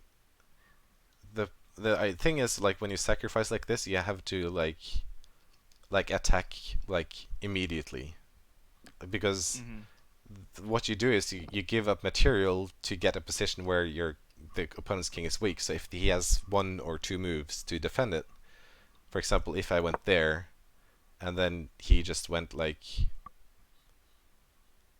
I don't know where he would go. Probably not there, because that's just losing. Like there, for example. That's a mate. No, it's not winning, but it's. Yeah, I mean, he probably could have moved his queen just. Yeah. Anyway, like, yeah, you get the point. So I need to find some way to attack, and then just trying to get. So I was trying to get this. I hoped he would go there, essentially.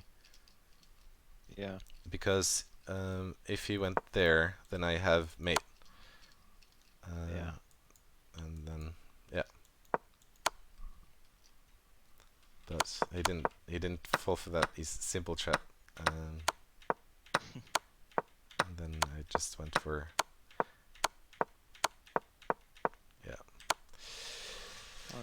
All right. Okay, I think I'm gonna end the stream now. It's been going on for long enough.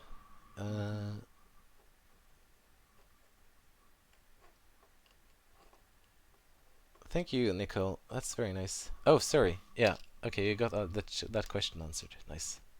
All right. See you around, guys. Thanks for tuning in. It's nice to have you all there.